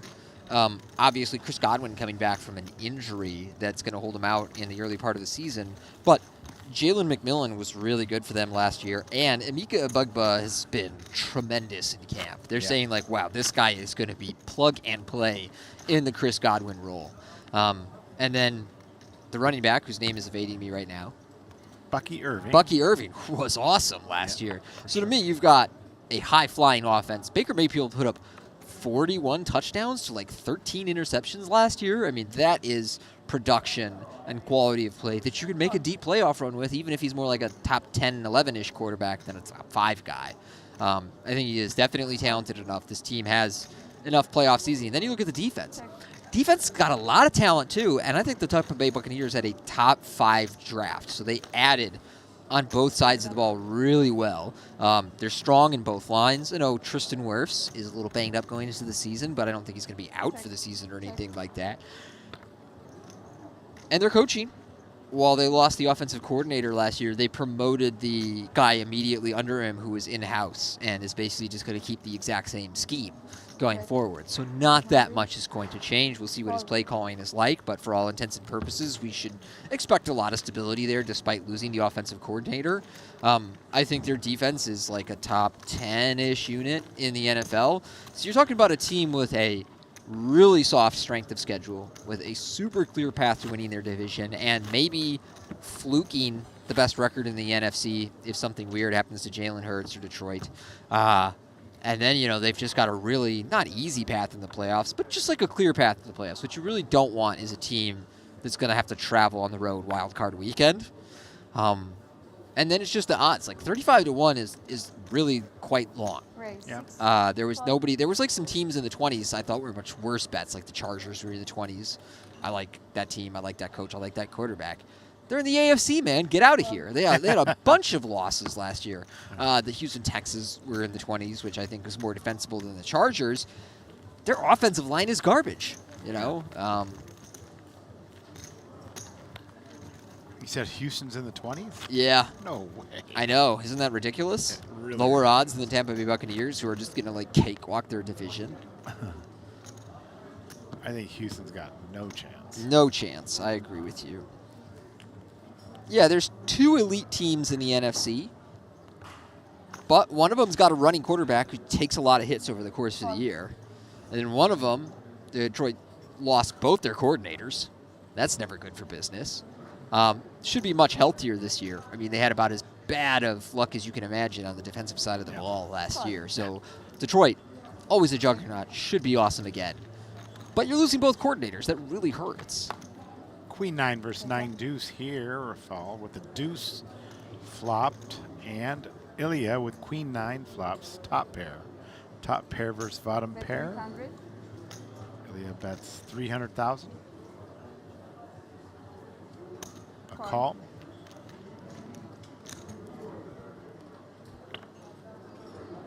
Raphael now has open ender, as does Ilia. Check.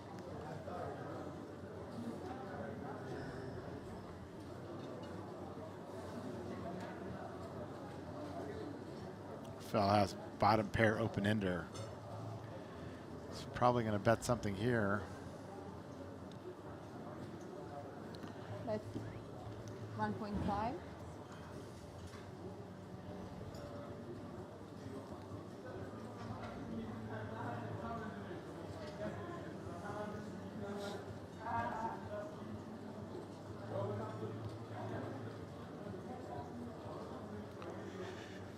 Ilia's hand is one that should call and not raise.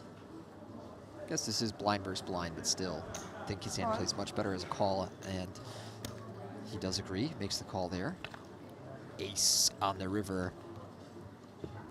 Check. Now, this time, Raphael might go for the bluff. His bottom pair is never good here. Right. And he can be up against, you know, Queen X suited, Jack 9, Jack 8 kind of stuff.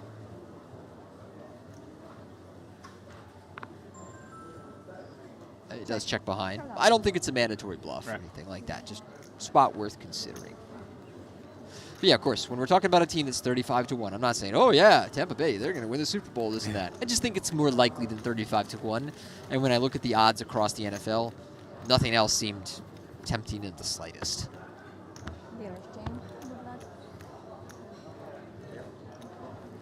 Honestly, your Dallas Cowboys at 75, not crazy. Not crazy. Those are long odds for a team with some top-end talent. We need help in a lot of different areas, especially at the running back. Yeah. You don't have a running back. You got a new head coach. That's not great. Yeah. He was somebody that nobody really wanted to hire. Dak's coming off the injury.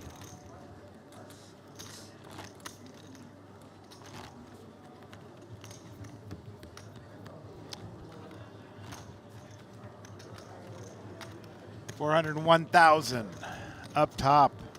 3 players remaining out of the 775 entries that started this tournament. This is the day 4 of this event. We had 3 starting days. And a flurry of entries late in this tournament. Are they going to pay Micah Parsons or what? Yeah, they got to pay him. They got to pay him. Come on. I don't know why Jerry always does this. Just pay these guys early. You know you're going to pay them. Stupid. Paid some people early that didn't work out, too. I think he's mostly Ezekiel Elliott. Yes. Scared him a little bit. Yeah. But that's a running back. You don't give big contracts to high-volume usage running backs. Like, come on. I don't know. I kind of think the Cowboys are probably doomed until Jerry dies. Ugh, sad.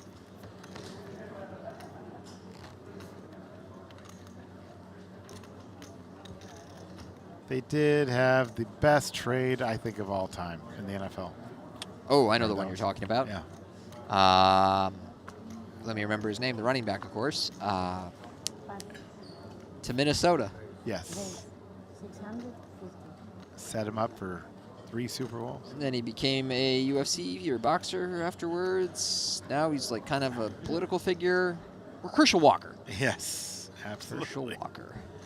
James raises to 650. Ilia with Queen Jack. He's going along for the ride.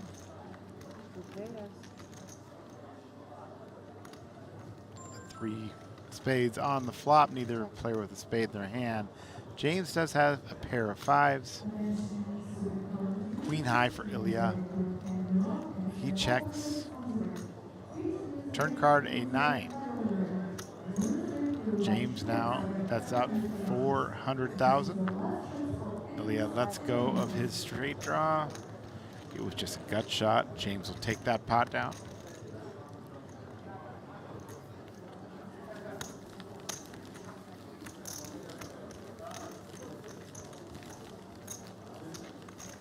Give me the 49ers as a long shot, whatever their odds are.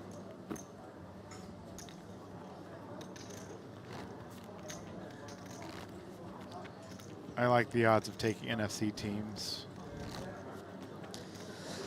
Too much of a gauntlet on the AFC Yeah, side. it's suicide to take any AFC teams. The good ones are all like 6 or 7 to 1. No thanks. And then the Bengals don't have a defense. No thanks. Everybody else is kind of a joke. I mean, the Broncos would be good. You said if you pick a team to make the Super Bowl, you can just hedge back the other way if you have a, you know. They get deep. Yeah. Yeah. James, 7 1/4 with the ace-3 of spades. Raphael with the king-10 offsuit will take a flop.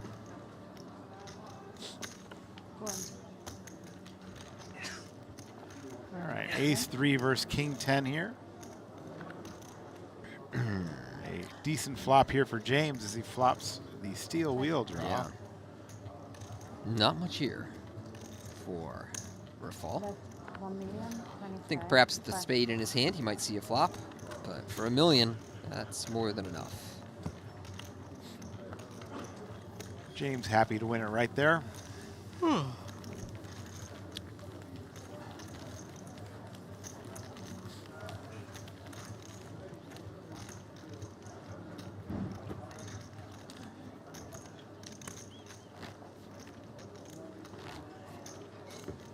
Still at 150, 300,000.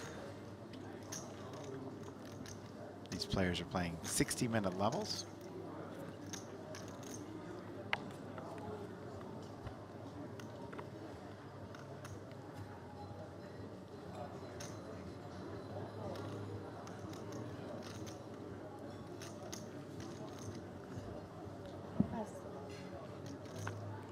Pass here. Did you hear the poker decision that I made the other day that got all this heat on X, social media? No, let's let me have it. Well, English isn't the first language spoken here at the table. And it is a noisy room. There's a lot of action in this room. That's not necessarily a bad thing, not necessarily a good thing. But a player made a small bet on the river. And the player on the other side of the table, English is not his first language, says, if I call. Said if I call. The dealer said call. And then the other player turned his cards face up. And the player that said if I call said, I did not call. I said if I call. Raise 600. And you ruled it as a call? I ruled it as a call. Four. Yeah, I did see your tweet about having to be very careful with language that includes action. Correct. And I don't think there's any other way to rule that, because I feel like that could set up possible angles. The dealer confirmed call. The player turned up his cards, had the best hand, and did, in fact, listen to what the dealer said. So I think penalizing the player that did basically nothing wrong is wrong there. And the player that said call in the sentence that he was saying with action pending and the action on him, I feel like is the one that did the mistake there. Yeah. So even though it's just being a mistake, and it was a small bet, it wasn't for all of his chips or anything like that. Right. I feel like it's the right decision. What do you think? I think that's a very tough spot. Very tough spot, and I don't have a strong feeling either way. I don't mind your ruling one bit. Okay. You need to be careful about that kind of language when you're in a hand, and Raphael has top pair here. Yeah. He's making a big raise here. This is a little surprising. Although he's not that concerned about James having a 6. But I believe the flop went check, check, and then he raised the turn over the bet. And that will drive James out. It works out really well for Raphael because he denies James a lot of equity there going to the river. Nice raise. He's playing some great poker today. So what led me to put that post up is that I happened to go, I rock around the floor a lot when I'm on the floor. I'm not actually the tournament director here, but do help out with them. And I go to buy Kasuf's table, and he's in a pot on the river, and he's saying, do you want me to call? Do you want me to call? Do you want me to call? Ooh, yeesh. And then he starts saying, should I fold? Should I fold? You know, like that. So again, saying those key words of poker that are understood and actually in the TDA rules while actions upon you is very dangerous. Very dangerous. So you need to be careful on that. If the dealer picks up on that and thinks that you've made some decision on your hand, raise. It's an interesting one here. James has raised to 625 with 6-5 of diamonds. Raphael now with 2 8s, pondering what to do. Maybe 2.1 million.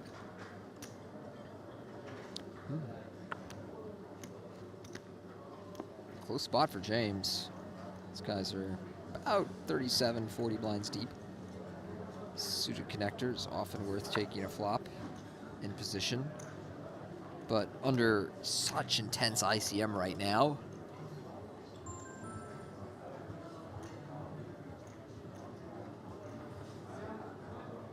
and this being one of the lower suited connectors, I don't love it quite as much.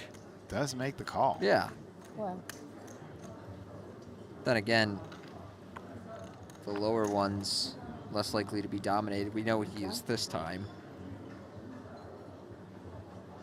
Ooh, whoa. Bottom set for Raphael. His set of 8s appear once more. This time I don't think James will find a way to snatch this pot from him.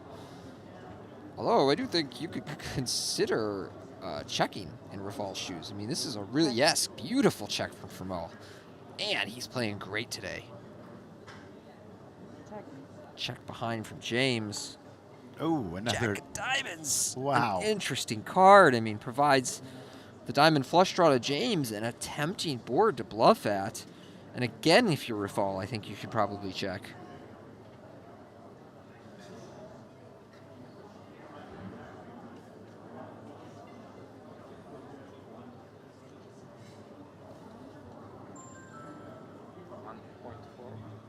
I was going to say, do you think a small bet from Raphael makes sense here? Yes. Oh my God, it's going to happen again. It's going to happen again. Oh no! I mean, this one makes a lot more sense, but I don't know. He bluffs a set of 8s and he gets bluffed off it again. That's why I kind of like checking the turn. Wow. Same two players, same result. Whoa, whoa. My head is spinning. Look, that fold makes way more sense. So does the jam. Actually, I really like that jam. Okay. Yes, like 5-6 seconds plus I restarted. When did I use that? Gutsy play, though, from James. He says it's all right. He went through one of his time chips by 5 seconds, and he said, it's okay. I got the pot. Gutsy play. But yeah, this is why I like another check on the turn. Prevent yourself from getting bluffed out. Because if you are behind to a straight, you've got 10 outs going to the river. You do not want to get blown off your equity. Right. And you open yourself up to a guy who you know is willing to commit some ICM suicide and turn hands that should not be bluffing into an all-in bluff in these kind of spots. So I would have liked one more check there. Wow. Oh, man. Lightning struck twice. And on the flop, I'm like, well, he's not going to fold this one. Wait a minute. Raise 600. 600,000 from Ilia. And James is calling with the Jack-9. Heads up. Flop is a 9 and an 8 and a deuce.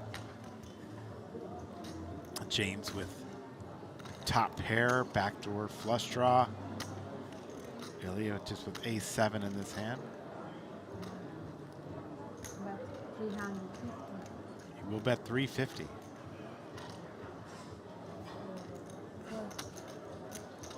James makes the call. Turn card is a 5. Check.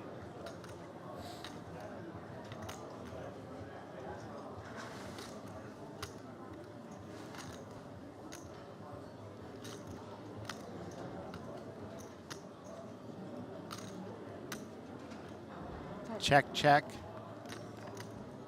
River is a 6, 3 diamonds, 9-8, 6-5, and Ilia has made a straight.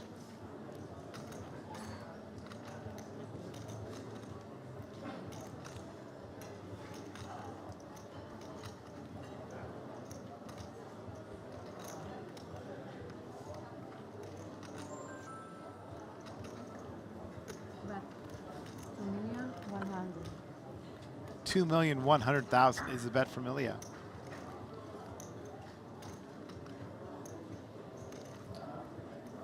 Ginger shot. Ginger shot. So I will say that James has one of the worst 9s to call with because you block some of the most likely bluffs in Jack-10, Queen-Jack. He may decide this hand is just too good to let go. But whenever you block the bluffs, worth considering making these close folds and saving the tough calls for the times you unblock them.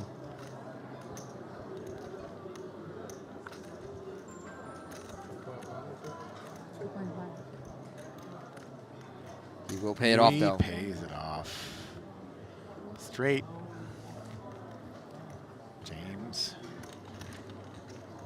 takes a hit there, Ilia, with a big pot. That brings Ilia within striking distance of the chip lead.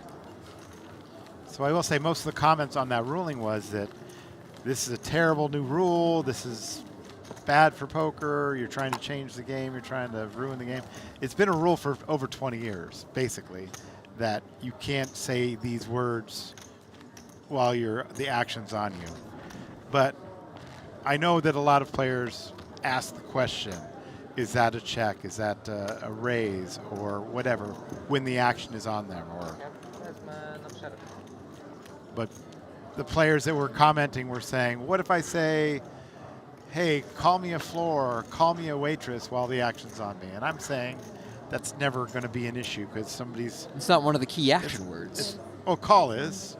They're saying call me a cocktail server. Oh, okay. But I'm saying to them, who's doing this when the action's on them? Who's saying, hollering out, call me a server when... Oh, look at this. James jamming 40 bigs here.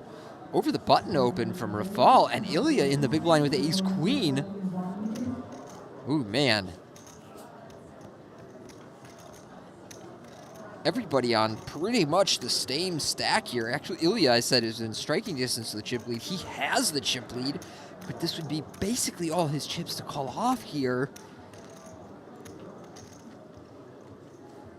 I don't know if James is jamming ace-jack, and so if you're only up against ace-king in pairs, you really don't want to call off ace-queen.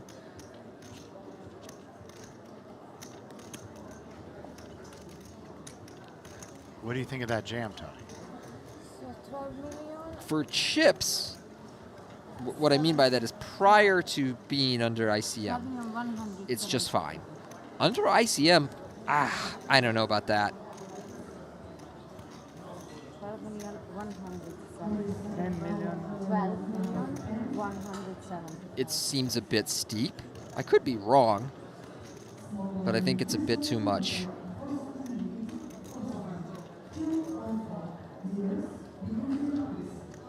I think he's going to lay it down. I think he is too. I think he should lay it down. That's a good fold. And James, with the big aggression pre-flop, takes that one down.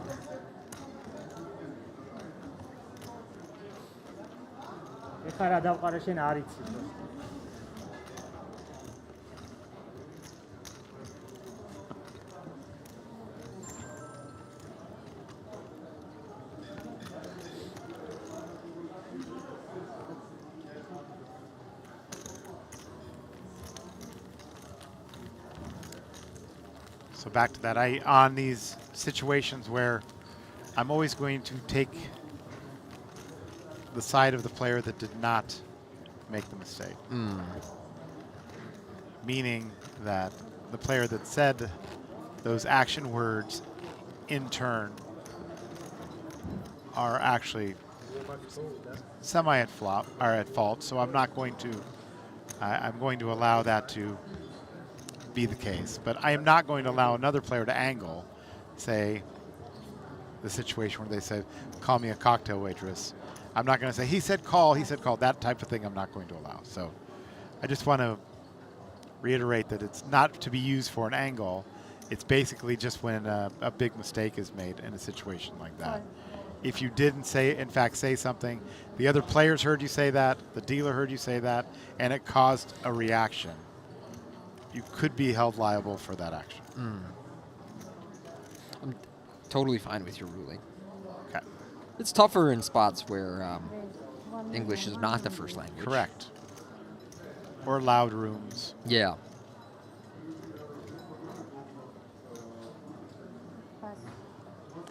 And then you're, additionally dealing with dealers where English is not their first language. So they're listening for keywords. Correct.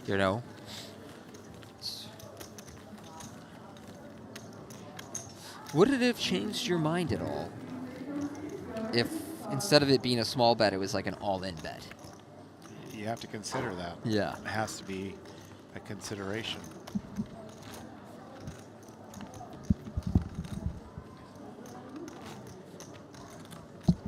gave another example of something that's happened where a player is saying, I think I have to fold. If somebody says, I think you have to fold, and then the dealer grabs the cards and mucks them. So wait a minute, I didn't fold. Well, you said fold. Well, they're in the muck now. When the action's on you. Yeah, they're in the muck now. So And even if the cards were protected and the dealer figured you for folding, and then people opened up the whole other thing, well, what if the dealer doesn't like you and said that they heard fold and they mucked your cards? It's another one of those situations. You said one of those key words when the action was on you. Limp from Raphael here with the 5s. James raises in the big blind with the ace-10. Raphael will make the call. And it's king-8 deuce. Quite an uncoordinated flop. I think James is betting a bit more than he needs to here, but it does get the job done.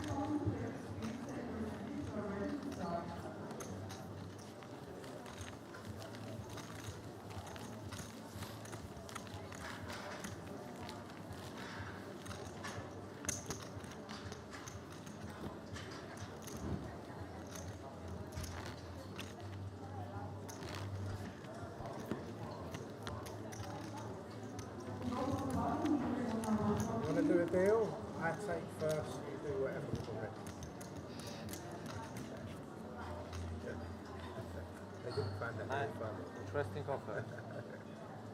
Fall with 5s once more.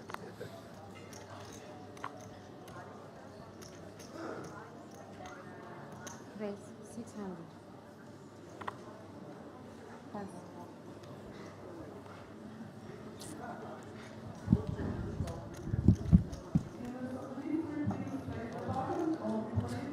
Ilia was 6-4 in the big blind. He'll let that one go.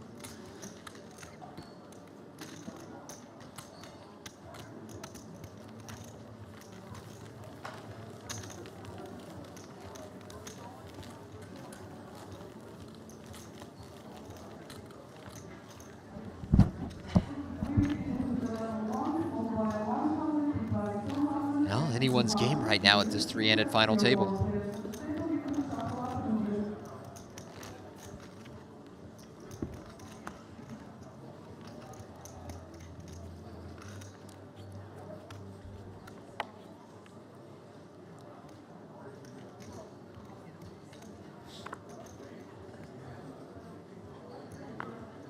Pocket 6 is on the button, going up.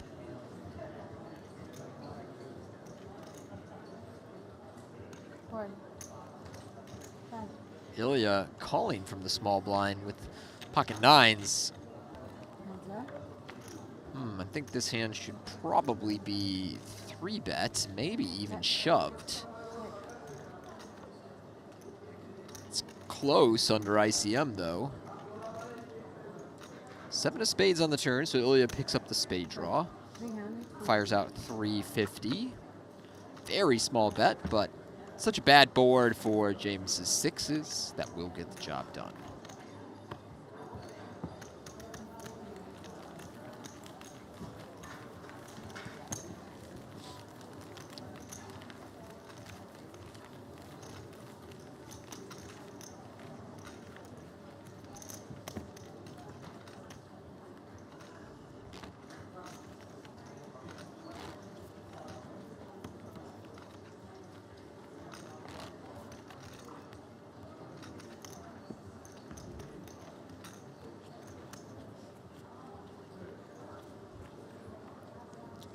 Matt, where are you headed after this one? I am actually going to Frisco, Texas for a golf tournament in a week and a half. I'm going to Athens, Greece as soon as I leave here, however. Cool. I'm going to go to Athens, Greece for 2 days to see Acropolis and Parthenon. And then home, then going to that golf tournament in Texas for a weekend, and then back home, and then back to Texas again for the lodge. Looking forward to that one. Not much travel in September, a lot of preparing for the end of the season, getting ready for the Wynn Championship, and talking the schedule over with the great team, Ryan Beauregard, Ray Pulford. lot of planning goes into those big events. Of course. As we talked about, a very domestic, U.S. domestic schedule. Yes. For the remainder of the season. So they have me writing articles once a week for WPT.com. Wow. Yeah. You wanted to get on that? I can probably set that up for you. No, I like doing the video content. Been enjoying that. I like that too. James here with the Ace King, going up to 850. Yeah, but you could write an article once a week too. I just don't have many takes, to be honest. We've always liked your takes. Yeah. If they said, can you do, how to put it, could you do once a week a video of some kind? Yeah, I could, no problem. But, you know. Also, just what worries me these days is there's such little appetite for people to read. That is true. I feel like if you want people to consume your content, it should probably be in video form. Yeah. Even if it's something just very simple, you talking to a camera.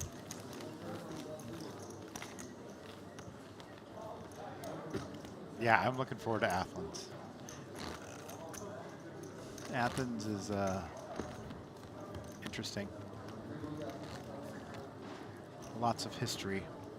Lots of history.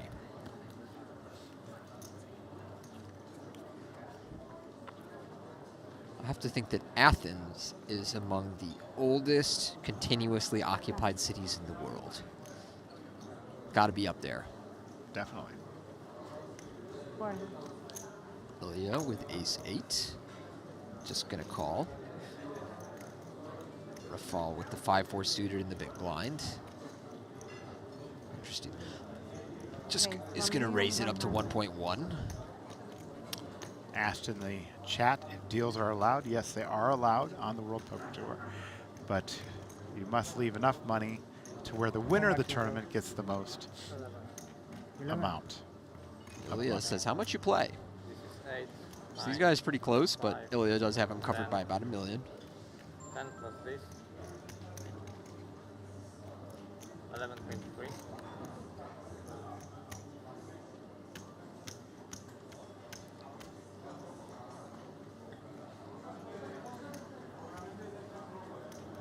What will Ilia do with his ace-8?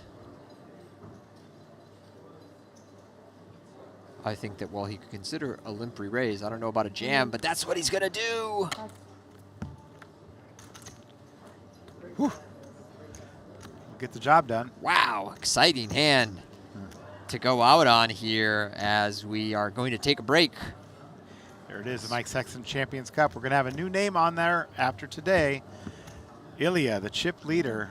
Right behind him is James Mahoney, followed by Raphael Chamada. And we'll be right back from WPT Cyprus.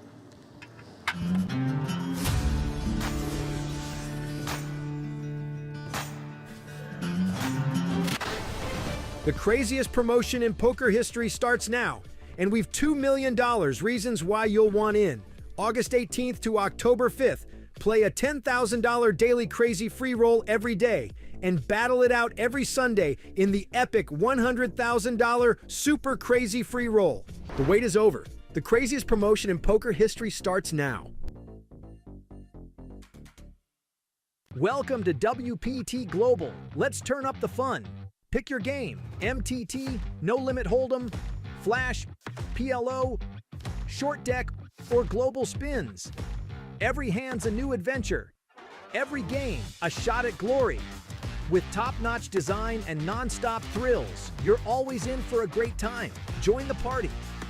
Play your way at WPT Global. Now is the perfect time to discover WPT Global and take advantage of our best ever welcome offer. We're giving you back 100% of your first deposit as cash, from $10 all the way up to $3,000. The bigger your deposit, the bigger your reward. You could earn up to $480 in tournament and global spins tickets, plus $100 in other bonuses. Discover now and make WPT Global your new online poker home.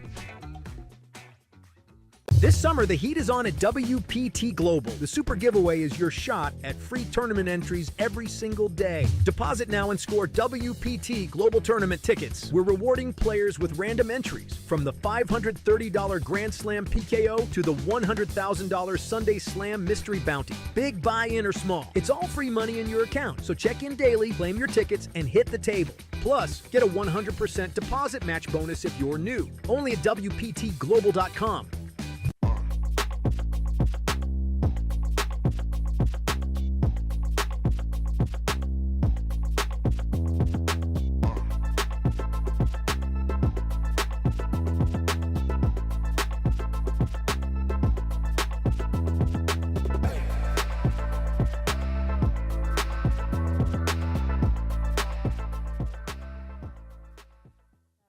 Nikolai has moved all in for 1,725,000. Elena folds, and Vladimir with ace king, he moves all in. Nikolai in rough shape here. James with eights behind. Yeah, I can't call after all that action. I think he could have called the initial jam, but now with Vlad all in, no decision here for the eights.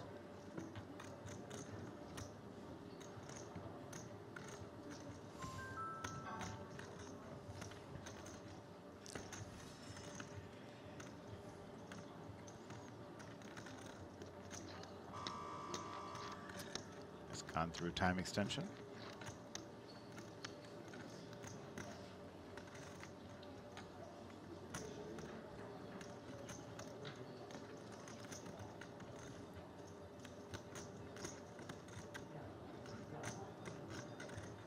Honestly, Matt, I think jacks are probably the decision here. Eights would be much too loose. Eight does let it go. Yeah. So Nikolai's going to see the bad news here.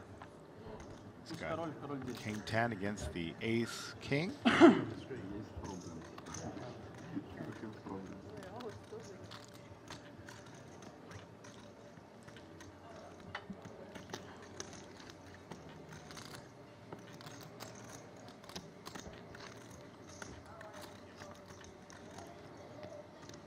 All right, it is Jack 7-7 on the flop. No help for Nikolai. Needing a 10 or a running straight. Oh, a 10 of clubs on the turn. Nikolai now with the commanding lead here, looking to fade an ace or a queen on the river. Can he do it? Yes, he can. Full house, 10s over 7s. Vlad with an unfortunate run here. He was about right. Ilia with the ace-8 suited now. Be right back in there. Raise 400. King 10 suited for Raphael right behind. Type of hand and position where I think he will do best to 3-bet as opposed to call. If he were a button, I think his hand would play nice as a call, but in these positions, I think the King 10 suited would much prefer to 3-bet pre, and he seems to agree and makes it 1.2. 1.2. And especially after seeing that 9-5 suited open, expect to get away with it even more. Vlad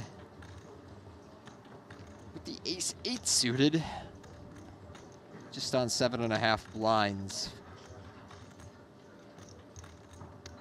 We'll debate whether he can wait for a better spot or he wants to go with this one. He's going to go for it. All in. So he will have no fold equity here. Ball will make the call. He'll be behind, but as we know, an ace and an 8 were folded, so if ball makes a hand of some kind, it will be tough for Vlad to draw out. Yeah, and you see Raphael's surprise, like, whoa, I didn't think he would go with that hand there. But yeah, Vlad just seems ready to gamble a little bit here on his short stack, and as it turns out, he's a favorite, so let's go to a flop. 9-10-7, so the lead for Raphael, but Vlad still with 11 outs going to the turn. Open ender and the aces as well. And there it is. He's going to lock this pot up. Oh, excuse me. No, Raphael has a heart flush draw. So Vlad still needs to fade the river to survive and double up to just under 4 million. And that's what he'll do. The 5 of diamonds. It's never easy, Tony. Never, ever easy. 1,550,000. Nice double up here for Vlad. Yes. 1,550,000.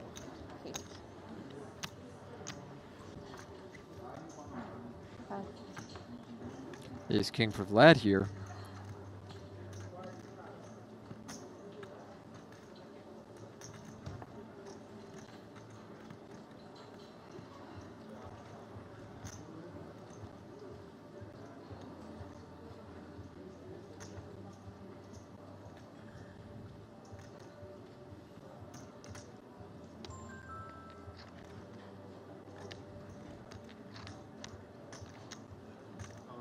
He's all in. He's going to open shove. I think a bit much to be open shoving here. Won't matter because James will take him up on that. Will not. Either way, he will be taking him up on that. I think had he opened, James would have 3-bet and put him in. Right. I just think open jamming 15 bigs in the hijack is really not something you ever want to be doing on a final table. I don't know, maybe there's a couple of hands. 150. It's not many. 3,650,000. Razor lean. James gonna jam behind him. I don't know about that one either. I don't think he should be reshoving. If one of your opponents wakes up behind you and jams, you want to have the option to fold pocket tens. The other two big stacks are right behind him there, so James kind of gets away with one there.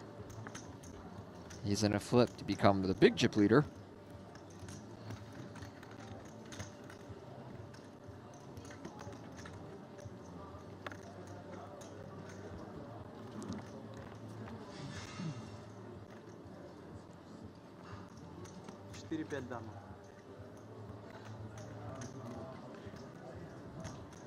Flop is queen 5-4. Vladimir needs an ace or a king with 2 cards to come. A 3 on the turn. Now add deuces to his outs for a straight. Total of 10 outs. And we'll go to the river.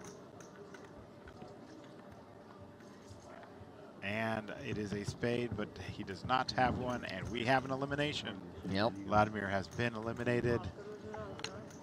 Came in as our chip leader, built that lead, and then made an unfortunate fold, an understandable fold, but an unfortunate one up against Raphael, and it was all downhill from there.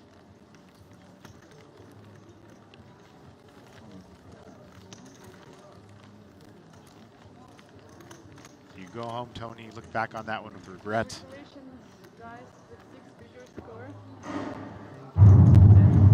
And there it is. Eliminated. Because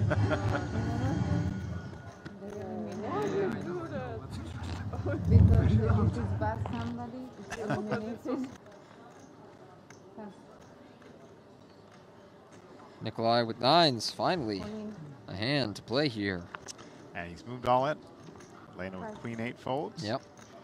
1,150,000.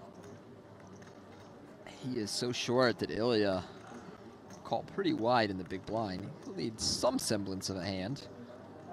And even James thinking about this in the small blind with queen 10. Bit of a surprising call. I think he can save his money there and let that one go, but he is going to end up being in a flip here. 2 overcards, the queen 10 versus 9s for Nikolai.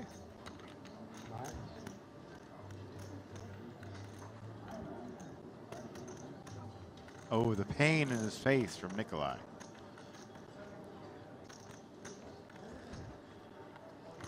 All right, can he win a flip? I saw a 10. It's ace, 10, and 7. It's funny, Nikolai played a huge all-in at my table on day 2, and he did the same thing. He kept his eyes closed. Well, a 9 or an 8 on the river, provided it's not a club, would give him the win. Can he find it?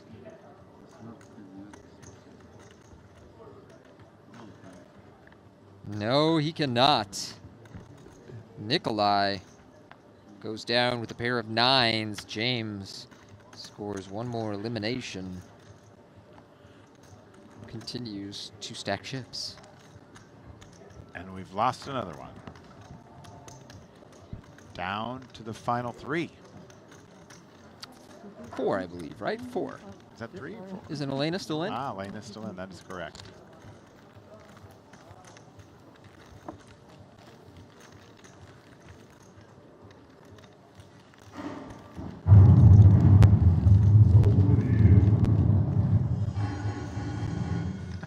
How do you feel about that, Tony? Love it. Absolutely love it. We used to even say that as a joke to each other sometimes when we'd be playing online. James folds. Ilia, ace queen. Do you think that Elena has to open up her play a little bit here, four-handed, or? Certainly four-handed now that there's nobody to try and outlast. Yes. And now this that is she has exactly a the kind of hand that needs to be in there for 12 blinds, and I think she will commit her stack, and as we know, she'll be in very bad shape against Ilia.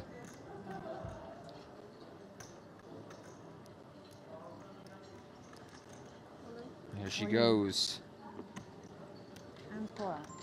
Quick call from Ilia. He'll like what he sees. Ten is coming all the time on this table today. Well, whatever happens for Elena here, you know, her biggest tournament score going into this final table is $10,000. She's locked up $140,000, so tremendous run. If she can find a 10 or some clubs, she may prolong that run, cash for even more, but she's going to need some help. Let's go to a flop. And there are 2 clubs, 5-5-3.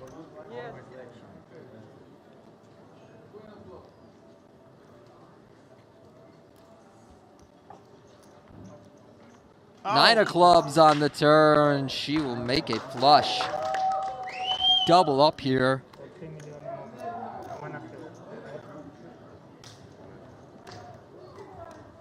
Ilia drawing dead. Sorry. No worries.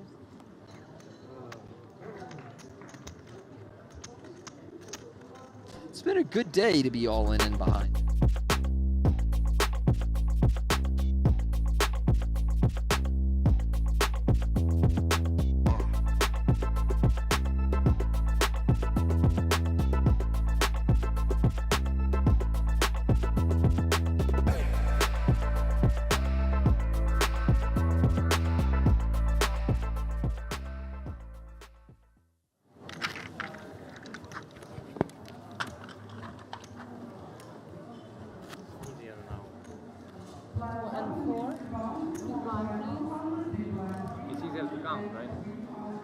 We are back, still three-handed here from WPT Cyprus. Ilia Kitsbabahavili is our chip leader with 36 big blinds. James Mahoney right behind him with 35 big blinds. And Raphael Chamada still with plenty of chips. 190,000 to the third place finisher, 255 to second, and first place 401,100.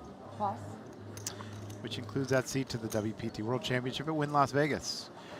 Hope to see you on an upcoming WPT event. Our next event is at the Lodge in Texas, followed by the WPT Shooting Star, which is back. James here with King 10 up against Ace 3 for Ilia. King 10 on the flop. Top 2 for James Mahoney. He checks it. Ilia on the button. Who is our chip leader? We'll make a bet. This could be a chip leading changing pot.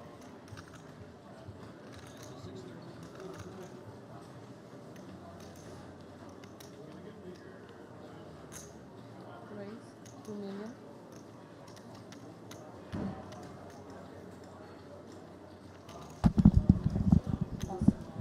Raise will get it done. Raise to 2 million by James with top 2. And he'll take down the first pot here after the break.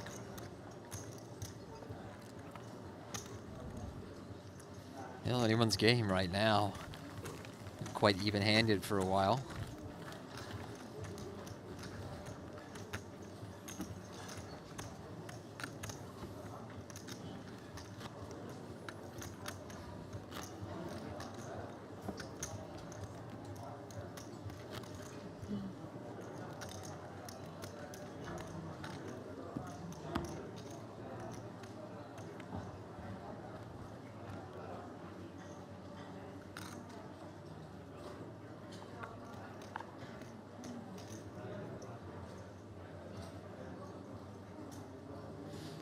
A6 for Raphael on the button here. 100,000. Pass.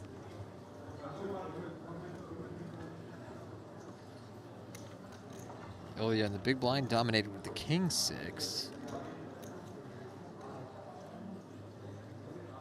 Pass. Surprising fold there. I think his king 6. Worth seeing a flop there for the min raise.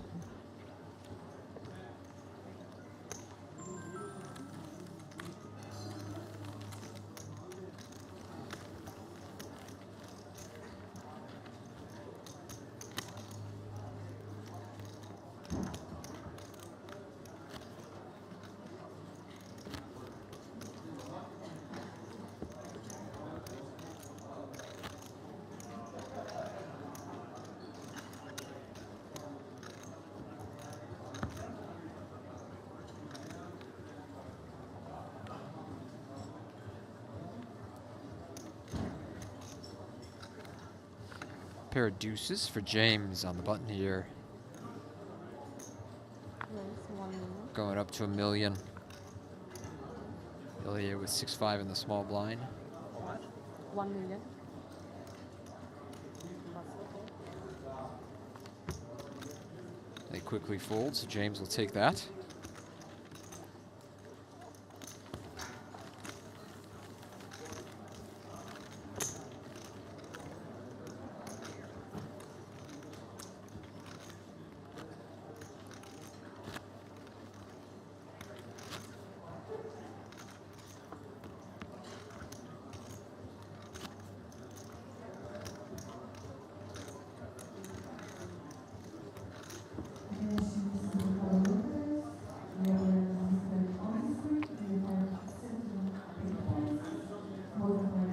Ilia, Jack 9 on the button.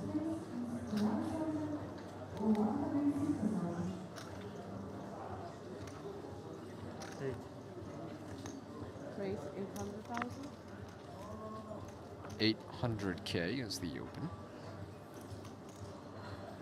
Fall with king 6 suited in the small blind. Pass. Could elect to get involved, chooses not to. James with a7 in the big blind will make the call. Heads up. 866 on the flop.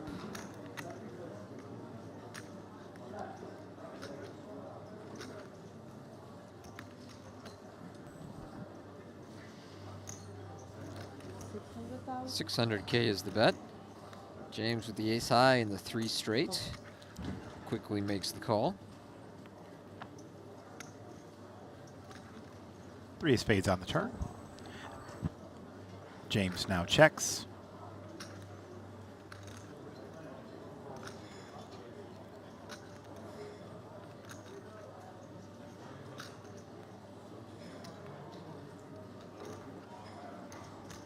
$1.6 million. A bet of 1.6 million from Ilia.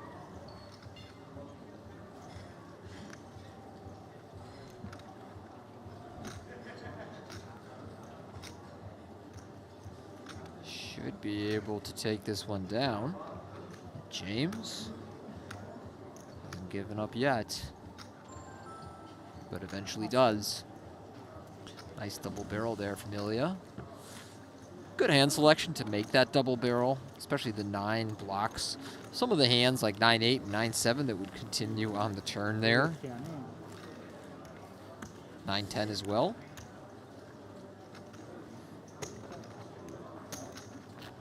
Still very close in chips there between 1 and 2.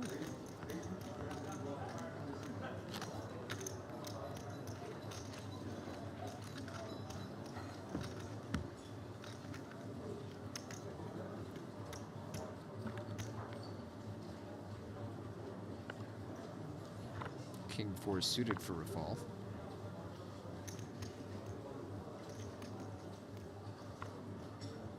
Raise 800,000. Raphael raises to 800K.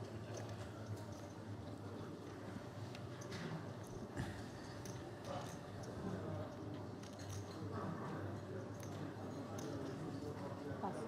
Ilia with Jack 6 lets it go. Raphael wins this pot up to 11 million. All three players pretty even in chips.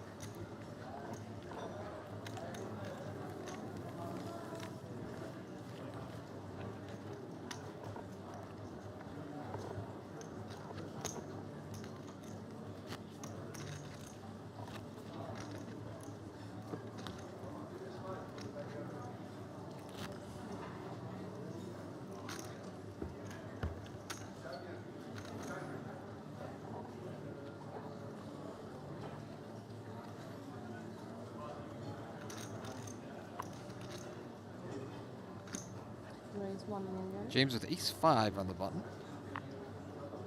Opens it up here.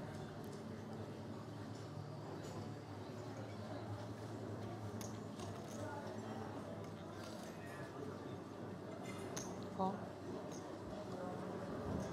Pass.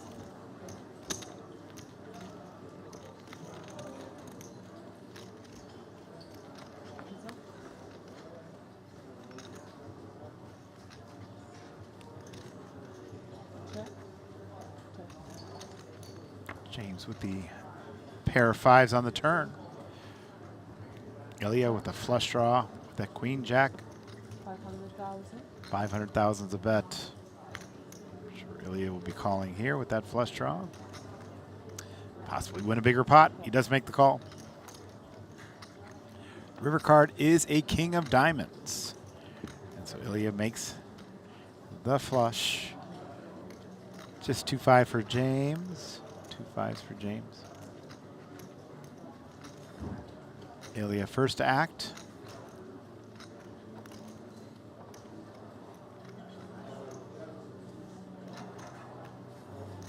He bets 1.3 million. 1.3 million.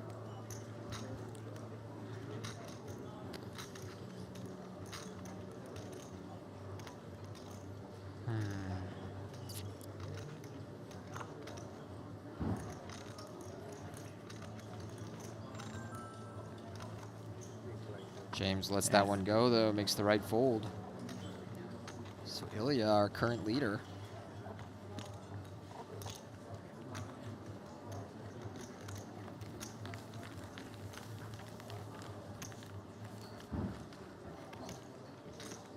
These three have each held the chip lead at some stage of this match. That is correct. Very even in chips at this point.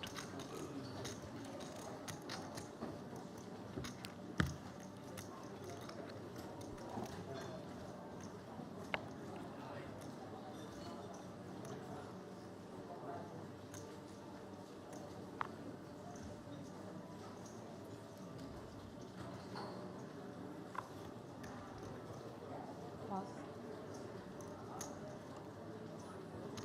Call. Raise 1.4 million. Quick raise to 1-4 by James with the ace-8. That'll get it done. Not surprisingly, a lot of quick hands when you're three-handed.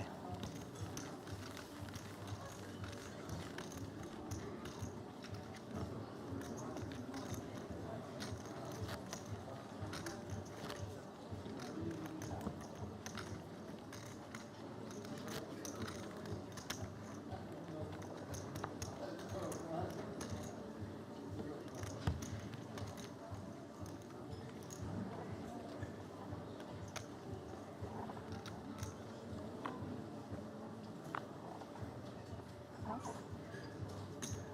Call.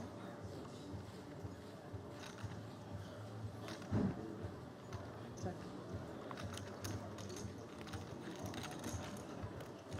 What's up? King 8 versus 7-4. James with the king 8, a 7 top pair now for Ilia. Also the gut shot straight draw.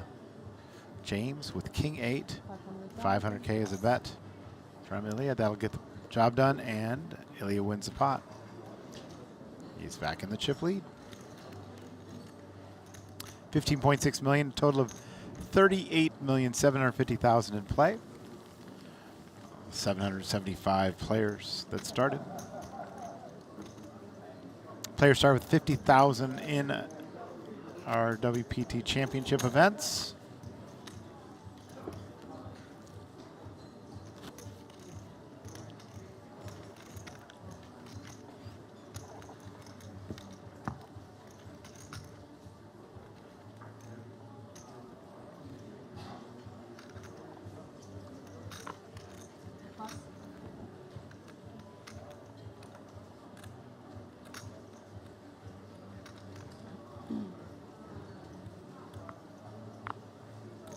Raise 1.2 million. Pass.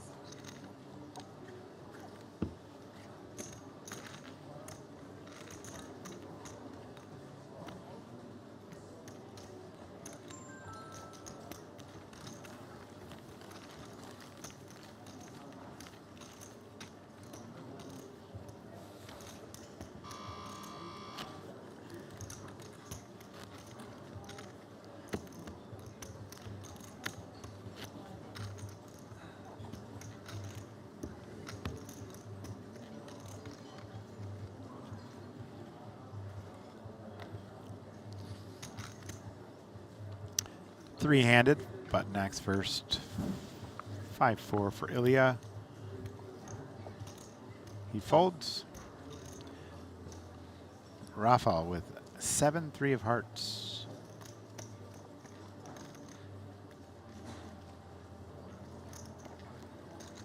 Raise 1,050,000. Raises to 1,050,000, and James, with Queen Jack suited, will make the call.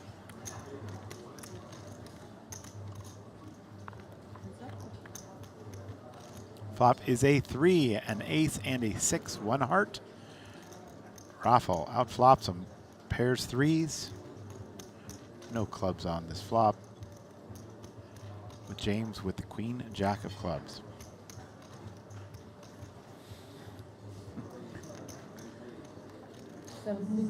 Follow bet 750. Takes that one down unopposed.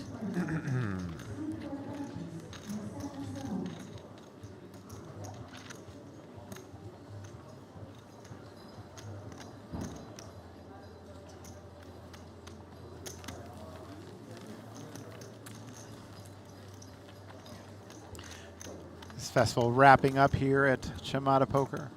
Still a lot of action in this room downstairs. Now, I know they were playing an 8K high roller yesterday. Is that still going on right now? Yeah, it's still going. It's still, that looks like they're down to about 35 out of the 85 that started that event. And they have a finale event going on today at 1100. They're playing US dollars here, Tony, which is interesting. In many ways, quite helpful. I was able to send stable coins over to the cage. Oh, really? Yeah. Nice. Pocket 10s for Raphael. Raise 800,000. Pass. Neither of his opponents find much. Pass.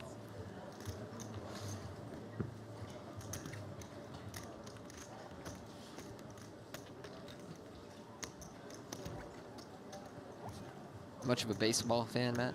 I am not. You're not. I haven't heard you talking in baseball, so didn't think so. Not a baseball fan. NHL, NFL for me. Good luck. Golf, of course. Golf, of course. Don't watch much golf, but play a fair amount. And I feel like that's unusual among golf players. Most golf players I know really like watching golf. yeah, I mean, I'm into the majors. That's about it. Ilia Kichbabashvili, I was told online, is our chip leader.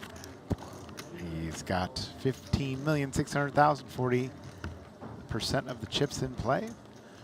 Blinds are still 2 and 400. And again, 190 for the next player, eliminated 255. And then 401, 100 up top. Nice little week's work, if you can get it.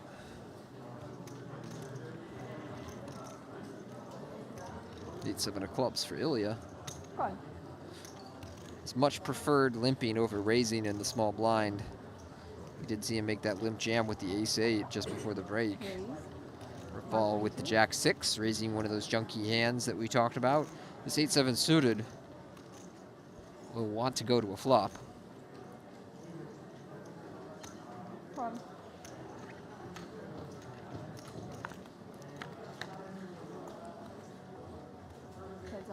Great looking flop for him, and not a bad one for Raphael. 3 straight here.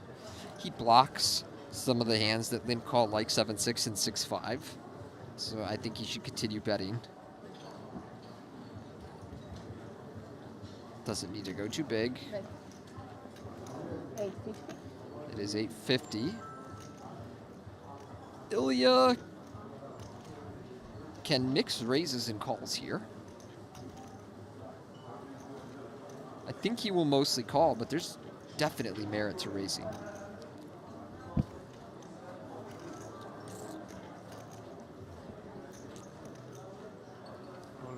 Oh, he's just going to shove. Wow. Whoa.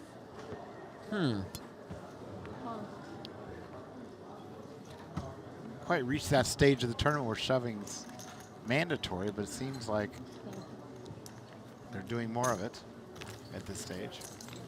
Yeah, I don't know about jamming there. That feels a bit much, and I suspect you only get called by better hands. I don't know what else you're really like worried about denying equity to.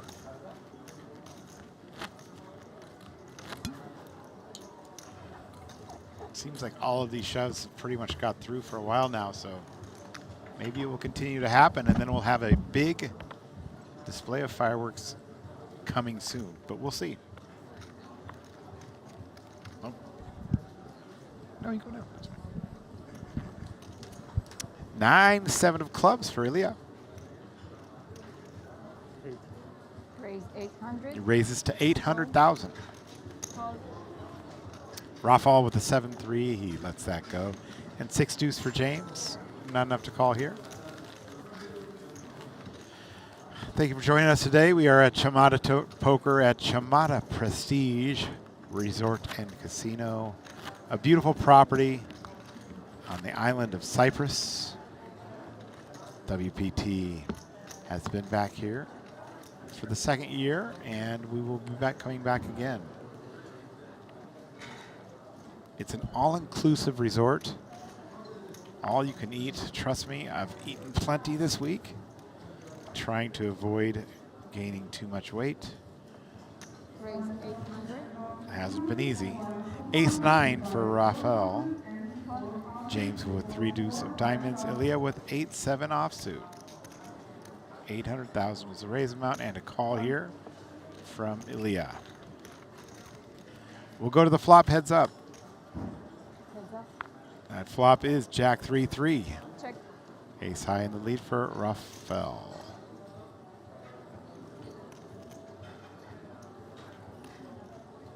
Bet 600. Bet of 600,000.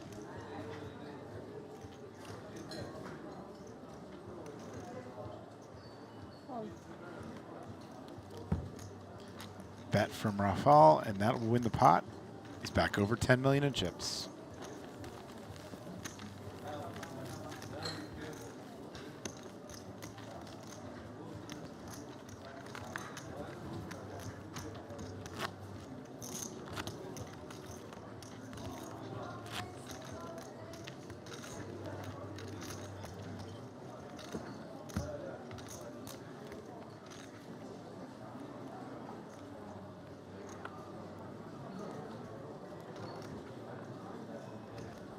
James with 10 deuce gets it into the muck.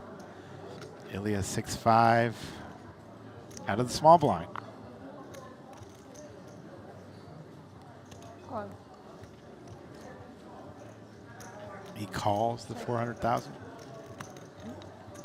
Raphael just checking. Queen Jack suited. Flop is 1 diamond, a 7 and a 5, a 5 a pair for Ilia. Bet 400. He bets 400,000. Raphael Call. calls 400. Turn is a 6. 2 pair. Now, 2 pair for Ilia. He checks.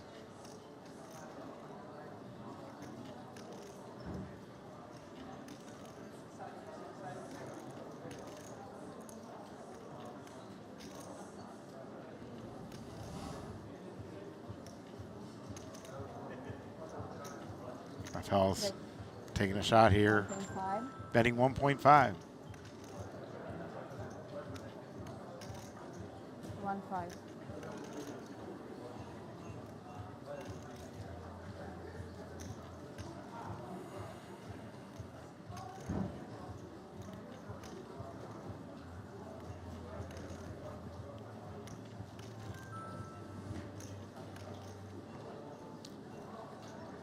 Call. He makes a call. To the river we go. And it's an 8. Check. 5, 6, 7, 8. It's a possible check situation here. However, Raphael could go for a bet here with the 4 line straight on the board.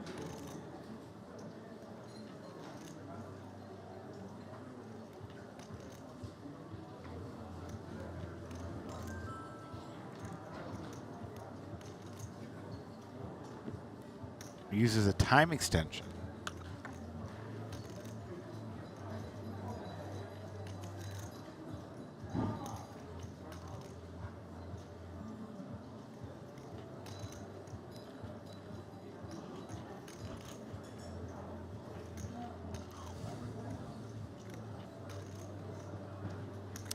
Players have a total of 20 time extensions at this point. 2.8 million with complete air. It's a tough one for Ilia because he has 2 pair.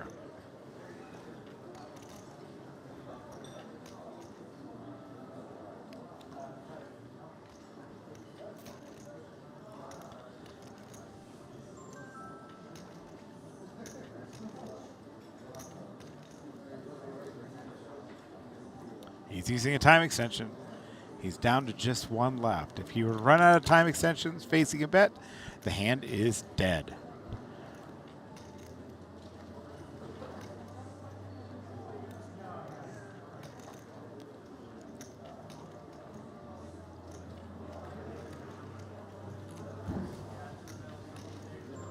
Ten seconds again. He does not want to use his last time extension. Needs to make a decision. He lets it go. Raphael with a big bluff there. Wins the pot.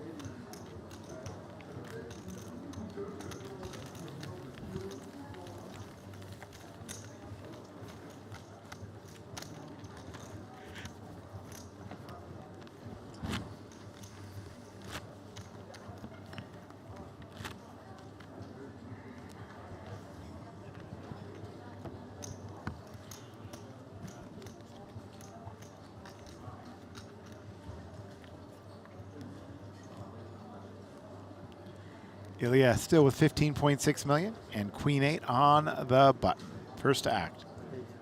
Raise 8. He makes it 8.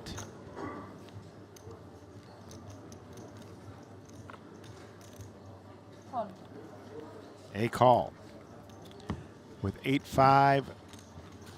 Oh, they said call, but it was not. It was just a fold. James lets it go.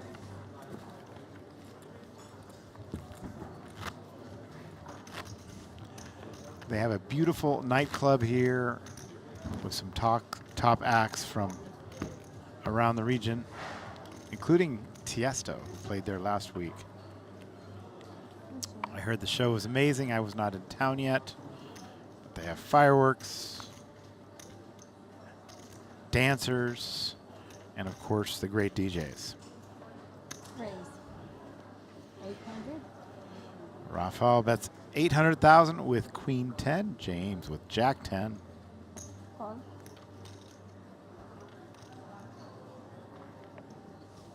Call. And Ilia also makes a call with 9-6 suited. Queen 10, Jack 10, 9-6. The flop is a 10, a king, and a 4. Check. Nobody has a diamond in their hand. 2 players with a pair of 10s. Raphael with the queen kicker in the lead. Check. Check, check, check on the flop. turn card is an ace. The ace of spades. The ace of spades. Check. A check. Check. A check from Ilia. Now to Raphael.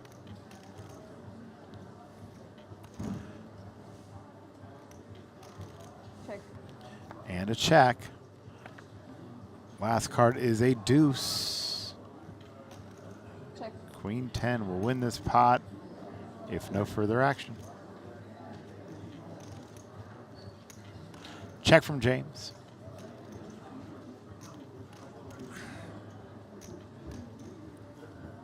Check. Ilia checks. Check. Raphael checks and he'll win this pot. Queen 10 is a winning hand. Raphael wins the pot.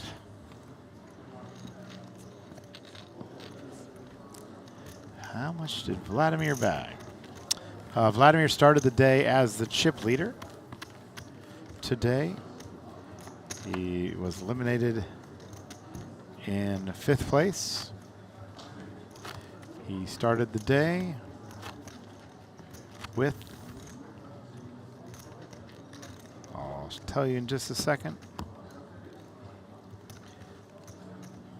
Vladimir started the day with 9,450,000 as a chip leader. And finished in 5th place. Raise 1 million. The winner of today's tournament will enter their name in the Mike Sexton Champions Trophy. About 300 names on that trophy, including multiple winners. Today will be a first-time winner. Ilia with Ace-King, facing a raise to 1 million from James. He's moved all in. That'll get it done. Ilia wins the pot. Again, those banana chips are 500K. The grape chips are 100K. The orange chips are 25K. 3 different denominations in play.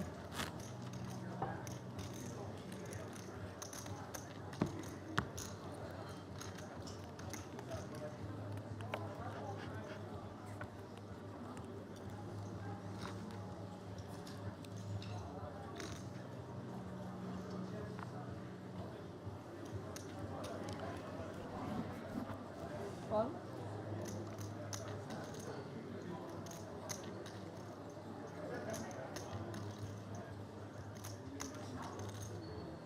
Raise 1.2. Call. Raise to 1.2 from Raphael with 2 10s. That'll get the job done.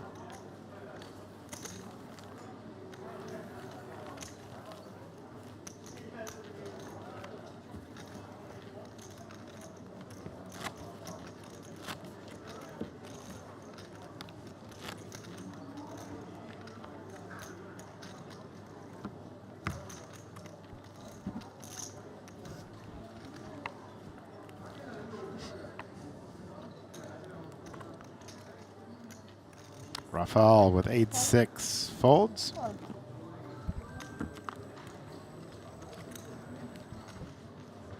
Ilia gets a walk with the king. King 4.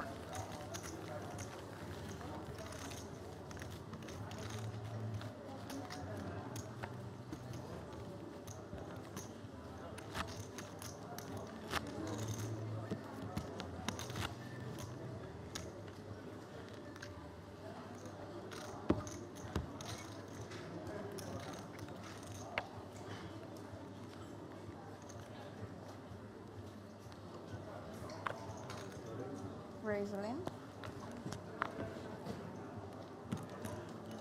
Raise all in for 7 million by James with a Jack 9 suited, a Raphael with Queen 8 suited.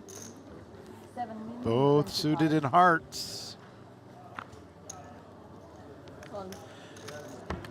No call. Players are getting a lot of hands in.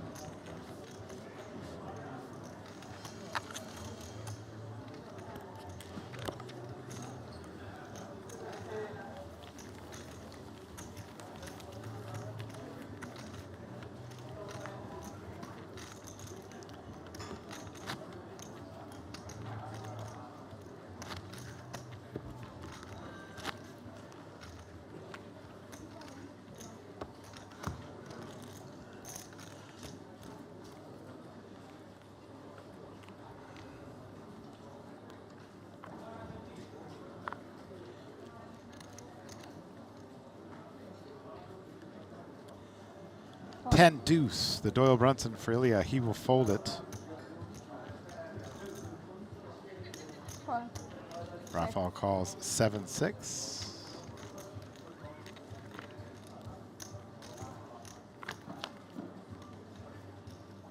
Heads up. Check. Check. Gonna check on a 7-4-3 board on the flop. A deuce on the turn. Top pair for Raphael. He is Check. checking again. And the river card is a 10. Raphael with the leader with the pair of sevens. James with jack high.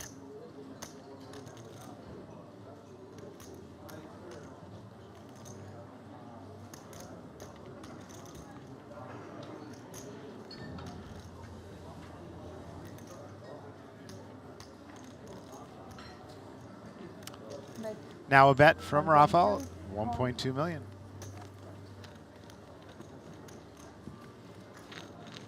No call.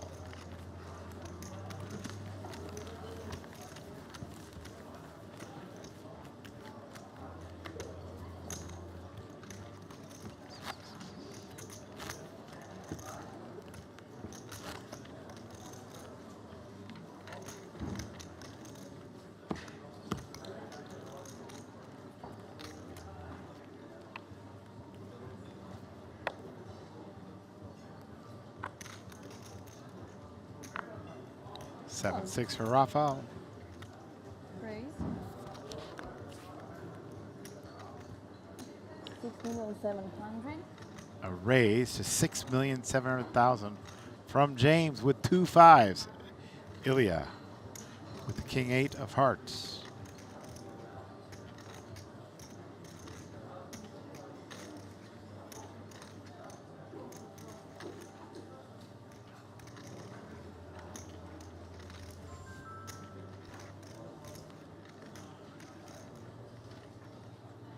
Call. A fold. James gets it done with 2 5s.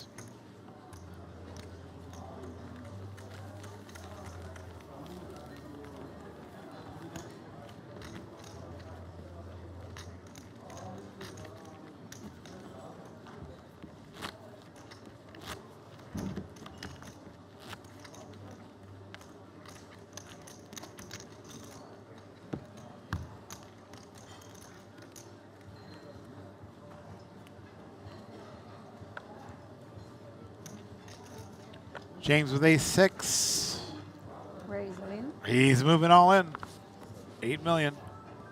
Ilia with 10-7 will fold. Raphael gets rid of that jack-10, my favorite hand. Suited jack-10, lays it down.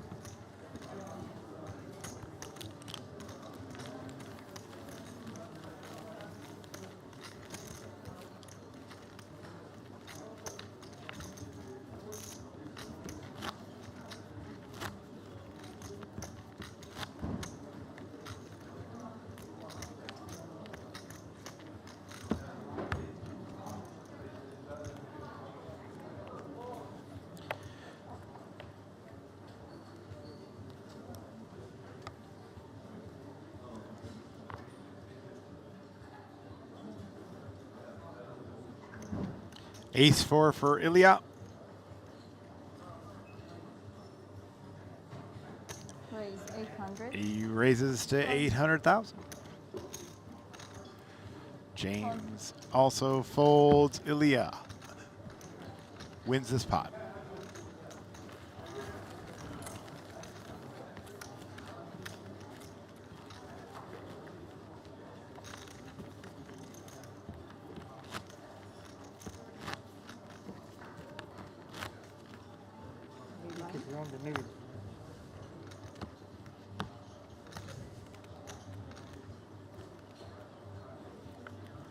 Final 3 players. Over 400,000 US dollars for first. Plus that seat where they can win millions more at the Wynn Las Vegas. If you've not yet been to Wynn in December, you are missing out. You're also missing out if you've never been to Cyprus. Call. Raphael wins. Raise to 800,000 with king deuce. He left.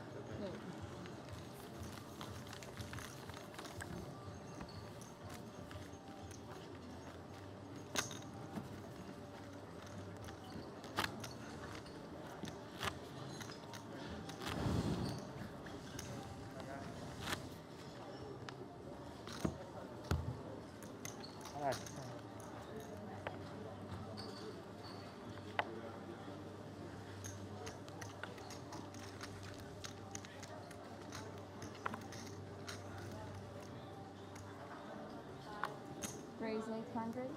A raise of 800,000 by James with 7-5 of clubs. Ilia with 4 deuce.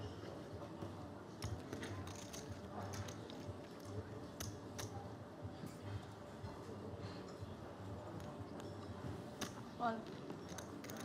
A call from Raphael with ace 9.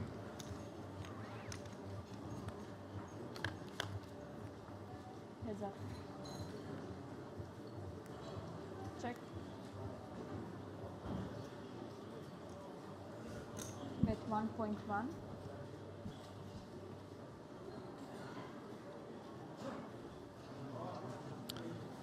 A bet of 1.1 from James with 1 club on the flop. Also ace queen 4. Raphael with ace 9. He's in the lead. He's going to make the call. Call.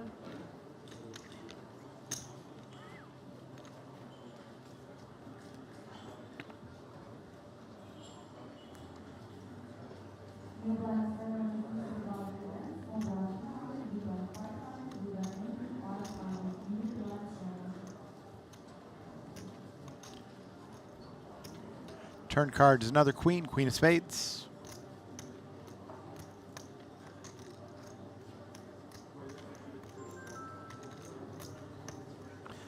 Bet 1.1. Call. Raphael now leads for 1.1.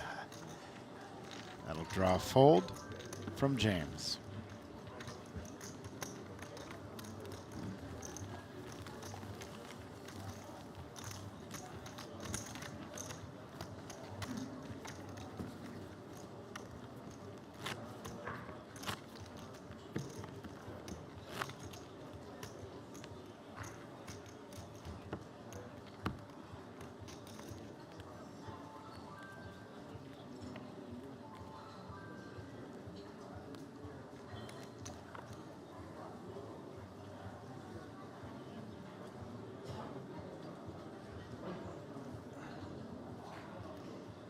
Ace queen for Ilia.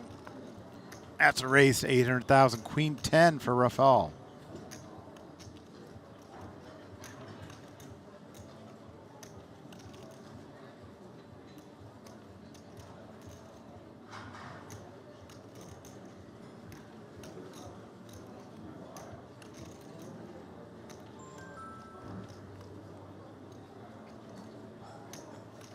Re-raise. A re-raise to 2.6 million. 3-bet from Raphael with a queen 10 of hearts.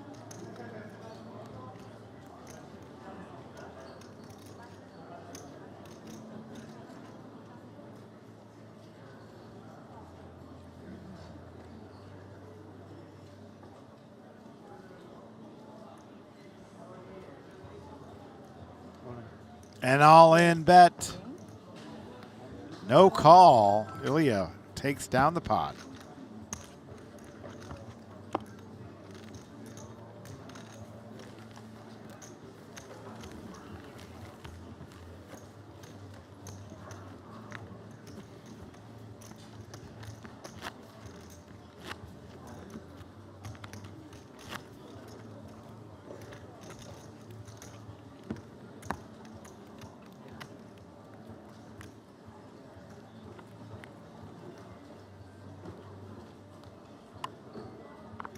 Raphael with ace deuce. Call. Raise them in. Old James is moving all in with ace 7 of hearts. Call. All in and call. Ace 7 for James. King queen for Ilia.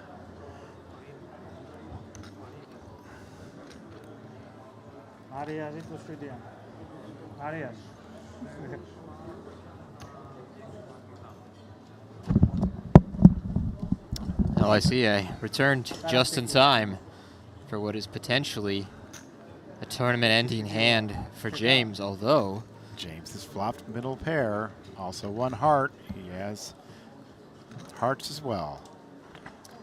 8 on the turn, a safe card for him. Just needs to fade a king or a queen on the river. And an ace. James with a double up. Back to 11 million in chips.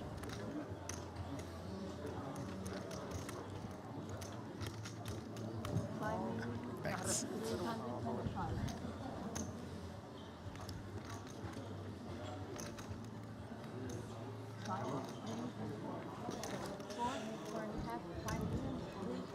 $11 million in chips now for James. Ilia could have taken a huge chip lead.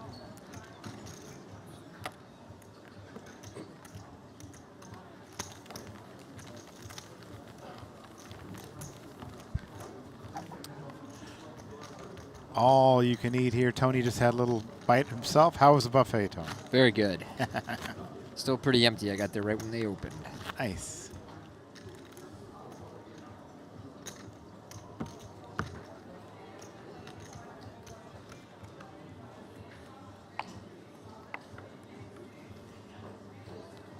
James now with a button and ace-4.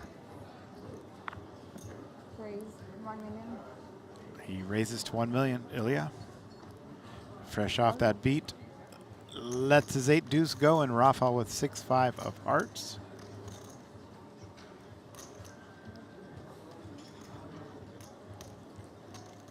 Call.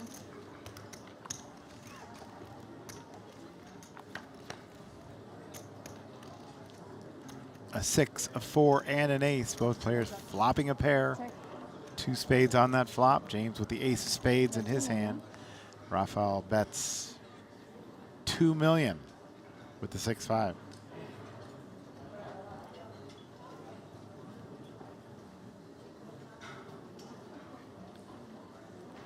James bets 2 million. Raphael with a pair of 6s makes a call. Pretty big sizing on the flop, although I like the sizing up on 10-6-4, 2 spades. Very wet flop. Now a 3 on the turn. Whoa. Makes an all open in. and straight draw for Raphael. I don't know if he's going to let this one go. Oh, I mean, so many draws your opponent can have. You've got the pair in the open ender yourself, so even the times you call and you're behind, you have plenty of outs going to the river. I have to think that Raphael has caught word of James ripping it in these kind of spots. I don't know if he's going to let this one go. Folds sets twice and is going to finally make a stand with second pair. But there are so many draws his opponent can have here.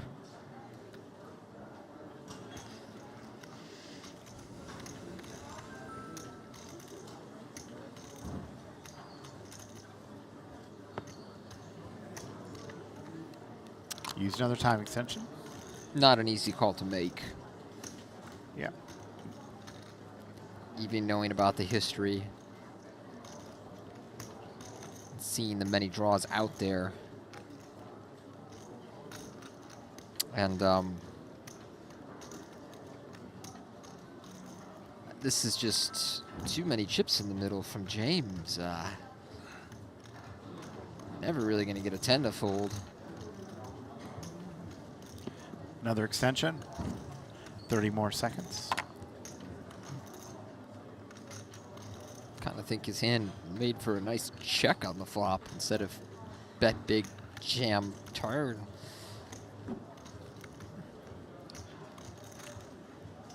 Still, Raphael does make the call though, and he's gonna love what he sees. James doesn't have any of the many draws he's worried about. He has just a 5-outer going to the river. And he's He's got him covered as well, so he could bring this tournament heads up. Oh, he daggers him on the river with the ace. Oh, Raphael just crestfallen. Wow. He's played so well to this point and got his money in good there.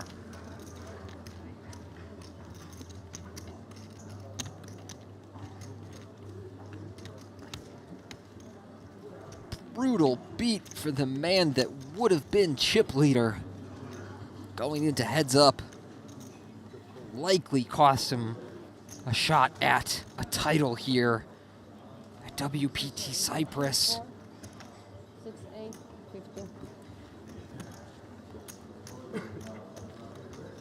Guess the only saving grace is that Lady Luck provided a deuce to Raphael earlier up against those aces in a massive pot. So this time, James, the one to get extremely lucky in a massive hand.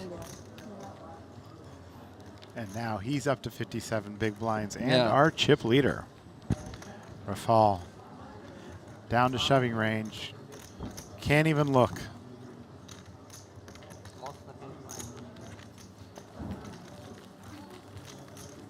Glad I got back when I did. Yes. What drama. You see our final 6 here. All players guaranteed at least 190,000.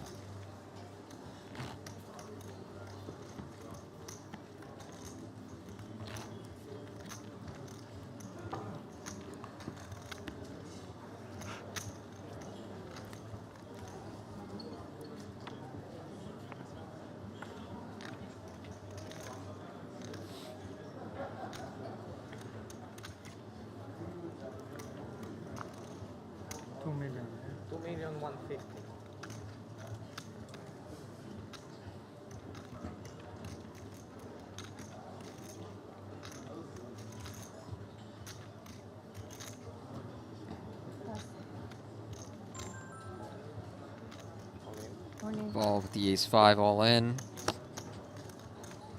James facing this jam for 6 big blinds has a hand that's kind of right on the cusp.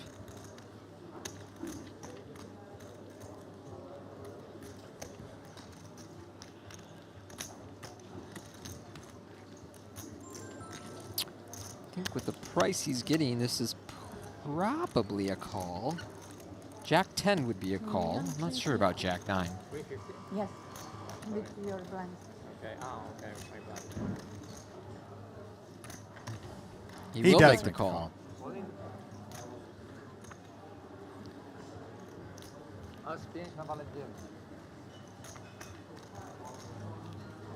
So we have ace-5 versus jack 9. Fall, as you can see, 57% pre-flop.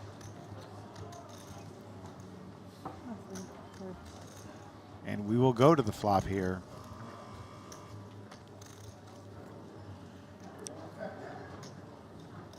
The flop is 7-6-4. James needs a jack or 9. Raphael could turn him dead here if the straight were to come. And there it is. No, it's not dead. Not dead. The not 9 dead. provides the open-ender Not to the dead. higher straight. He's got a blocker to the 5. But still, 7 outs for James going to the river. So he couldn't fade 5 outs. Can he fade 7? Yes. Yes. And wow.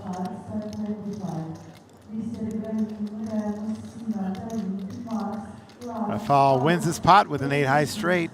And he's back in the ball game here, Tony.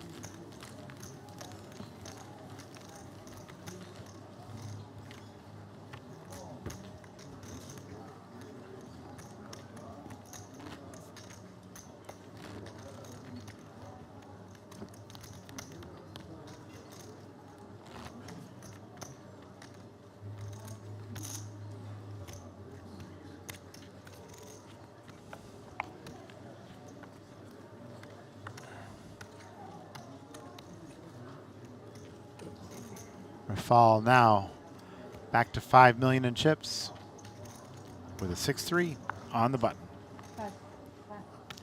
He passes.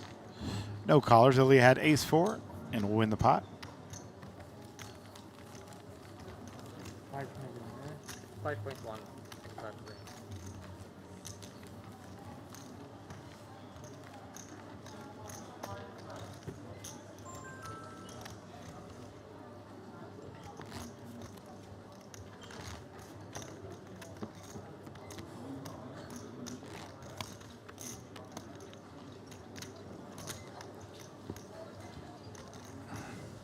And these two have played some iconic hands today.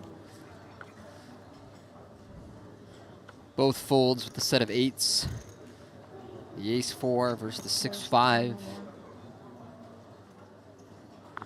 James going up to 1 million with the ace-9. Ilia in the small blind with king-10. Makes the call.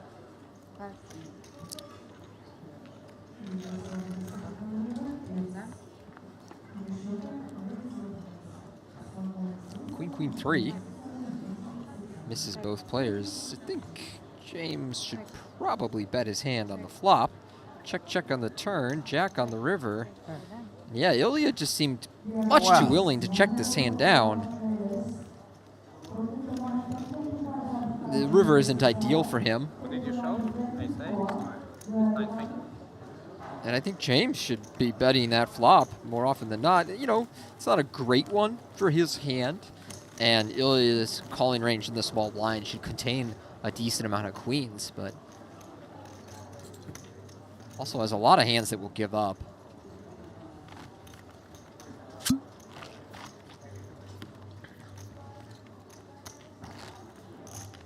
And with the big blind so short stacked, Ilia can't fight back as loose or aggressive as usual out of the small blind on that flop. So I think a flop bet would work out nicely. Raise 800. Ilia going up to 8 with ace-3. Yeah. Quick pass from James with king deuce.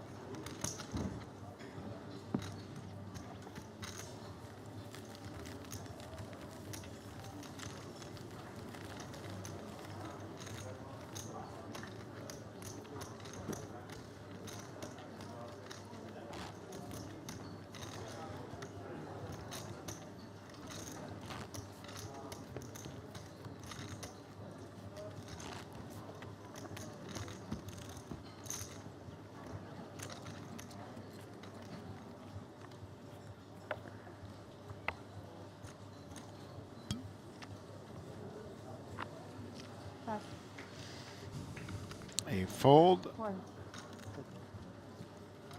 James calls 400 with 6-4 suited. Ilia with a check with a 10-8. Flop is a 10. King 7. 1 diamond. James bets 500,000. Ilia makes a call.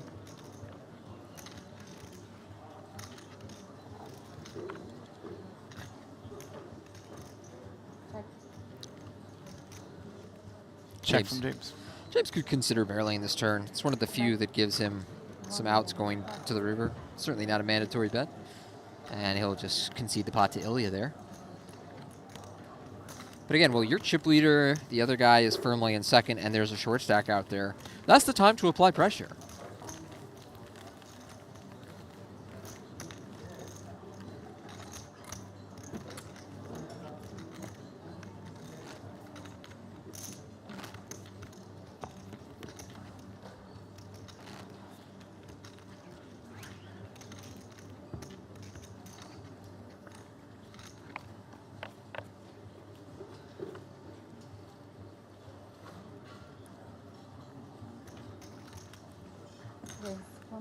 James going up to, whoa, 1.5 with the 3s. And Ilia in the small blind with ace-queen. This is one of those weird spots under ICM, especially facing this big open. Yeah, I don't mind that call. I guess the sizing was really big because it commits Raphael in the big blind. Wondering why he went so big.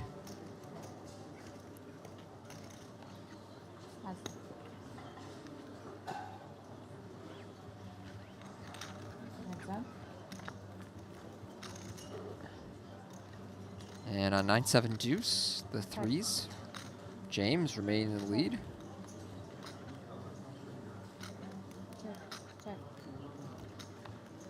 Check, check, but the ace on the river will deliver the win for Ilia. Wait, oh, he just checked the river like that.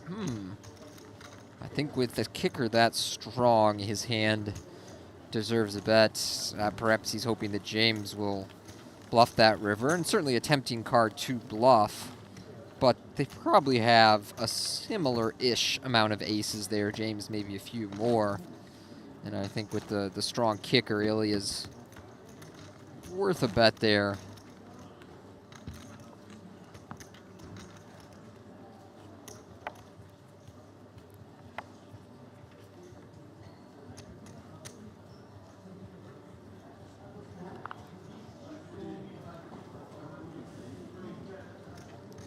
.3 with this. 3.3. With this. 3.3 with the bet in the pot is what Raphael says. He moves all in with king 3. No call. Lines up, 250 and 500.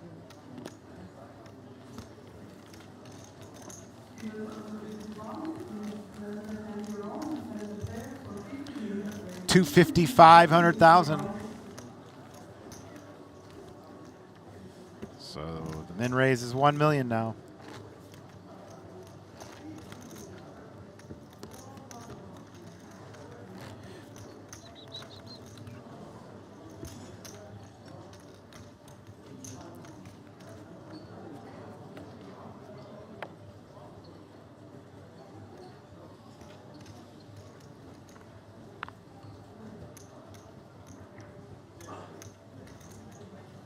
Aces for Raphael. Face 1 million. Surprised he didn't make the... Oh, it is a min raise, excuse me. Blinds are up. And Ilia has a nice hand to take a flop with, even though his opponent min raising off of a 8 big blind stack should send alarm bells off in his head.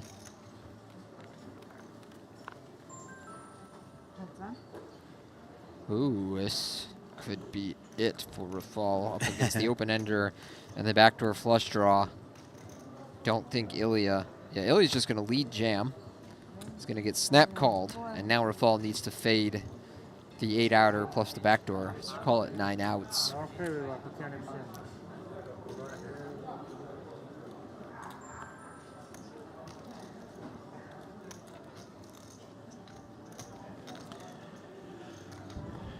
Ilia has them all in.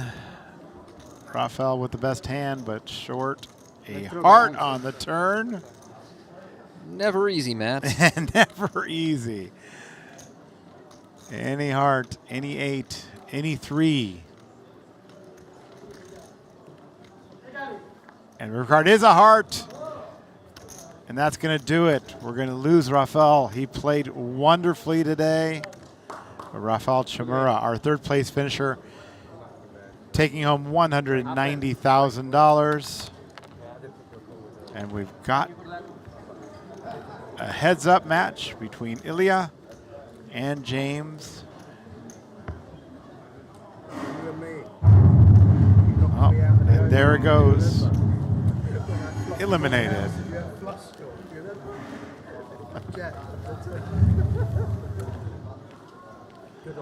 I believe at this point they will reposition these players, and they will come back for the heads-up match. Ilia Kitsbabashvili is our chip leader. James Mahone in second place. It's anybody's match. We'll be right back for the exciting conclusion of the WPT Cyprus Championship.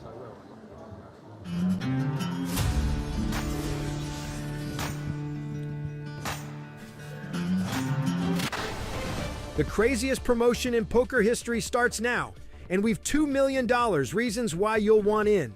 August 18th to October 5th, play a $10,000 daily crazy free roll every day and battle it out every Sunday in the epic $100,000 super crazy free roll. The wait is over. The craziest promotion in poker history starts now.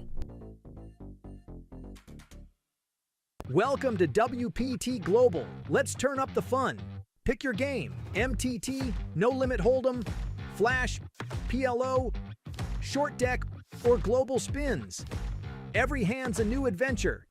Every game, a shot at glory. With top-notch design and non-stop thrills, you're always in for a great time. Join the party. Play your way at WPT Global. Now is the perfect time to discover WPT Global and take advantage of our best ever welcome offer. We're giving you back 100% of your first deposit as cash, from $10 all the way up to $3,000. The bigger your deposit, the bigger your reward. You could earn up to $480 in tournament and global spins tickets, plus $100 in other bonuses. Discover now and make WPT Global your new online poker home. This summer, the heat is on at WPT Global. The Super Giveaway is your shot at free tournament entries every single day. Deposit now and score WPT Global Tournament tickets. We're rewarding players with random entries, from the $530 Grand Slam PKO to the $100,000 Sunday Slam Mystery Bounty. Big buy-in or small, it's all free money in your account. So check in daily, claim your tickets, and hit the table. Plus, get a 100% deposit match bonus if you're new. Only at WPTglobal.com.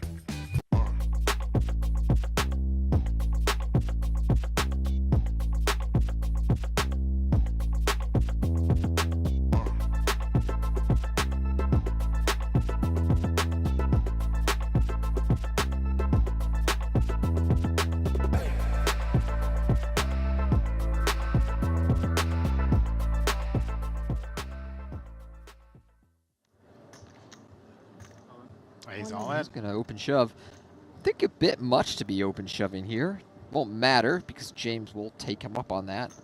Will not. Either will. He will be taking him up on that. I think had he opened James would have 3-bet and put him in. Right. I just think open jamming 15 bigs on the hijack is really not something you ever want to be doing on a final table. I don't know, maybe there's a couple of hands. It's not many.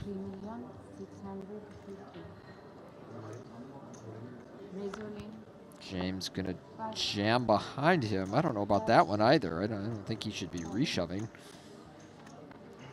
If one of your opponents wakes up behind you and jams, you want to have the option to fold pocket tens. The other two big stacks are right behind him there, so James kind of gets away with one there.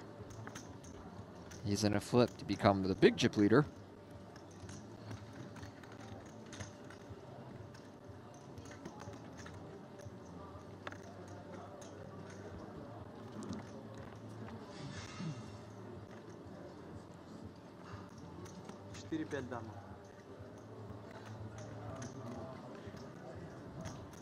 Flop is queen 5-4. Vladimir needs an ace or a king with 2 cards to come. A 3 on the turn. Now add deuces to his outs for a straight. Total of 10 outs. And we'll go to the river. And it is a spade, but he does not have one, and we have an elimination. Yep. Vladimir has been eliminated. Came in as our chip leader, built that lead, and then made an unfortunate fold, an understandable fold, but an unfortunate one up against Raphael, and it was all downhill from there.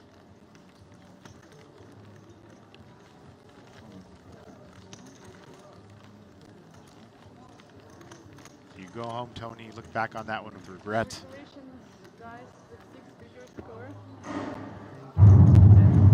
And there it is. Eliminated.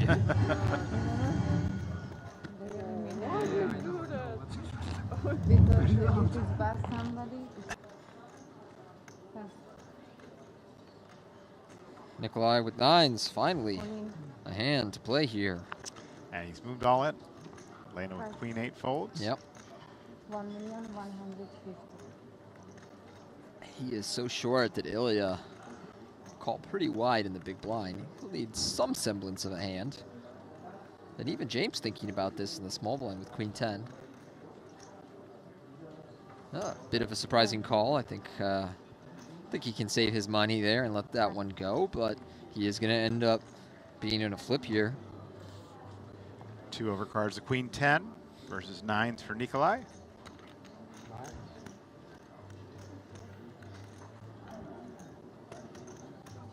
Oh, the pain in his face from Nikolai.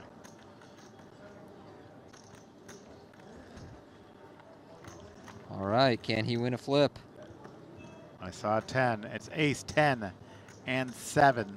It's funny, Nikolai played a huge all-in at my table on day 2, and he did the same thing. He kept his eyes closed. Well, a 9 or an 8 on the river, provided it's not a club, would give him the win. Can he find it?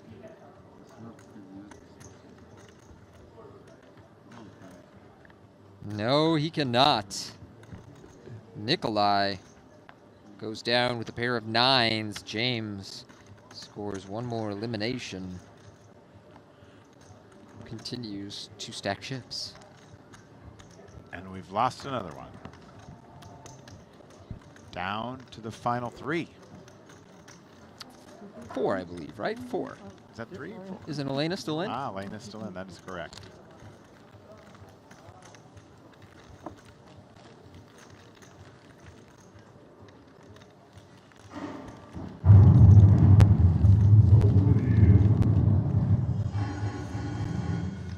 How do you feel about that, Tony? Love it.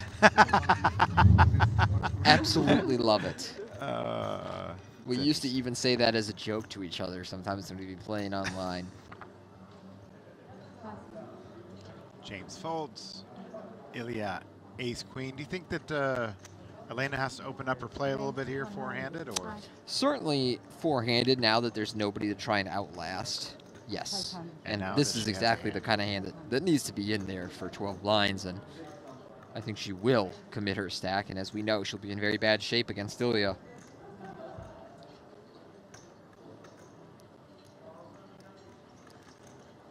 Here she goes. Quick call from Ilia. He'll like what he sees. Is coming all the time on this table. Well, whatever happens for Elena here, you know, her biggest tournament score going into this final table is $10,000. She's locked up $140,000, so tremendous run. If she can find a 10 or some clubs, she may prolong that run, cash for even more, but she's going to need some help. Let's go to a flop. And there are 2 clubs, 5-5-3.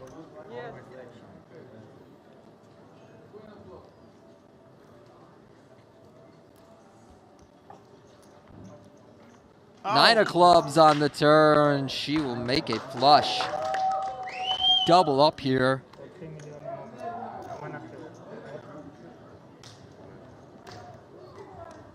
Ilia drawing dead. Sorry. No worries.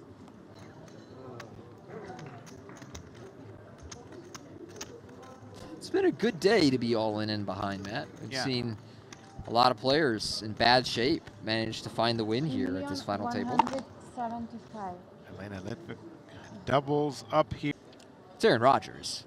Oh, come on. Look at the stats. It's not even close. Come on. Here she is with aces. Elena with aces.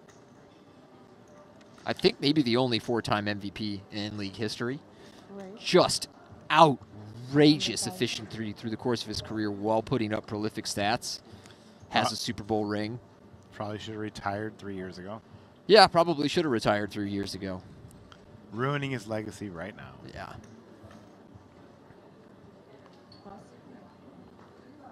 Raphael here with the deuces.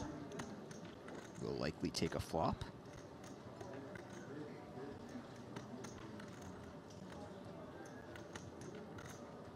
Oh, he's going to go all in. All in, wow. I was going to say, I do think jamming is very worth considering in his shoes. My concern is that Elena's opening range is tighter than the other players.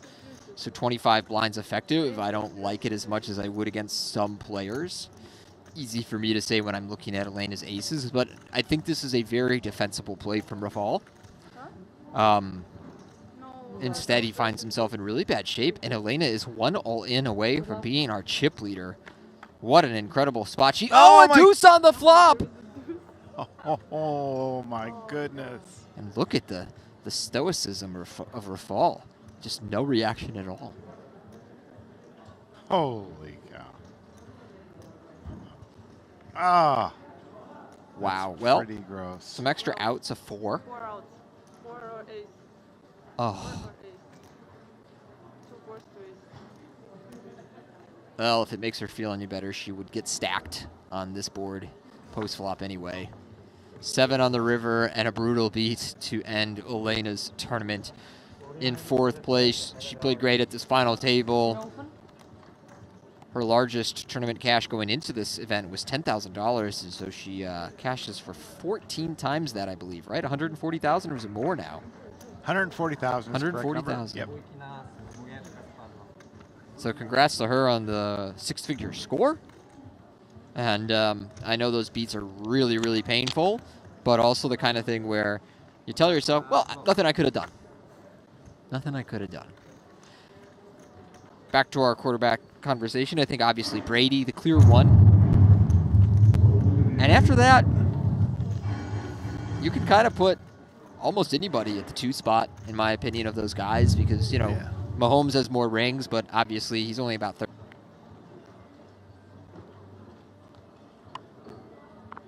Raphael with ace deuce.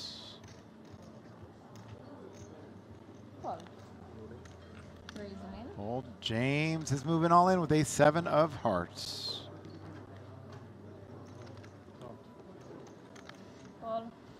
All in and call. Ace 7 for James. King queen for Ilia.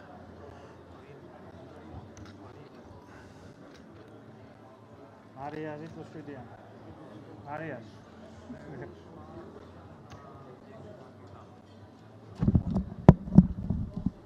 Oh, I see. I returned just in time for what is potentially a tournament-ending hand for James, although James has flopped middle pair. Also 1 heart. He has hearts as well. 8 on the turn, a safe card for him. Just needs to fade a king or a queen on the river. And an ace. James with a double up. Back to 11 million in chips.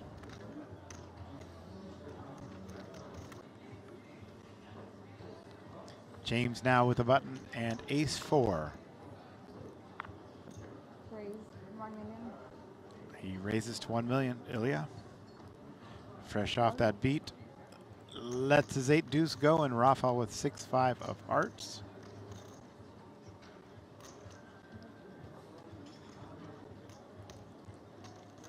Call.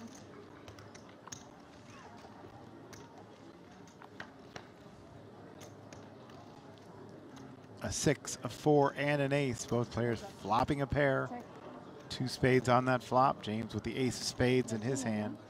Raphael bets 2 million with the 6-5.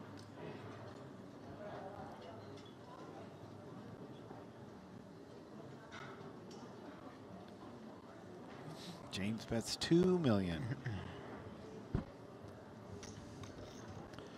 Raphael with a pair of 6s makes a call. Pretty big sizing on the flop, although I like the sizing up on 10-6-4, 2 spades. Very wet flop. Now a 3 on the turn. Whoa. Makes an all open in. and straight draw for Raphael. I don't know if he's going to let this one go. Oh, I mean, so many draws your opponent can have. You've got the pair in the open ender yourself, so even the times you call and you're behind, you have plenty of outs going to the river. I have to think that Raphael has caught word of James ripping it in these kind of spots. I don't know if he's going to let this one go.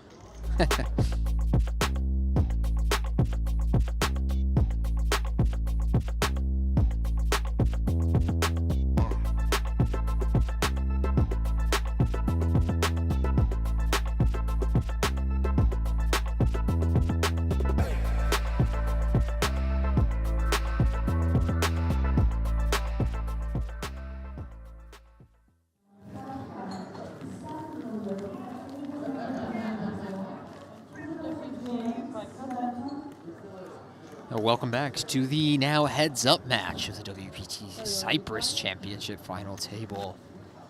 It is Ilia versus James. Ilia Kitsbabashvili with about a 2-1 chip lead, a little bit less. Good luck.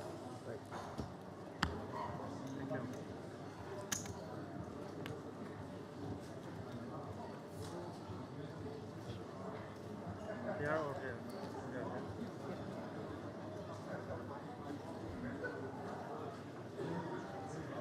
400,000 up top, including a seat to the WPT World Championship at Wynn Las Vegas this December as well. We lead off with Ilia, 1.2 million.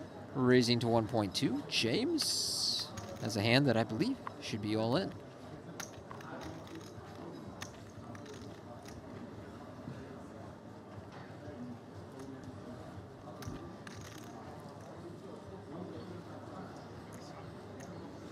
You always talk about heads-up play, Tony. I think you're still an expert at it, but is it pretty much play any two for you when you're heads up? Depends on whether you have a traditional or big blind ante structure, which is, you know, live, it's always going to be big blind ante. Online, you're looking at more of a traditional ante structure, and that changes things. Under the big blind ante structure, you're close to 100% of hands from the button. Maybe you are 100% of hands.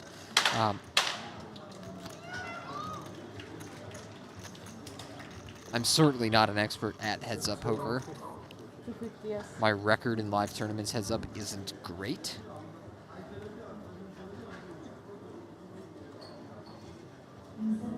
But also, you're dealing with a very small sample size. I think I've been heads-up in, like, I don't know, 10 tournaments in my career live.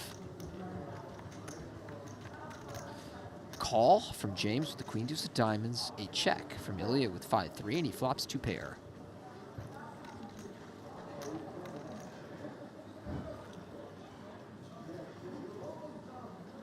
Ilia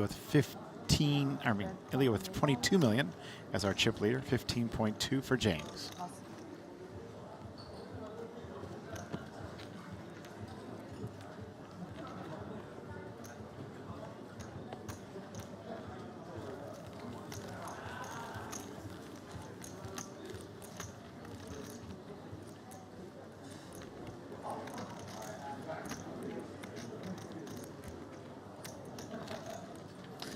Down to 30-minute levels, heads up, to prevent some of the 5 a.m. marathons that we had in the past.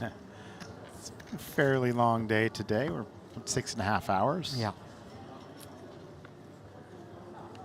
It's been an interesting final table.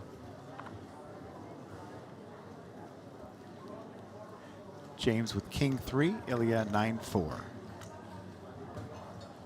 Ilia is suited in spades and calls the 500,000.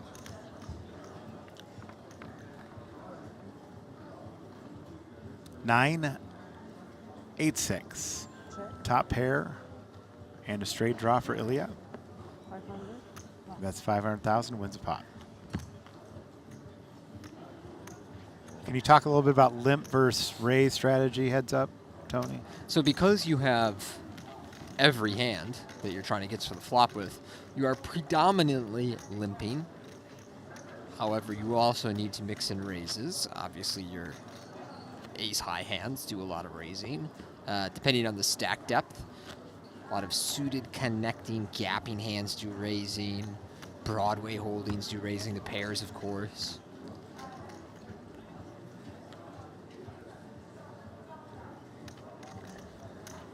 And then a mix of other hands as well. If you're not exactly sure, you can always just randomize. Like the times you find yourself with the queen 3 offsuits of the world, instead of saying, well, I'm just going to limp this one every single time and raise my good stuff. And I don't know why James is going so huge here. This is almost a 5x raise. And Ilia is going to blast him off his hand here with the ace-queen. All in. Yeah, I mean, James just does not need to open more than the minimum here. He burned up 1.3 million in chips, almost 3 blinds more than he needed to, and he only has 20-some blinds, so, you know, that kind of thing will bleed away chips rapidly in a heads-up match. It's strange because James's raise sizes have been pretty ordinary throughout this final table. I don't know what inspired him to suddenly go 5x from the button.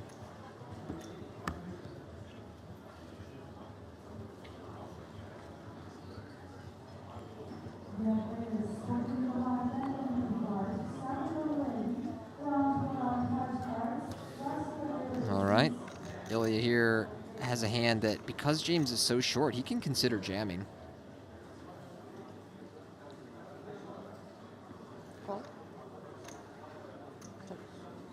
Don't love limping ace-deuce as much as some of the other aces.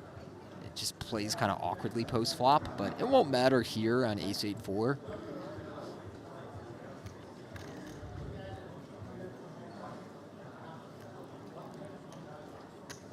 And this bet of 650 will quickly end the hand.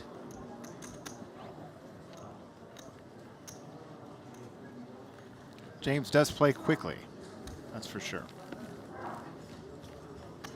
Yeah.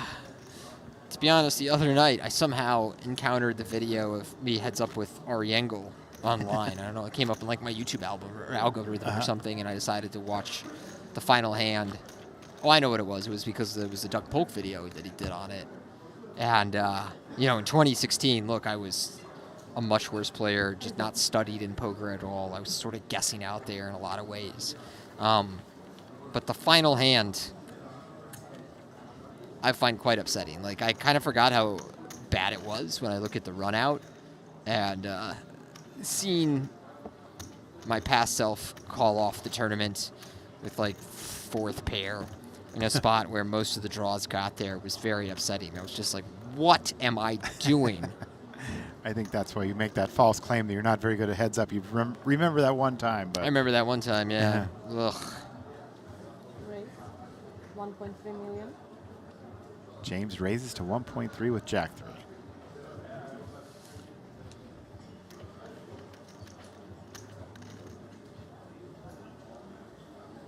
Ilia lays it down.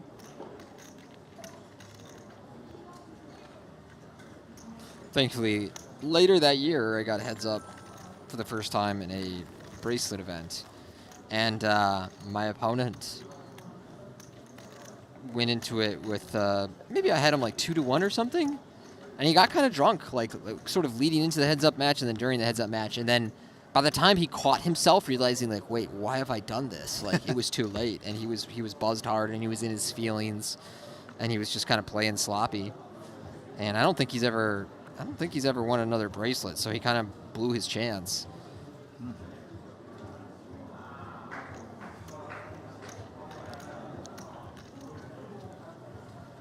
But I have been fortunate in my career that the first time I got heads up for a bracelet, I won. The first time I got heads up for a WPT, I won. Nice. And, you know, those are the two big ones to get. Sure. Ilia here with open and straight draw and king high. James with 6-4 of clubs. He'll fold that one.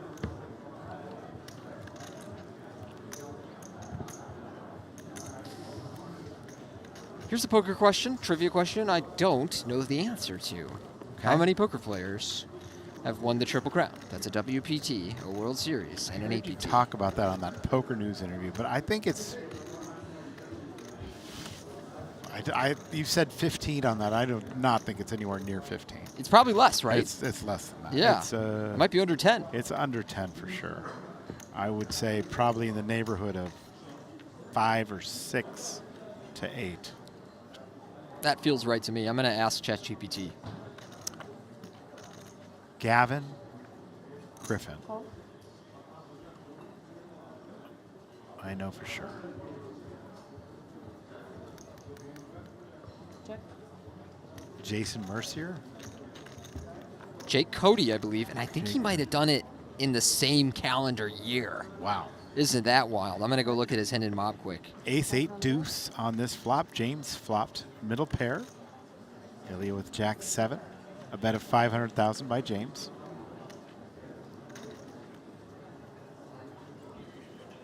Oh, Joey Cody just won a 5K at the Seminole Hard Rock for 510,000. It's the first time we've heard from him in a little while. He's back. A raise to 2.1 million by Ilia with the Jack 7. All in. Whoa. And all in from James and a fold. Whoa.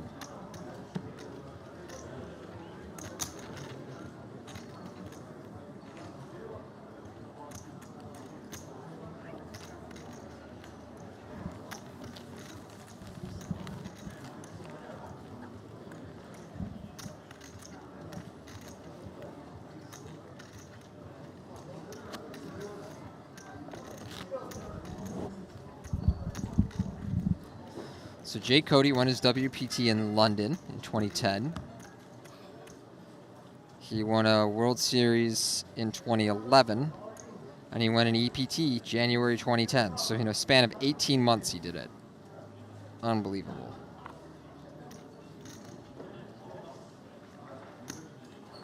$1.5. 1-5 for Ilia here, James. All in. Just gonna rip in the king-queen suited. Yeah, these suited broadways. Again, I'm not a heads-up expert, but they usually like calling and going to a flop out of the big blind as opposed to jamming. Generally just get called by better hands.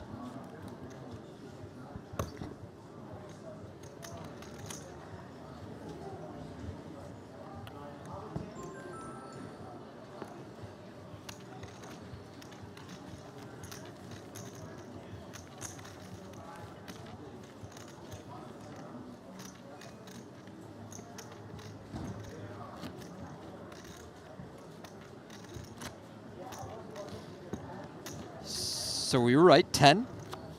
Gavin Griffin. Okay. Jake Cody. Rolando Wolf. Haven't heard that name in a while. Wow, neither Won have his back in 06, 05, and 2009. Elke, who has been in the news lately for the wrong reasons. Call. A limp here from James with Queen 7. Check.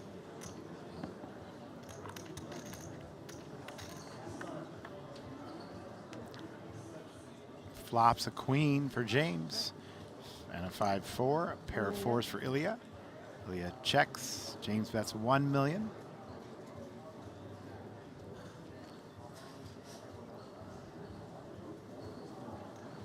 The call's been made. A 5 on the turn. Check. Both players with 2 pair. And a 7 on the river. Queens and 7s, 2 pair for James. Check. A check for Ilia. Ilia might pay this one off. James bets 1.5.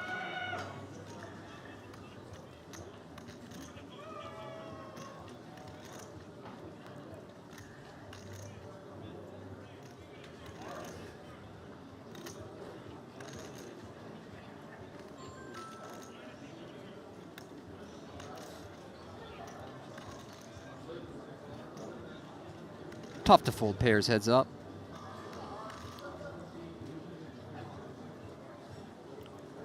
But he does do it. I think he got Incorrectly. timed out for that. I don't think he has any Time extensions. left. So if that clock runs out and the action's on him. Oh, he's got one back there. He's got one back there, yeah. Should technically keep that out in Sorry, front. but I have to ask you for a time ban. It passed. Yeah, it did Oh, pass. okay. The dealer doing her job It well. did pass, yes. Yeah. So now he's down to 0. So number 5 in the Triple Crown list, Davide Katai. Oh, wow, okay. Excellent live player. Also his WPT win was the Invitational. Oh, okay. A little less impressive, but still, he did it. It counts. Phil Mohsen Locke. Charania. Okay. Phil We like Locke, Mohsen. is he on there? Nope. Okay. Mohsen Charania, now in a trading firm in Chicago these days. Actually back in LA. Is he? Yeah, Oh, he's okay. back in LA. There is 1.5. Ilia limps in with the deuces. James makes it 1-5 out of the big blind. Ilia with one of those hands that, you know, consider a call, could consider a jam, depending on what you think about James's isolation range. Flop king 6-5. Check. 2 clubs. James with the ace of clubs. Turn card to jack of diamonds. Check. Check. And the river card's a queen. Check. A check and a check. And the deuces hold up for Ilia, and he'll take this one down.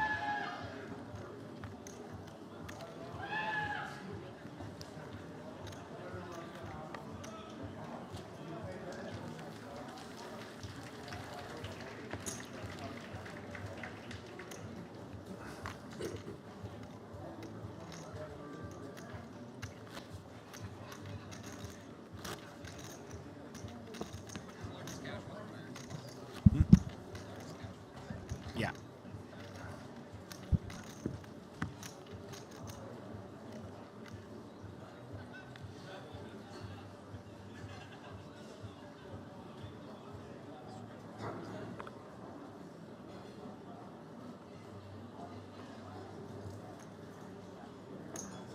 Raise 1.2 million 50. Raised to 1.25 by James with queen 4. Ilia with king 3. Call. Call's been made.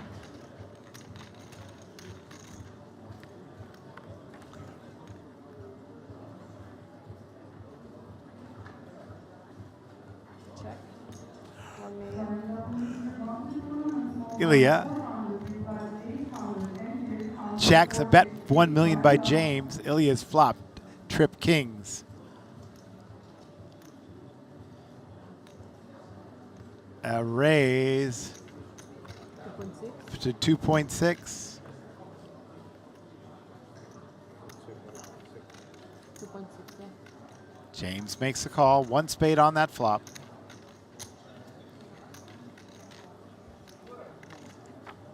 Turn card is a 10, the 10 of clubs.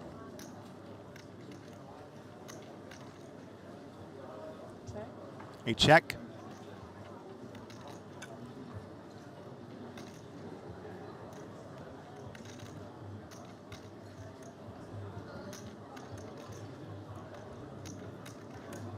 Oh, big bet here. This could be real trouble for James. A bet of 4.6 million. All in. All in. And the fold. Pass. And in the cookie jar for James there. It's the second time we've seen that.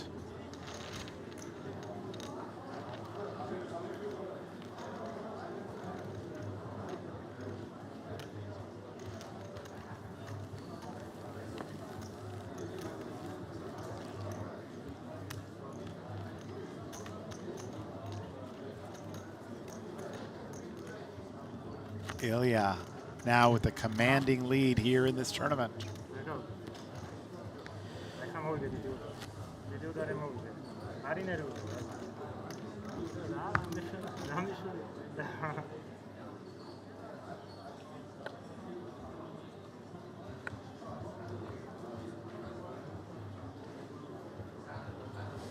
Ilia now with ace jack of spades.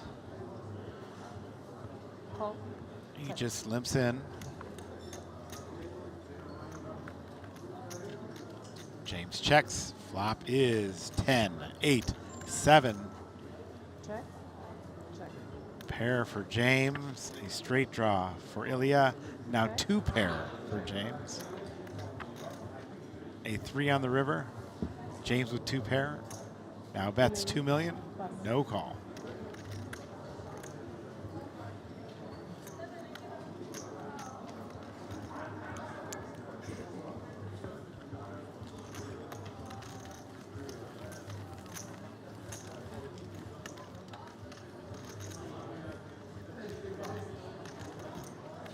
It's been an amazing week here from Chamada Prestige here in the beautiful island of Cyprus.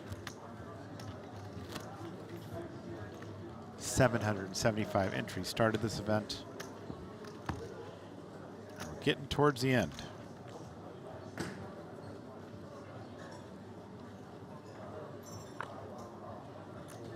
All in. An all in from James with 2 5s. Ilia with jack 6.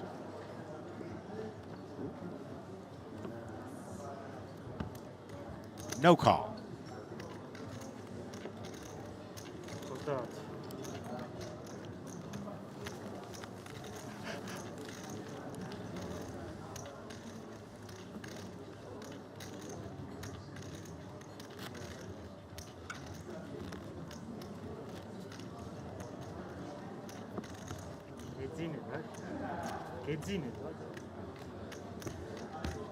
Like 100, sir.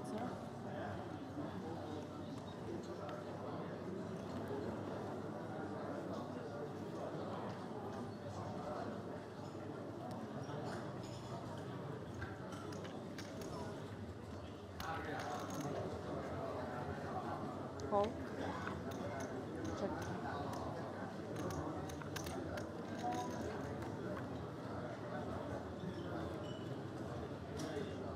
Check. Check.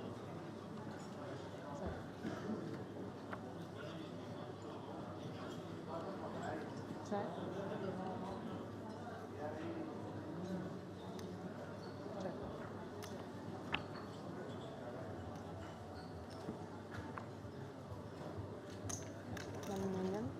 Bet of 1 million from James with a pair of threes on the river. Ilia had that flush draw. All in. All in from Ilia.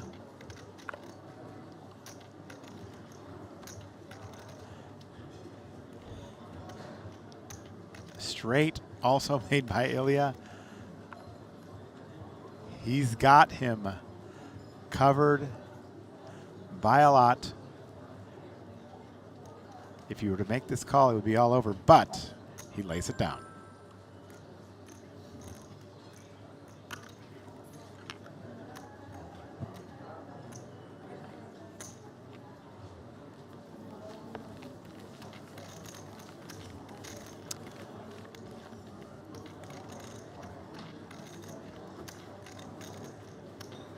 Ilia now with the commanding chip lead. Justin Hammer in the background. These dealers have been great. Justin came in to work as a TD this week. Matt Savage here as the Executive Tour Director of the World Poker Tour. Tony Dunst, fellow commentator, also played in the event.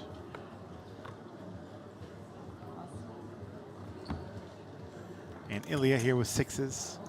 Takes down this pot.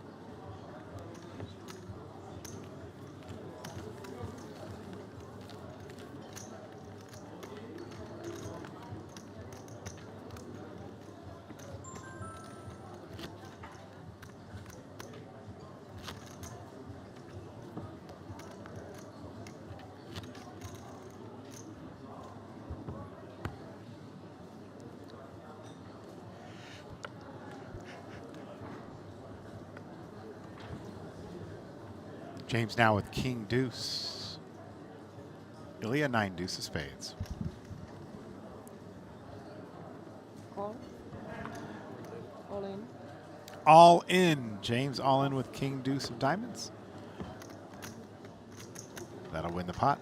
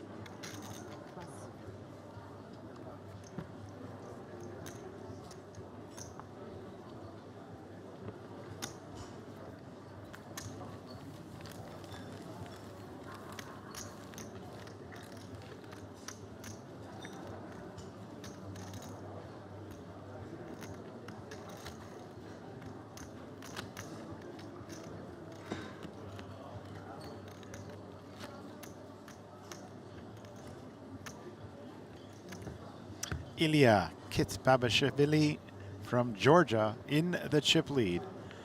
James Mahoney from England still in there. 255,000 per second, 401,100 plus that seat to the WPT World Championship for first place.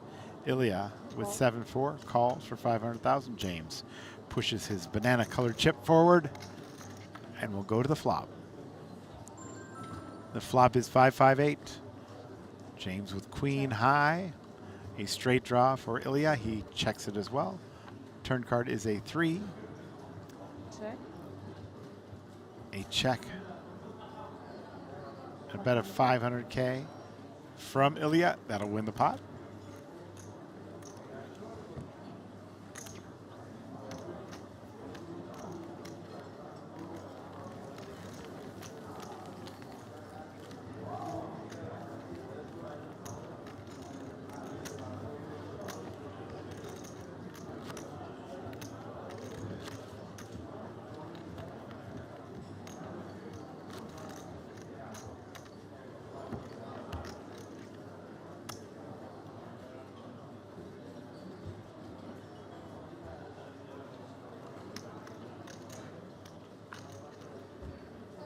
No call. Ilia gets a walk.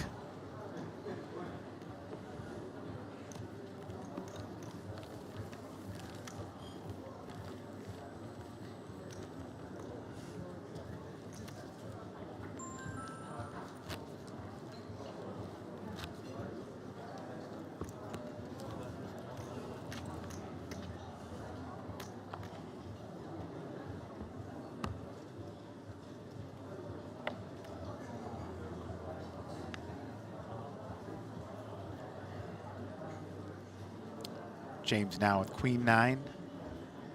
Ilia on the button first to act with King 3. He's moved all in. No call from James. Ilia takes down another one.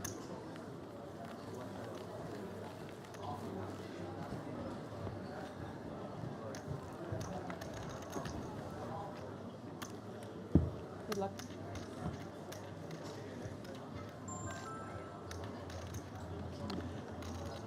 $69 big blinds, 34 million, 375, 4.3 million for James Mahoney. Ilia Kichbavashvili is our chip leader.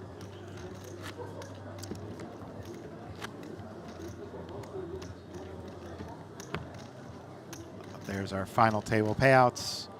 82,000 for the 6th place. First place over 400,000. Crazy. 2 5s for James. He's all in. 8-7 of spades for Ilia. He's made the call. And this Two could overcards. be it. Well, as we said much earlier in the broadcast, to win these big ones, you got to win your flips. Ilia just a flip away from a WPT title and an enormous career-defining score. A man whose largest score going into this final table was $7,700. Amazing. Quite a week. And the flop is a 7, a 6, and a jack. Ilia has jumped out into the chip lead. James needs a 5 or a backdoor straight. A deuce on the turn. That kills that idea. He's down to 2 outs, Tony. Oh, very calm in this big moment. Can he hold up here? Yes! Ilia has done it! Eliminates James in 2nd place.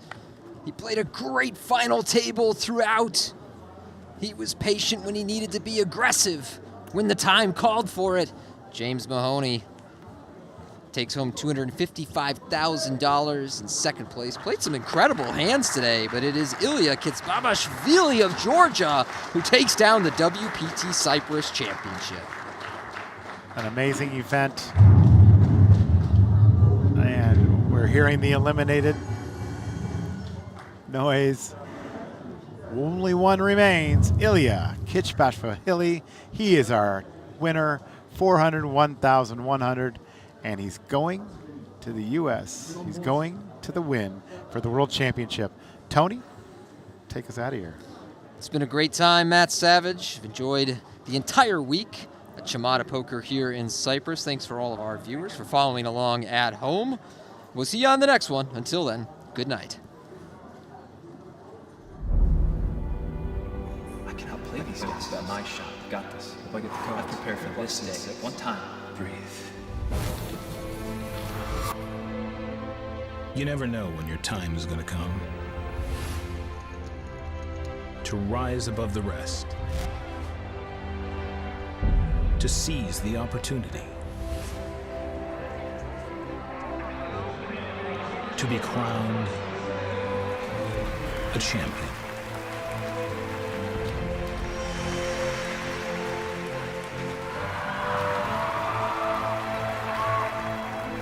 Is it time for your story to be told?